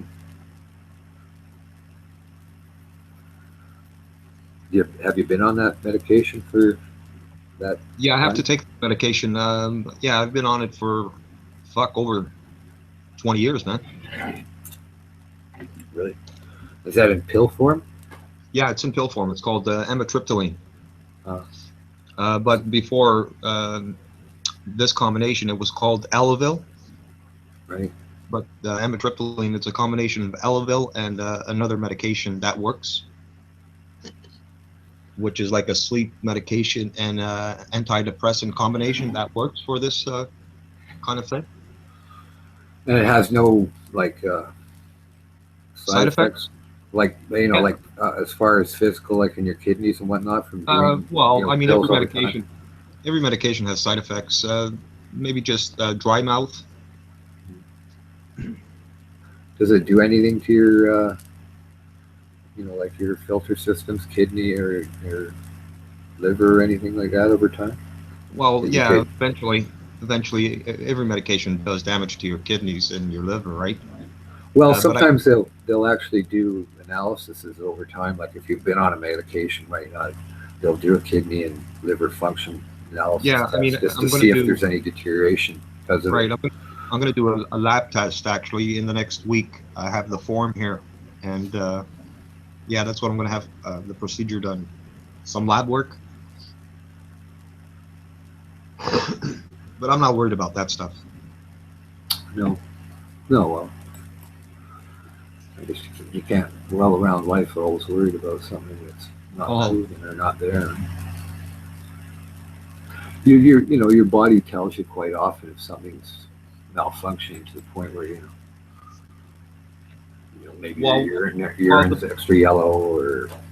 Well, what it is that I have is I have the misfiring of the brain. Mm-hmm. And so what happens is, think of it like a car engine, right? You have the ignition, and when you turn on the ignition, and it goes from the coil to the spark plugs. Mm-hmm. And so what's happening is from my brain down into anyway, it's misfiring and it's hitting on a whole bunch of. Think of it like a tree. Your body is like a tree and the branches, and yeah. So anyway, the wiring is messed up because of trauma that happened from the injury. And so it's always, the sparks are always hitting on my rib cage and my trapezius muscle. Oh. And it's sending the pain there, and from there to the brain. Anyway, it's a fucking mess. Oh, so it's like there's nerve damage and whatnot, so your signals are impaired and yeah. Yeah, I have a big scar internally on the trapezius muscle, right? Right, yeah. But initially when I tore that muscle, I got a shock to the brain and the switch went off, and then the misfiring happened instantaneously after that. Yeah, I met a guy that was going to a marijuana dispenser for his medicine, and he'd lost total control, like of his right arm and whatnot like that, which was just sitting there weak and whatnot. And there was no like external injuries or whatnot, but he did something like the same where there was an action or whatever, and then a reaction of pain and whatnot, and then all of a sudden there's some sort of nerve damage, and they have trouble pinpointing it, that just caused like if you had a disc pop on you and you lost all sensation in a leg or Well, whatever. I have 3 herniated discs on top of that. Yeah, I've had one. Yeah. Recently, in the last couple of years, they did a CAT scan. Prolapse. This Bates place in the States, what they did was they took normal people They put him in a CAT scan, and they smashed their finger. They smashed their finger with a hammer, and what happened was they took pictures of their brain and how the brain action, like the activity in the brain. And the normal patient that got smashed with that hammer, their brain activity was like, wow, they couldn't handle the pain. Yeah. And the other test subjects that had the disorder that I have, when they got smashed with a hammer on the finger, their brain activity, there wasn't that much reaction because we're so used to the pain every day. Right. Yeah. So it's just like, actually, I'm going to go Thursday to my appointment in Toronto, and I've told the doctor when he injects me with needles, it's called profane injections, and I tell him, you know, it's a relief just when he puts the needles because it's like pain on the pain. It's a bit of a relief, just the penetration. Mm-hmm. Does that make sense to you? Yeah. Not that they do any real benefit, but yeah, it's the best way I can describe it to you. I know it's funny. I know a guy that has arthritis in his back, and I got the same kind of arthritis. You know, wake up and you're stiff in the back and whatnot like that. It's hurt, and you know, nothing seems to work. You know, pills or whatever like that, right? Sort of painkiller, right? So anti-inflammatories, you know, they prescribe those, or they try to, and that doesn't work. But yeah, those don't do nothing. But one day, you know, like I was reading up on that bromelain or whatever, it's in pineapples. It's supposed to be, right, you know, your most best anti-inflammatory, as good as they can reproduce synthetically. And you know, I just thought, whatever. So pineapples were on sale, so I bought a bunch, and I just thought, whatever, I'll see. So I ate like, you know, half or something of one pineapple. I noticed, you know, I tested. I said, okay, there's a lot less pain now, but is it just a circumstance? You know, am I just imagining it or whatever? We'll have to, you know, go further to see if it's correct. And so the next day, same deal, you know. And I went, well, and I tried those bromelain pain or pills and whatnot, and it works the same. But you have to do like 3 or 4 of these pills to get the same effect as if you eat like half a pineapple or even a quarter, like 2 thick slices, maybe, you know, 1 inch and a quarter. And it does the same. I've eaten the pineapples and stuff. It doesn't do nothing for me. No, I'm just talking about arthritic kind of inflammation, like, you know, as far as, you know, like doing an anti-inflammatory, just back pain, like to get up, you know, and it's like, well, you know, eat kind of a half a pineapple. It's like, wow, okay. As opposed to, you know, doing 3 of those pills, it does the same kind of thing. But the pills kind of give you a gut ache if you don't eat food. Not a gut ache, but you can feel that you've done something that's in there kind of interfering with the regular digestion feeling. Actually, most doctor visits nowadays and in the last, I forget how many years, are related to pain. Most people that go and see doctors, it's a pain issue. Did you know that? Yeah. Well, you know, I mean, I know what it feels like. Yeah. But, you know, I've met some hypochondriac types, and I'm sure that the pain is in the head. So I guess it's, you know, just ones that are the, you know, more Munchausen-needy sympathy thing. But, well, yeah. And you wonder, you go, yeah, but you're always in pain. But then when you're happy or something, you're jumping in the air. What's interesting is my family doctor at the time, it was in 1994 at the time, yeah, when I went to see him, and he did he tested me. He started feeling my tender points, my arms and stuff, and he started asking me, does this hurt, does that hurt? And I was telling him, you know, as he went along. And then he said, well, this is what you have. You have fibromyalgia syndrome due to that injury. And he said to me, he said, look, the best advice I can give you is, he said, look, you're going to go to your grave with all this pain. So do your research to help yourself out. Yeah. That's the best advice I can give you right now. And, you know, he just looked at me. I said, you know what, Doc, if you would have told me I had cancer, I would have accepted that better than this shit, man. because every day when I wake up, it's like I got hit by a fucking truck, man. And he's looking at me, and he said, "No, you don't wish you had cancer." I said, "Yeah, I do, man. At least I'd be fucking dead. I wouldn't have to fucking go through this fucking pain every fucking day, man." Yeah, it must be horror. You know, but anyway, I'm not the only one. There's many people like this, man. And this shit, there's no cure for it. No. You know, could be worse. But it's a fucking battle. It's like getting fucking punched out and fucking thrown in a fucking, you know, alleyway every fucking night. You know, and you wake up in the fucking morning and like a fucking truck fucking just hit you. Yeah, that's no fun, and it's just all nerve problems, right? Just sending signals to your head that Yeah, the misfiring. Remember I was telling you earlier about the misfiring? Well, I remember when I popped a disc, right? I'd give everybody I'd say it feels like a D9 cat running over my leg right now. But the thing is, yeah, the track's on top of the leg, and I said, I can't sleep. There's no way. You know, I remember going to the doctor. I said, okay, this is retarded. This pain is so great that I can't sleep. I get really fucked up here, and I don't need any crap. So I need some real toaster type pill.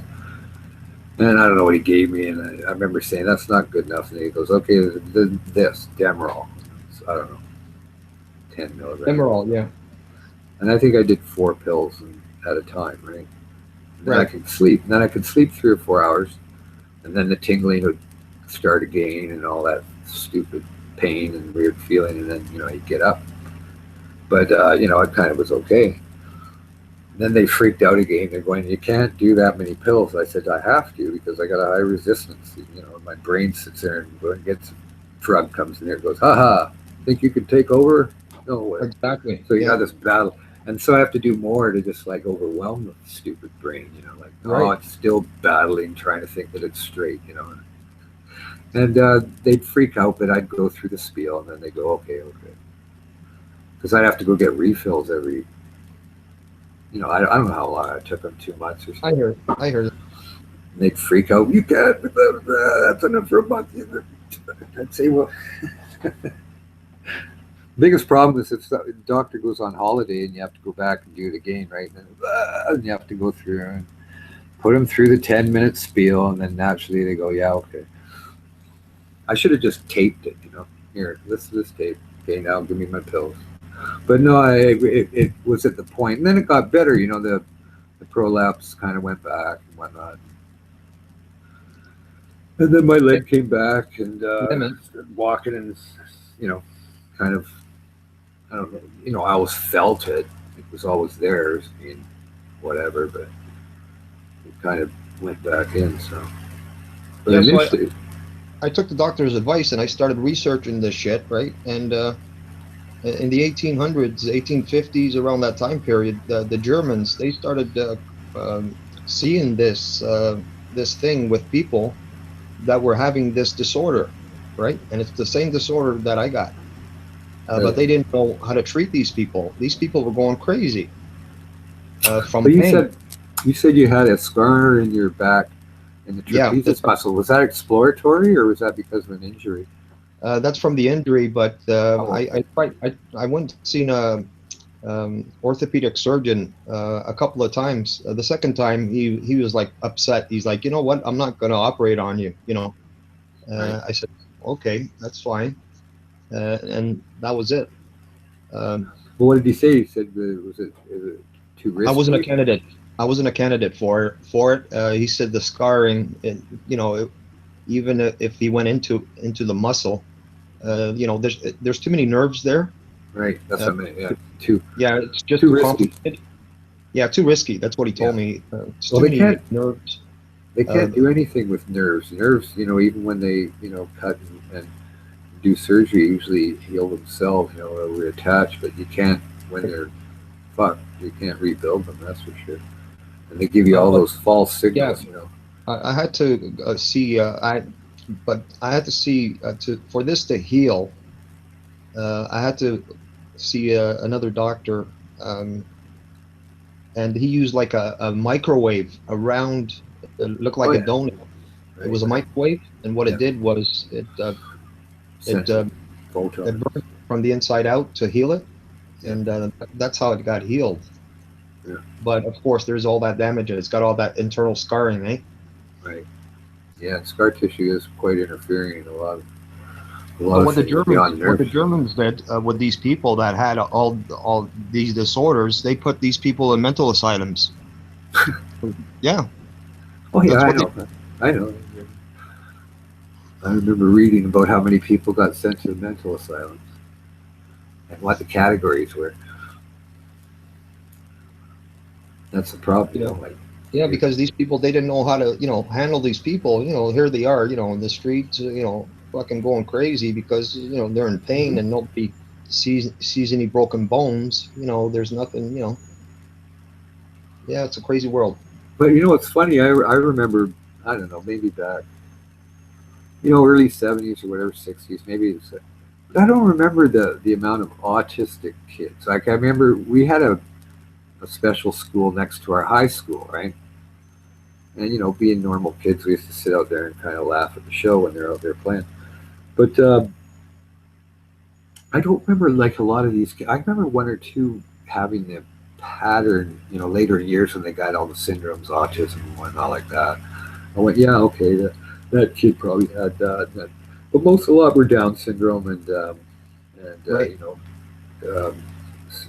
Severely.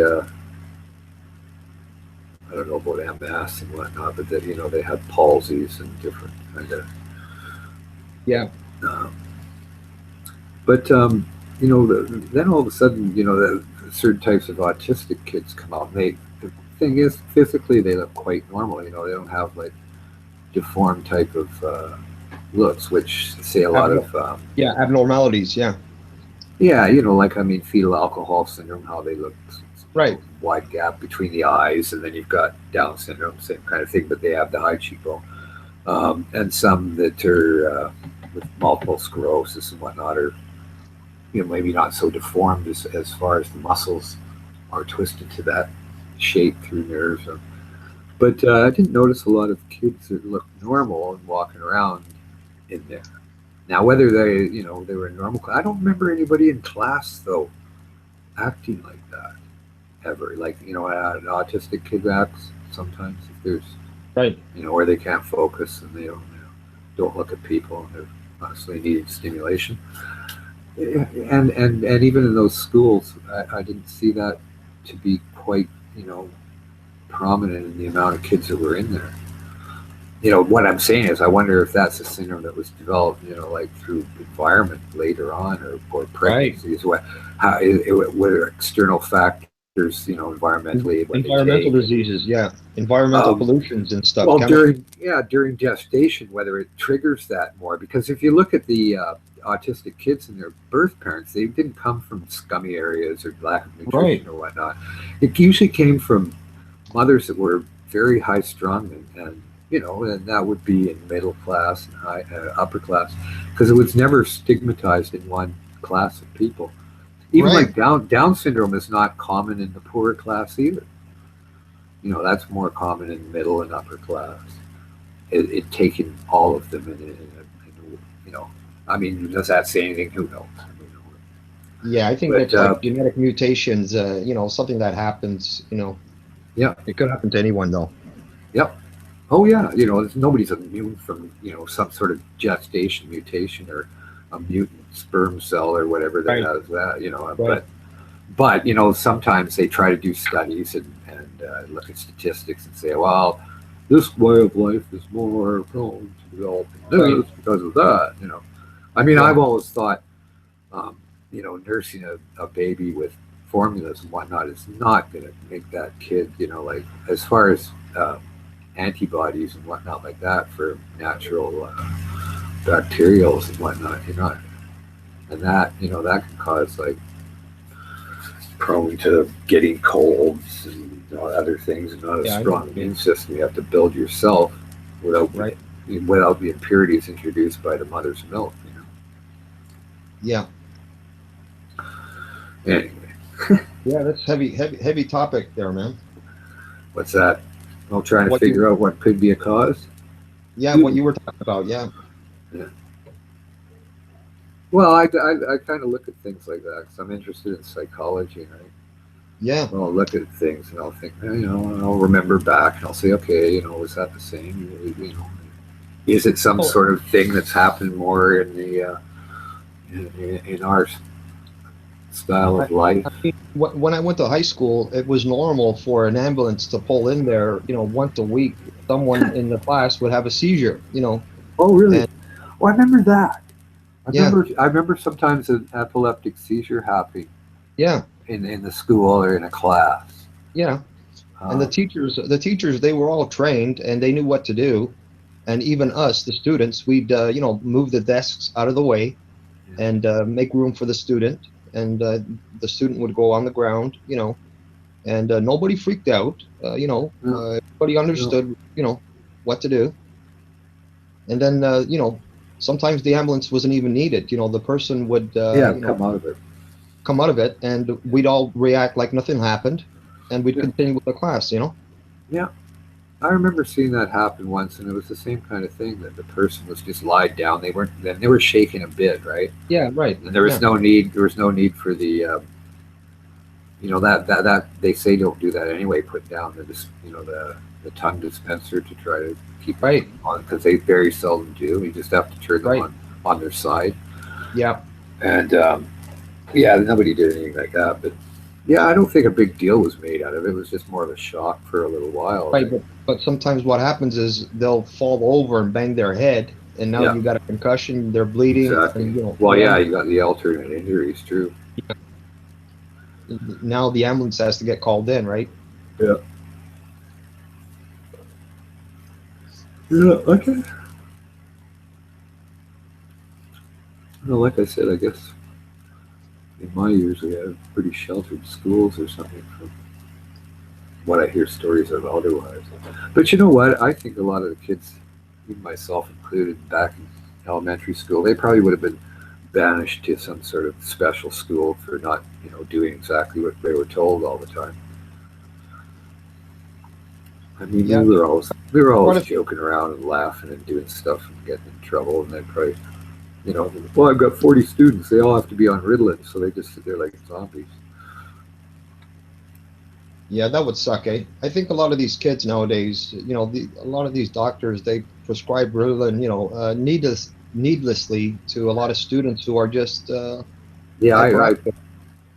think that's really been stigmatized, from when it became ridiculous. They were just, prescribing it to anybody that acted up a bit. There was nothing. They didn't have ADHS or anything. They just acted up a little bit rebellious. Didn't want to be at school, wanted to be out jumping around in the fields or something. And they start piping them full of drugs and telling them they're wrong and you should be, stigmatized and put in a corner and looked at and scolded, and you should be, act like Mary Jane Buffett over there, bring me an apple every day, and stand at attention when I tell you, and never make a noise. And it got out of hand there, and people started saying, "Hey, well, teachers do have to be part psychologists because they're dealing with young kids that are unruly and whatnot. Some more unruly than others, but that doesn't necessitate to have them drugged. I mean, there are certain kids that just need maybe a different atmosphere, or a different way of doing things. Not that you can do every individual as such, but sometimes it becomes too easy to just say, yeah, well, have these pills and sit over there and don't learn anything and become a zombie. Yeah, but some kids are geniuses, and these teachers don't even realize, and they just think that they're hyperactive and stuff, Exactly. I mean, there's a psychiatrist, psychologist. I don't know what his title is. I mean, he's a Canadian guy. He's pretty intelligent. He never talks like an idiot and starts going, ugh. And he's pretty respectful in his analysis and his briefings of.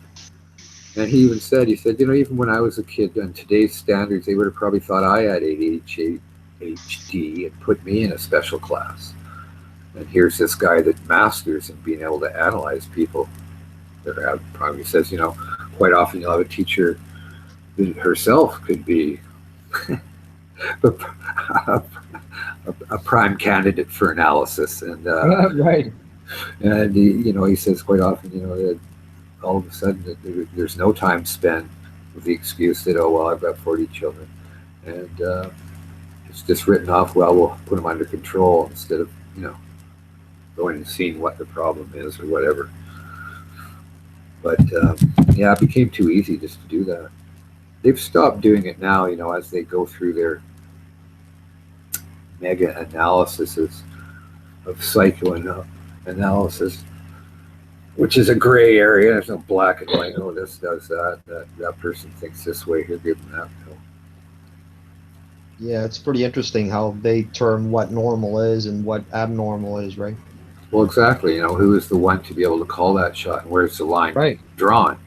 And Right. what are you? What do you do? Do you have people in your closets? As you're assessing other people, do you have your own little? Well, that has nothing to do with me assessing just because I have a little boy in my closet. It's like, pardon? Oh, what? We're relying on your opinion? Well, I don't think so. That's a game. Like, who is the chosen one to make that assessment? Right.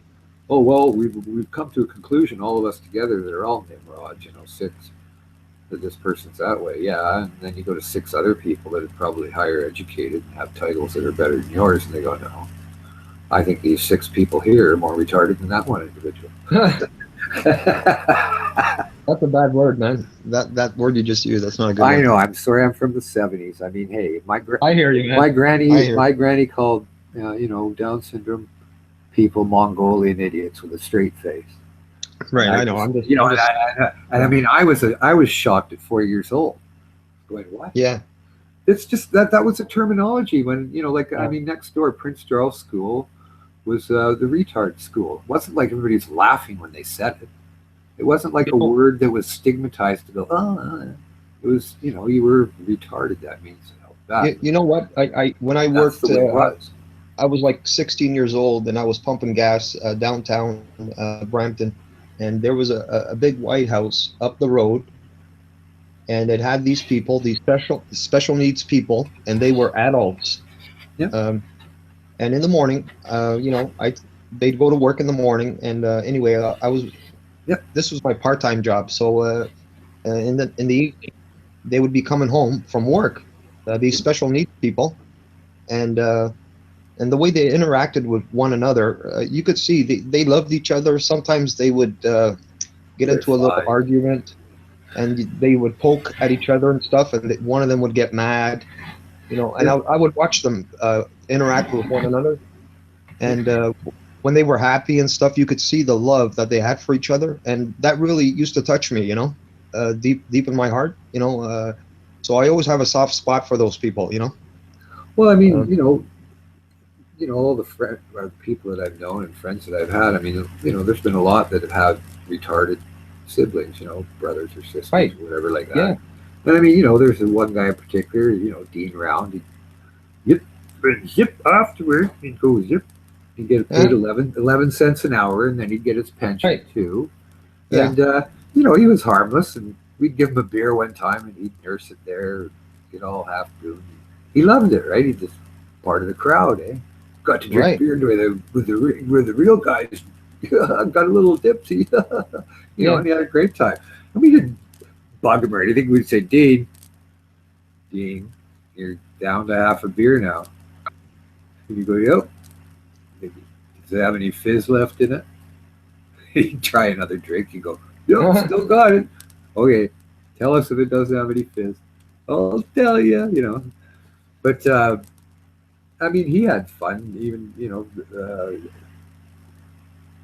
goofing around with the guys when we were there just before we went to the bar or whatever. We were going to go out, And there was others, too. I mean, hey. They're usually quite nice. My ex's aunt had Down syndrome and whatnot. She died early too. She was very aggressive. She actually beat up her mother and stuff like that when she got older. So she was somebody that you really had to watch and almost put a straitjacket on, right? Yeah, I mean, she'd get very violent. She actually beat up her mother and cracked her wrist and all that stuff. Right? Yeah, there was nobody there to do anything, and her mother managed to run into the bathroom and lock the door. And she was big. She was big. She weighed almost 200 pounds. Her aunt there, And her grandmother had to lock the door, and then she came screaming. She had to climb out the window because she busted through the door, and she was smart enough to get out the window. Wow! Before she busted the door through. So after that, she had to be put in a home and more or less, more or less be under constant surveillance and whatnot. Like she couldn't no longer live with her mother or anything, right? Yeah, man. Because it was too dangerous. Yeah, and that, kind of scary because anything would set her off like weird. You'd have to walk on eggshells, right? Right. She'd be, okay for a while, and then something would happen that had nothing to do with it. Fuck, smash. It's crazy. Yeah, I've man. never seen that before, like Down syndrome. Right. I know it's written that they do, but it's scary. It's like, whoa, get out of here. Yeah, I remember in grade 8, up to grade 6, this little girl, she used to come and knock on the door of the portable we were in, and the teacher used to say to one of the students, go see who's at the door. And, oh, it's little Charlene. And say, oh, let her in. She'd come in, and she had Down syndrome, eh? Yeah. She was in, I think, kindergarten or grade 1. And she'd come, and she'd say, oh, come over. And anyway, she'd go, and she'd sit on the teacher's lap, and the teacher would talk to her. And the next day, the same thing. She'd knock on the door. She'd come back in. Okay. And this went on, eh? And I never could figure out who this little girl was, eh? Well, as it turns out, after the year, her brother was actually a student in our class. So she used to come to see her little brother, her older brother. But the teacher never let any of us know that the brother had that girl, that's the sister, and she has Down syndrome. And he used to be red-faced. No wonder his face used to turn red when the little girl used to walk inside the class. Unbelievable, man. That's the reason why she used to come and knock on the door and come inside the class. She wanted to see her older brother. Well, yeah, I mean, I knew a Down syndrome kid, and that kid was, very, very slightly retarded because he wasn't, he could talk and everything. He had a funny voice, kind of go, yeah, well, but he could do everything. He functioned fine and whatnot. Like you could carry on a conversation with him. It wasn't like, yeah, okay, I got up this morning. It was nothing like that. He'd say, well, where are you gonna go? You say, oh, I'm gonna go down and take the bus. I gotta buy some shoes and socks today. Then I gotta go meet my mom, and we're gonna go shopping for food. And I mean, I remember, he didn't have to be taken care of when he was like 21 or whatever, or 22. Managed to, be able to live by him. He met a girl too, that's fine. But he was very, like I said, he was very slightly retarded. I mean, right. Like I say, he was pretty able to function. He didn't need a special job even. He could handle a normal job. Yeah. Like a janitor job. I think he did. He was quite Right. good at it. He was like a little perfectionist, right? So they liked him.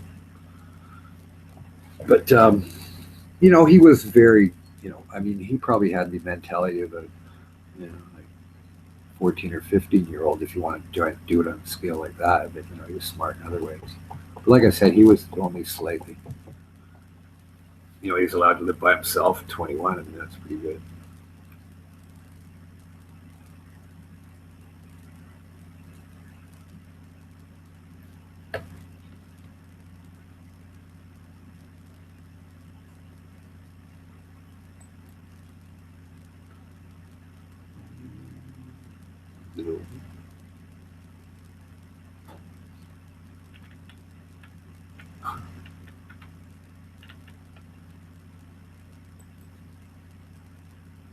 Jose, do you know this Anders guy?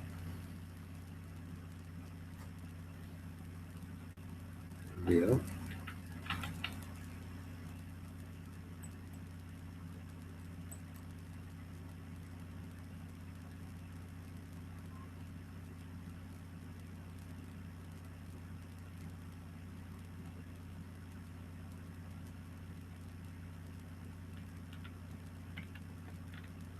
without it.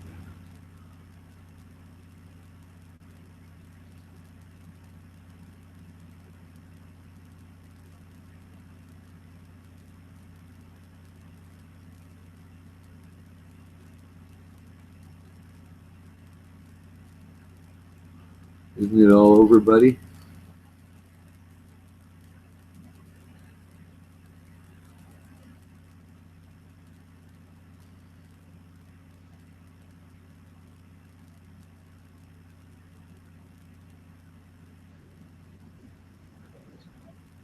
Yeah, I think it's shut down, isn't it, or what?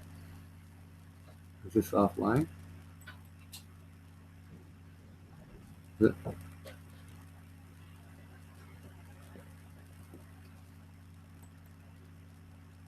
Oh, it just says beside there, agreed. A bunch of leaving.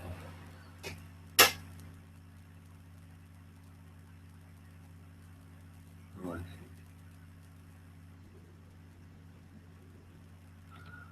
Well, it's kind of hard to be one of, it's like you got to have thick skin. I mean, I like the game when they have a good team. I don't mind watching and stuff. As far as, getting to the point where you start hating the goalie or whatever, hating this and that. But if it's entertaining, I don't mind. I'm not a diehard fan of anything really.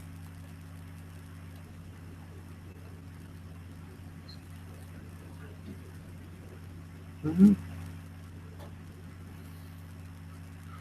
Well, they had a chance to win the cup in '94 when Pavel Bure and everybody was there against New York Rangers, and then they blew it against Boston because of whatever, I don't know. I guess being in the final or something, we have to lose. I don't know. You need somebody like Joe Sakic with some character. You can't follow those twins. You gotta have somebody. You gotta have somebody that stands there and goes, "I got a broken leg, and I'm still gonna score and play. And I'm gonna play with my heart. I don't care about my body." And yeah, exactly that type of guy. Joe Sakic's the same type of guy. That's a winner. He's my favorite player ever. Heart the size of a fucking mountain. And he'll set an example for that team that everybody should follow. Trottier Grinder, yeah. Back in the day there, that was with Tonelli and who's Mike Bossy, Dennis Potvin, who else? Yeah, Gordon Nystrom. Yeah. What was that other guy's? Yeah. Yeah.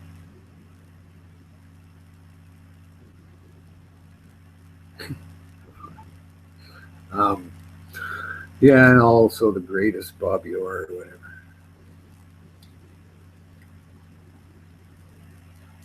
What was good was what a Ray Bork, playing so many years for Boston and whatnot, like never getting a cup, right? Being probably one of the better defensemen ever, and then he goes to Colorado, joins up with Sakic, and Juan gets a cup. What a nice way to go, eh? Like for retirement. Sure, come in with a great team and help him grab a cup.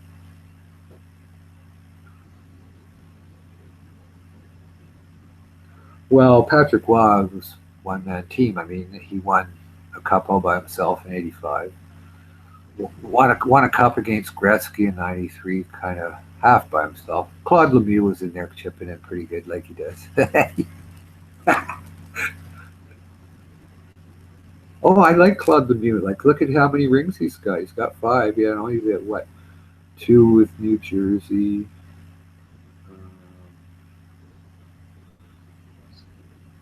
Yeah. Or the hockey family. Yeah, the Sutter, the Hockey's family. Yeah. Everybody played or coached. Daddy and everything, right? Everybody. But they're good, rough players, you know? Yeah. Yeah. Well, look at, and then you go into the too bads, you got guys like Pat LaFontaine that had to quit because his head, like, what's his name there, didn't play as well. Yeah. Yeah, you just, I said, what's his name? You brought up his name, that's good. Yeah, Lindros, like he was great at one point, but it seems like after he got that first couple of concussions, he wasn't the same. Yeah, boom. Well, yeah. I know. Well, that they always talk about that one, but it builds up to that one. It's the ones after too. Like, I mean, that might be the bell ringer of all, but you're taking some Scott Stevens hits that maybe they're not showing that are just as bad, maybe cause more damage. And yeah, and he kind of got beat to shit. That's too bad. But I mean, your human body's only so good. I mean, Crosby's lucky that he isn't out with all his head injuries, Oh, yeah.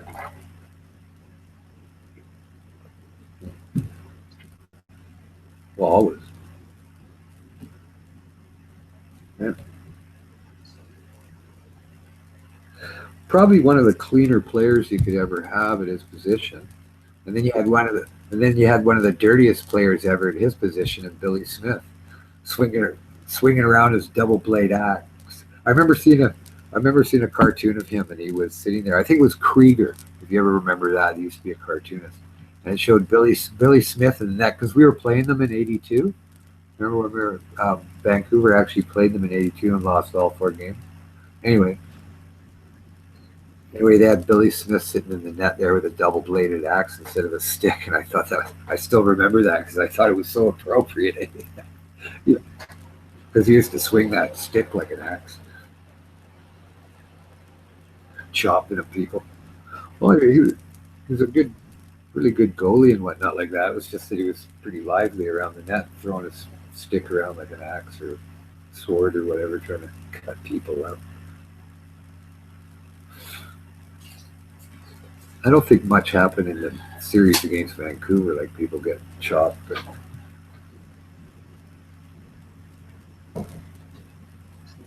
oh yeah. Well, I mean, Canadians produce quite a good amount of players, right? I mean, look at their yeah. Yeah.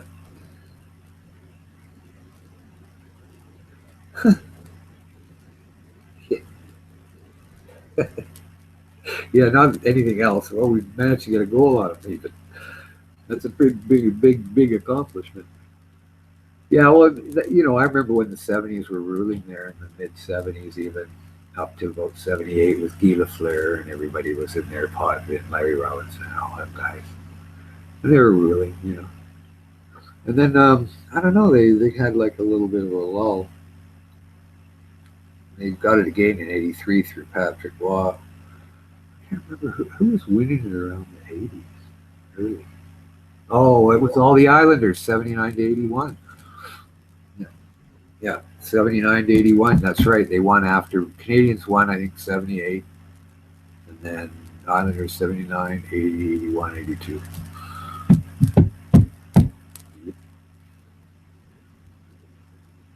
They lost that final 82 game.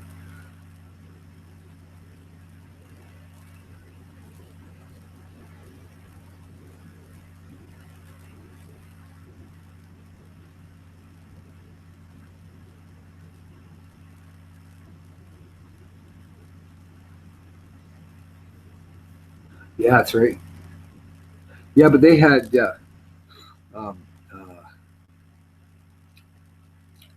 they would have, I would say, I like him better than Waugh, but I put him on the same plane. Brodeur. I mean, Martin Brodeur's in my mind is the best goalie ever. I've seen, proven over and over. And Waugh too. I would you know, and then there's guys like Jock Plant and everything, but I didn't watch them enough, you know, like back in the day. I mean, there's always been a lot of good goalies, but those two I'd put on the pedestal. Well, all those guys like Sawchuck and everybody else, they were all great goalies too, but there was a different game that I'm talking about, you know, today's game. I put Brodeur and Waugh at the top. Who?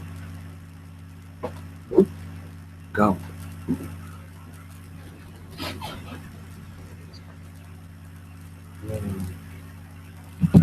No, the note.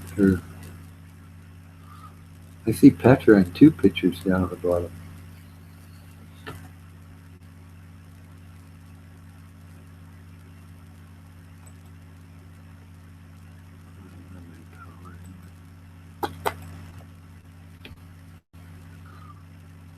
You see that, Jose?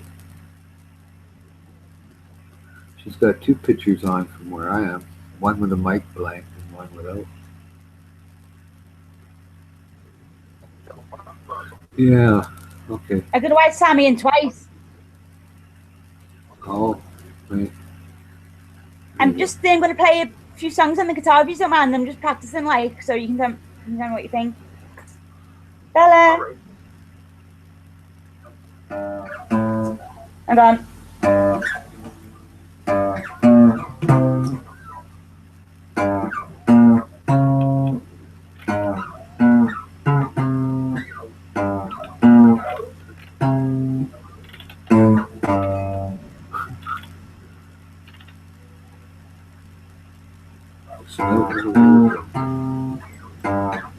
Hang on.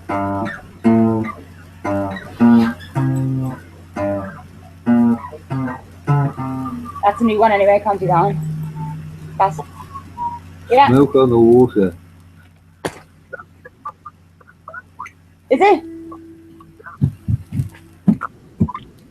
Yeah, he said that, but then he said something else a different time too.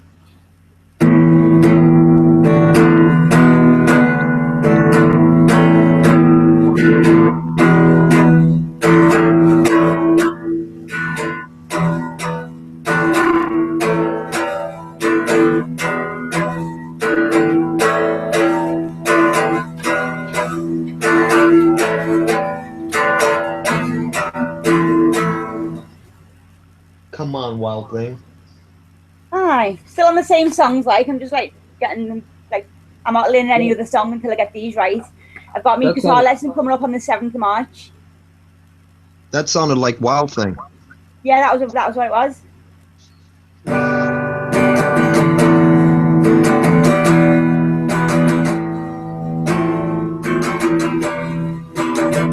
Space Oddity, David Bowie.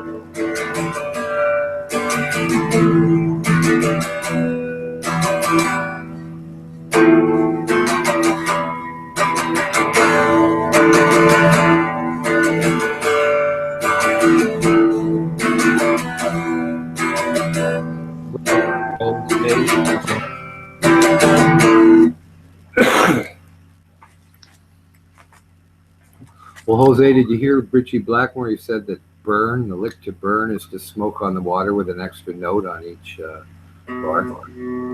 Like that one extra note. But if you slow it down, it goes do same thing.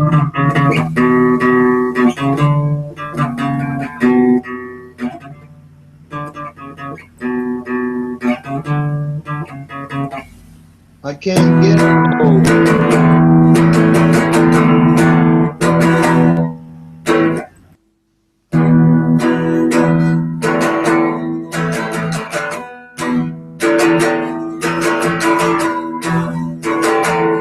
Am I interrupting your conversation?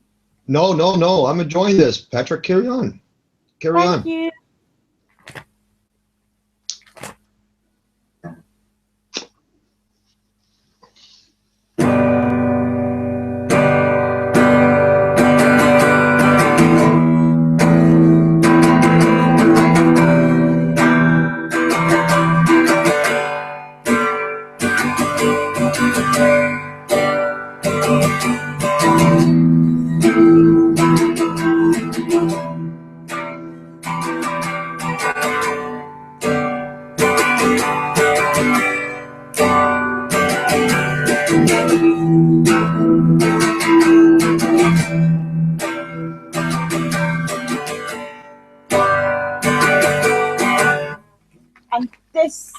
I can't do the microphone at the same time as the guitar. You sound pretty good, Pepper. Thank you. And this is, I've only done this, I haven't really been practicing this, to be honest.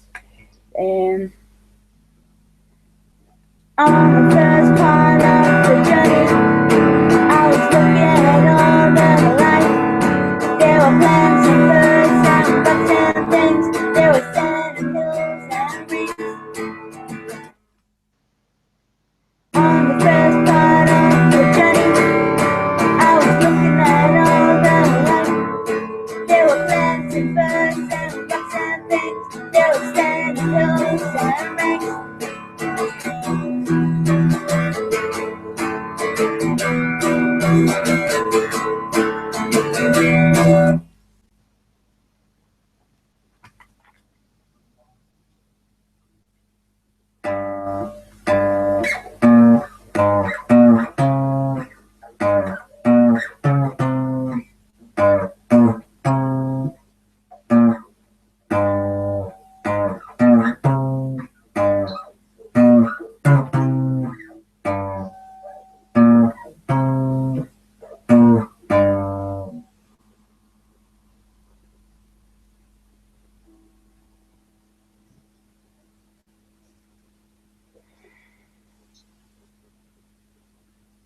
Josie, pick a song for me to learn and I'll learn it now. Ooh. Go on, pick one. Okay, I'll tell you. Till the next goodbye. Don't know that one. Pick something to know. Pick a popular one. Wow, a popular one.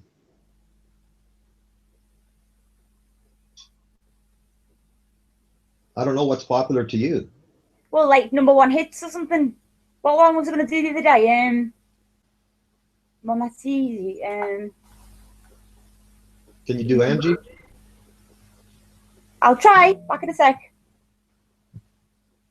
I think you can do Wild Horses. I think that would be easy.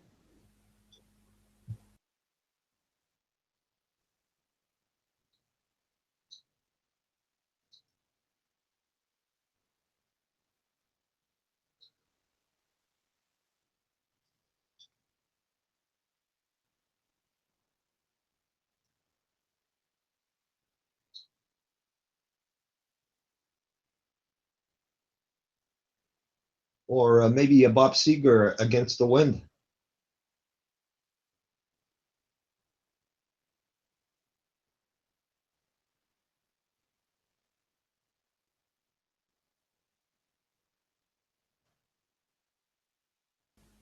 So you want a Rolling Stones one? Well, whatever you prefer. An easy Rolling Stones one. I can do Satisfaction and I'll give Miss You a go or something like that. Back in a sec.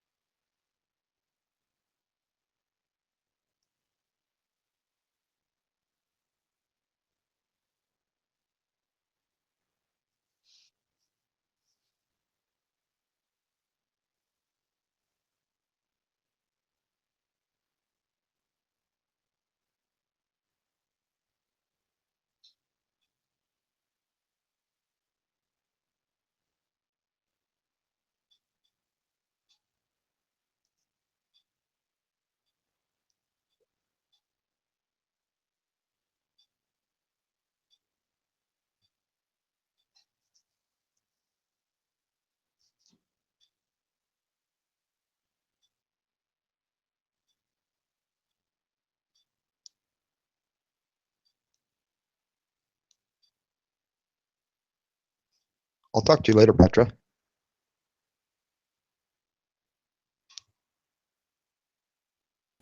Josie, the Rolling Stones one was too hard, so I've done Bad Moon Rising. Oh, okay. All right. Yeah, I mean, Keith Richards, yeah, he does freaky shit. Power chords and bar chords, whatever it's called. I don't know them yet.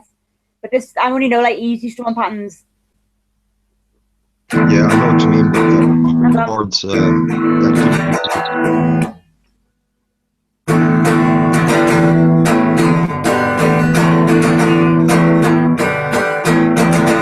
Can't do it. I haven't practiced it yet.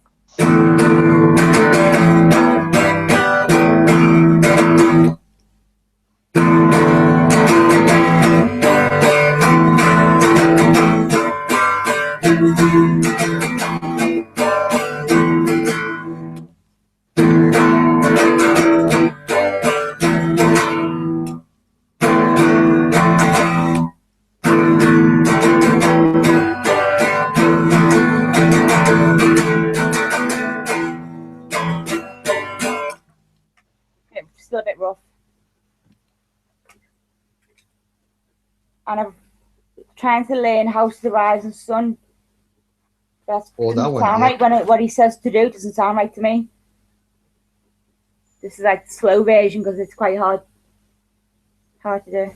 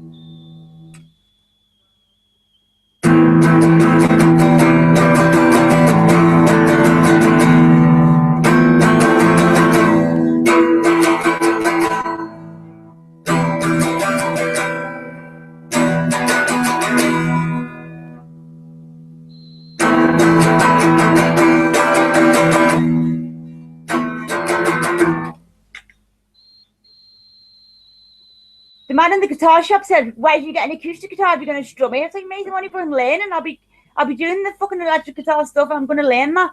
Give me fucking a chance.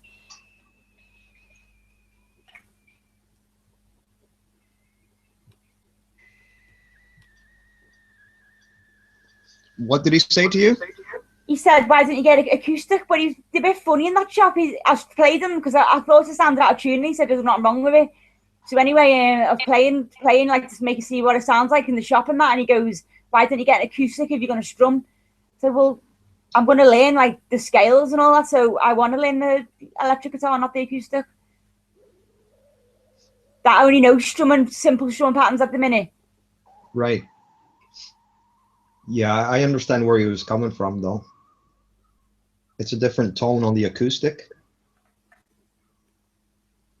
But soon I'll be playing down here on the board, not up here. So I'm going to be I want to learn the lead guitar, like Buddy does. I know what you mean.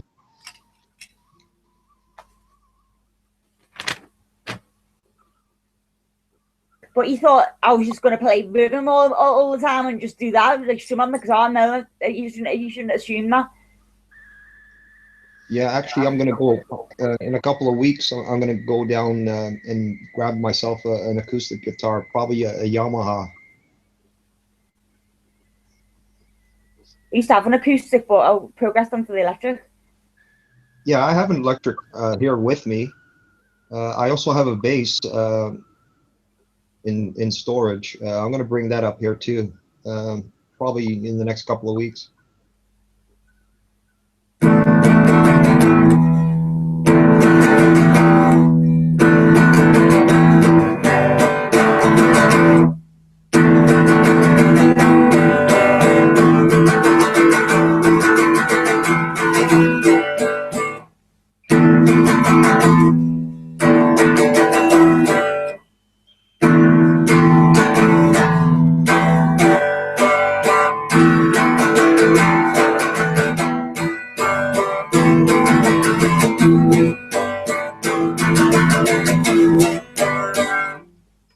I strummed too hard though.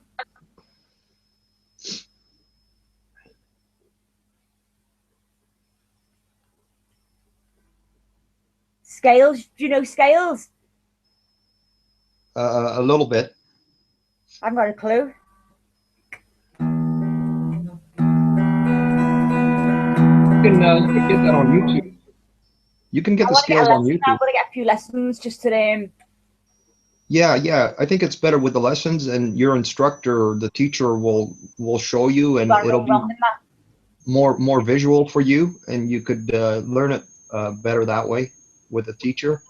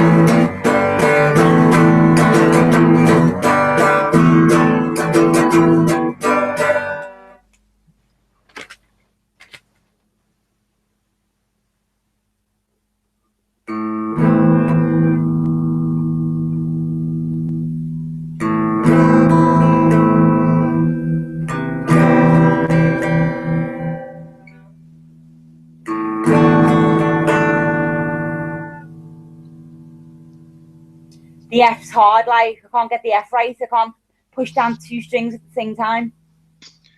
Yeah, I know what you're talking about. Like it's a burden. Like I've been practicing that for ages as well, and still not getting it right. Just got to be patient. Yeah. All I can do like is strumming. You know, easy chords and easy strumming. Yeah, So to the next level, I had to take myself there. Like there's only so much I can do on my own. I need like someone's guidance and tell me where I'm going wrong and what to do right. Yeah, a lot of that is discipline, and it's got to be repetitive. When you put your fingers on those chords, and it has to be continuous. You know, you have to keep repeating, and then once your muscle memory on the fingers and stuff, you start getting used to it, then automatically your fingers will go to those chords. Do you want to get your guitar and we'll do a simple song and we'll play at the same time? I'm a little bit too lazy right now, Petra. I was strumming earlier, actually. Right, back to the beginning. But I was listening to you earlier. You were saying you're too hard on your strumming. Yeah. What do you think that is? Just heavy-handed. Yeah. What do you think it is? Yeah, I think you have to learn some kind of technique, a relaxation technique with your hand motions. I think it'll sound good on the acoustic strumming hard, but not on the electric guitar. It's not meant for strumming hard. Right. Yeah, you're probably trying to overdo it with the sound of the electric. You're trying to produce that sound. I'm not trying to do it. It's just naturally, it's just heavy. Like but I need to do it softer and slower. I rush it. I'm like. I should have seen me when I was trying to sing and play at the same time. When I first started, I broke the fucking pleck, didn't I? And it was a fucking hard, strong pleck, and I broke it on the strings. Okay, right. now. I think if you would have had the acoustic to learn to play with in the beginning, your strumming wouldn't be so hard.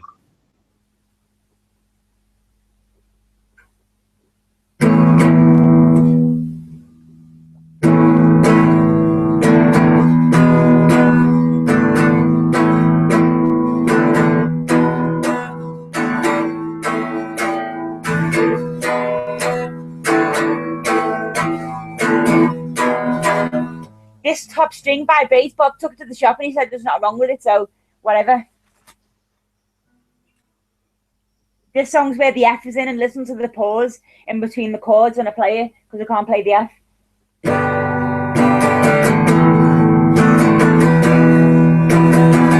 Pause.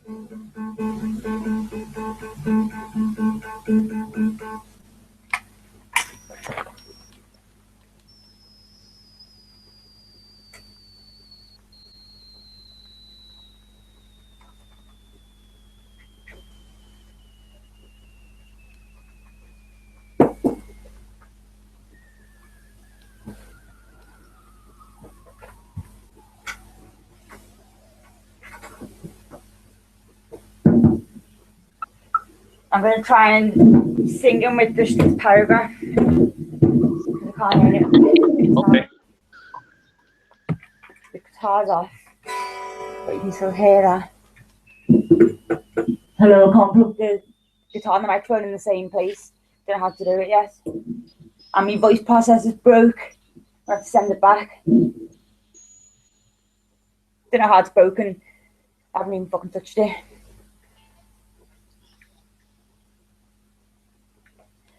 On the first part of the training, I was looking at all the life. There were plants and birds and rocks and things. There were sand and hills and rings.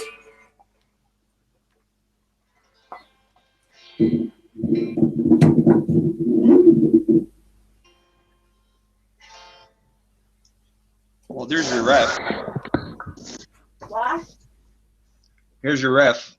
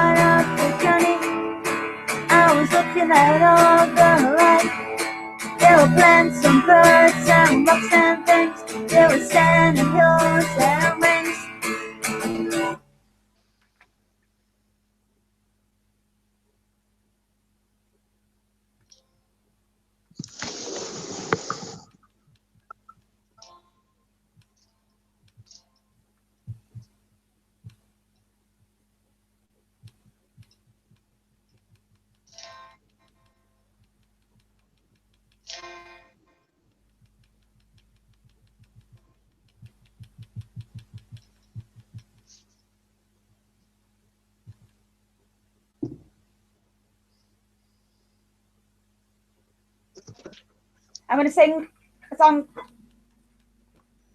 I need to practice because I've got to sing. I'm not going to go this week to the jam night. I'm going to, because I'm not used to singing songs without the original singer singing it, right? So I've got to do karaoke version with no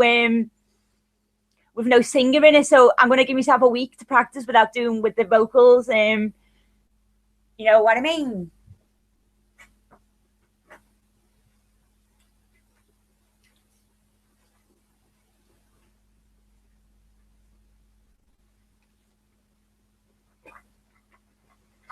Okay, Petra.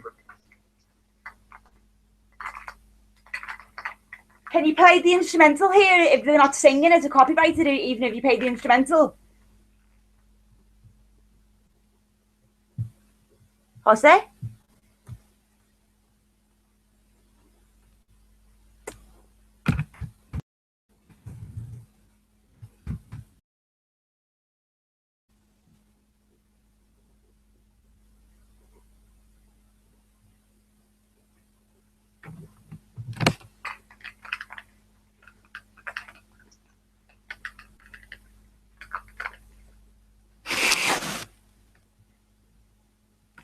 Okay, bye for now, Petra.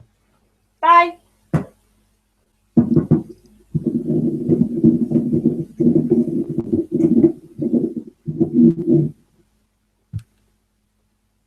I wish I could play the music.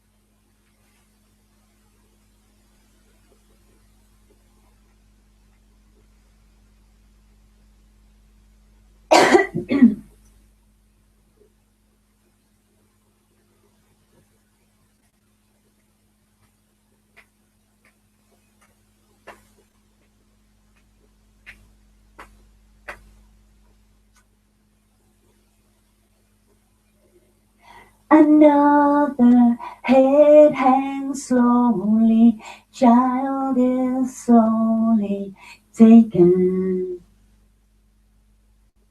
And the violence caused the silence. Who are we mistaken? What you see, it's not me, it's not my family. In your head, they are fighting with their tanks and their bombs and their bombs and their guns. In your head, they are crying. What's in your head? In your head, zombie, zombie, zombie, what's in your head? In your head, zombie, zombie, zombie, oh.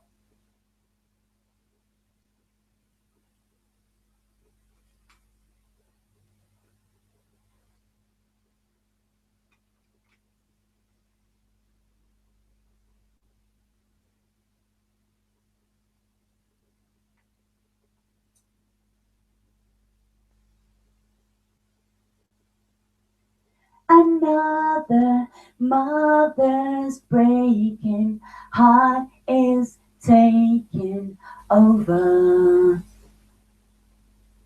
And the violence caused such silence. We must be mistaken. It's the same whole team since 1916. In your head, they're still fighting with their tanks and their bombs and their bombs and their guns. In your head, they are dying. What's in your head?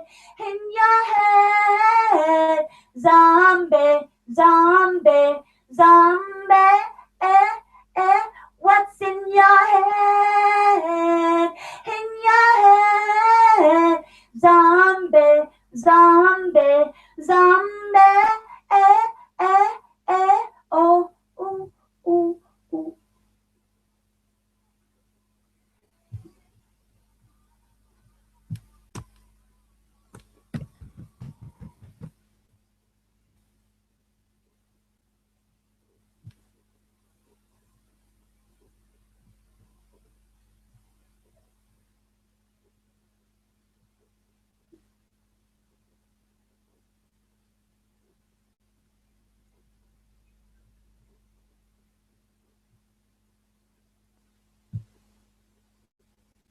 Shot through the heart, and you're to blame, darling. You give love a bad name.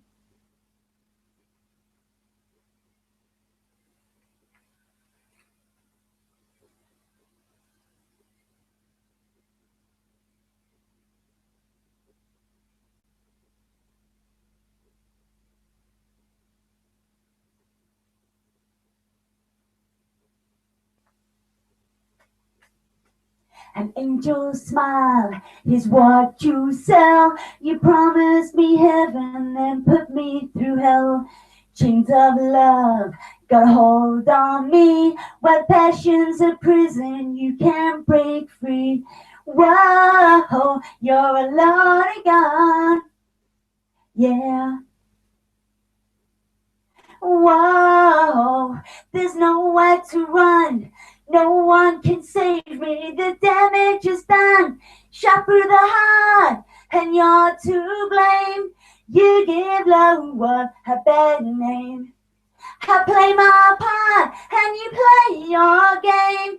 You give love a bad name. You give love a bad name.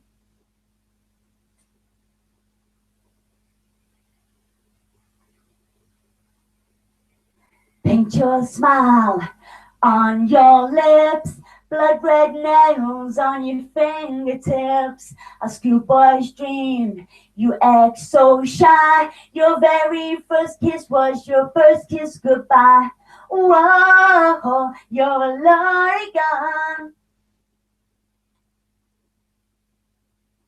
Whoa, there's nowhere to run.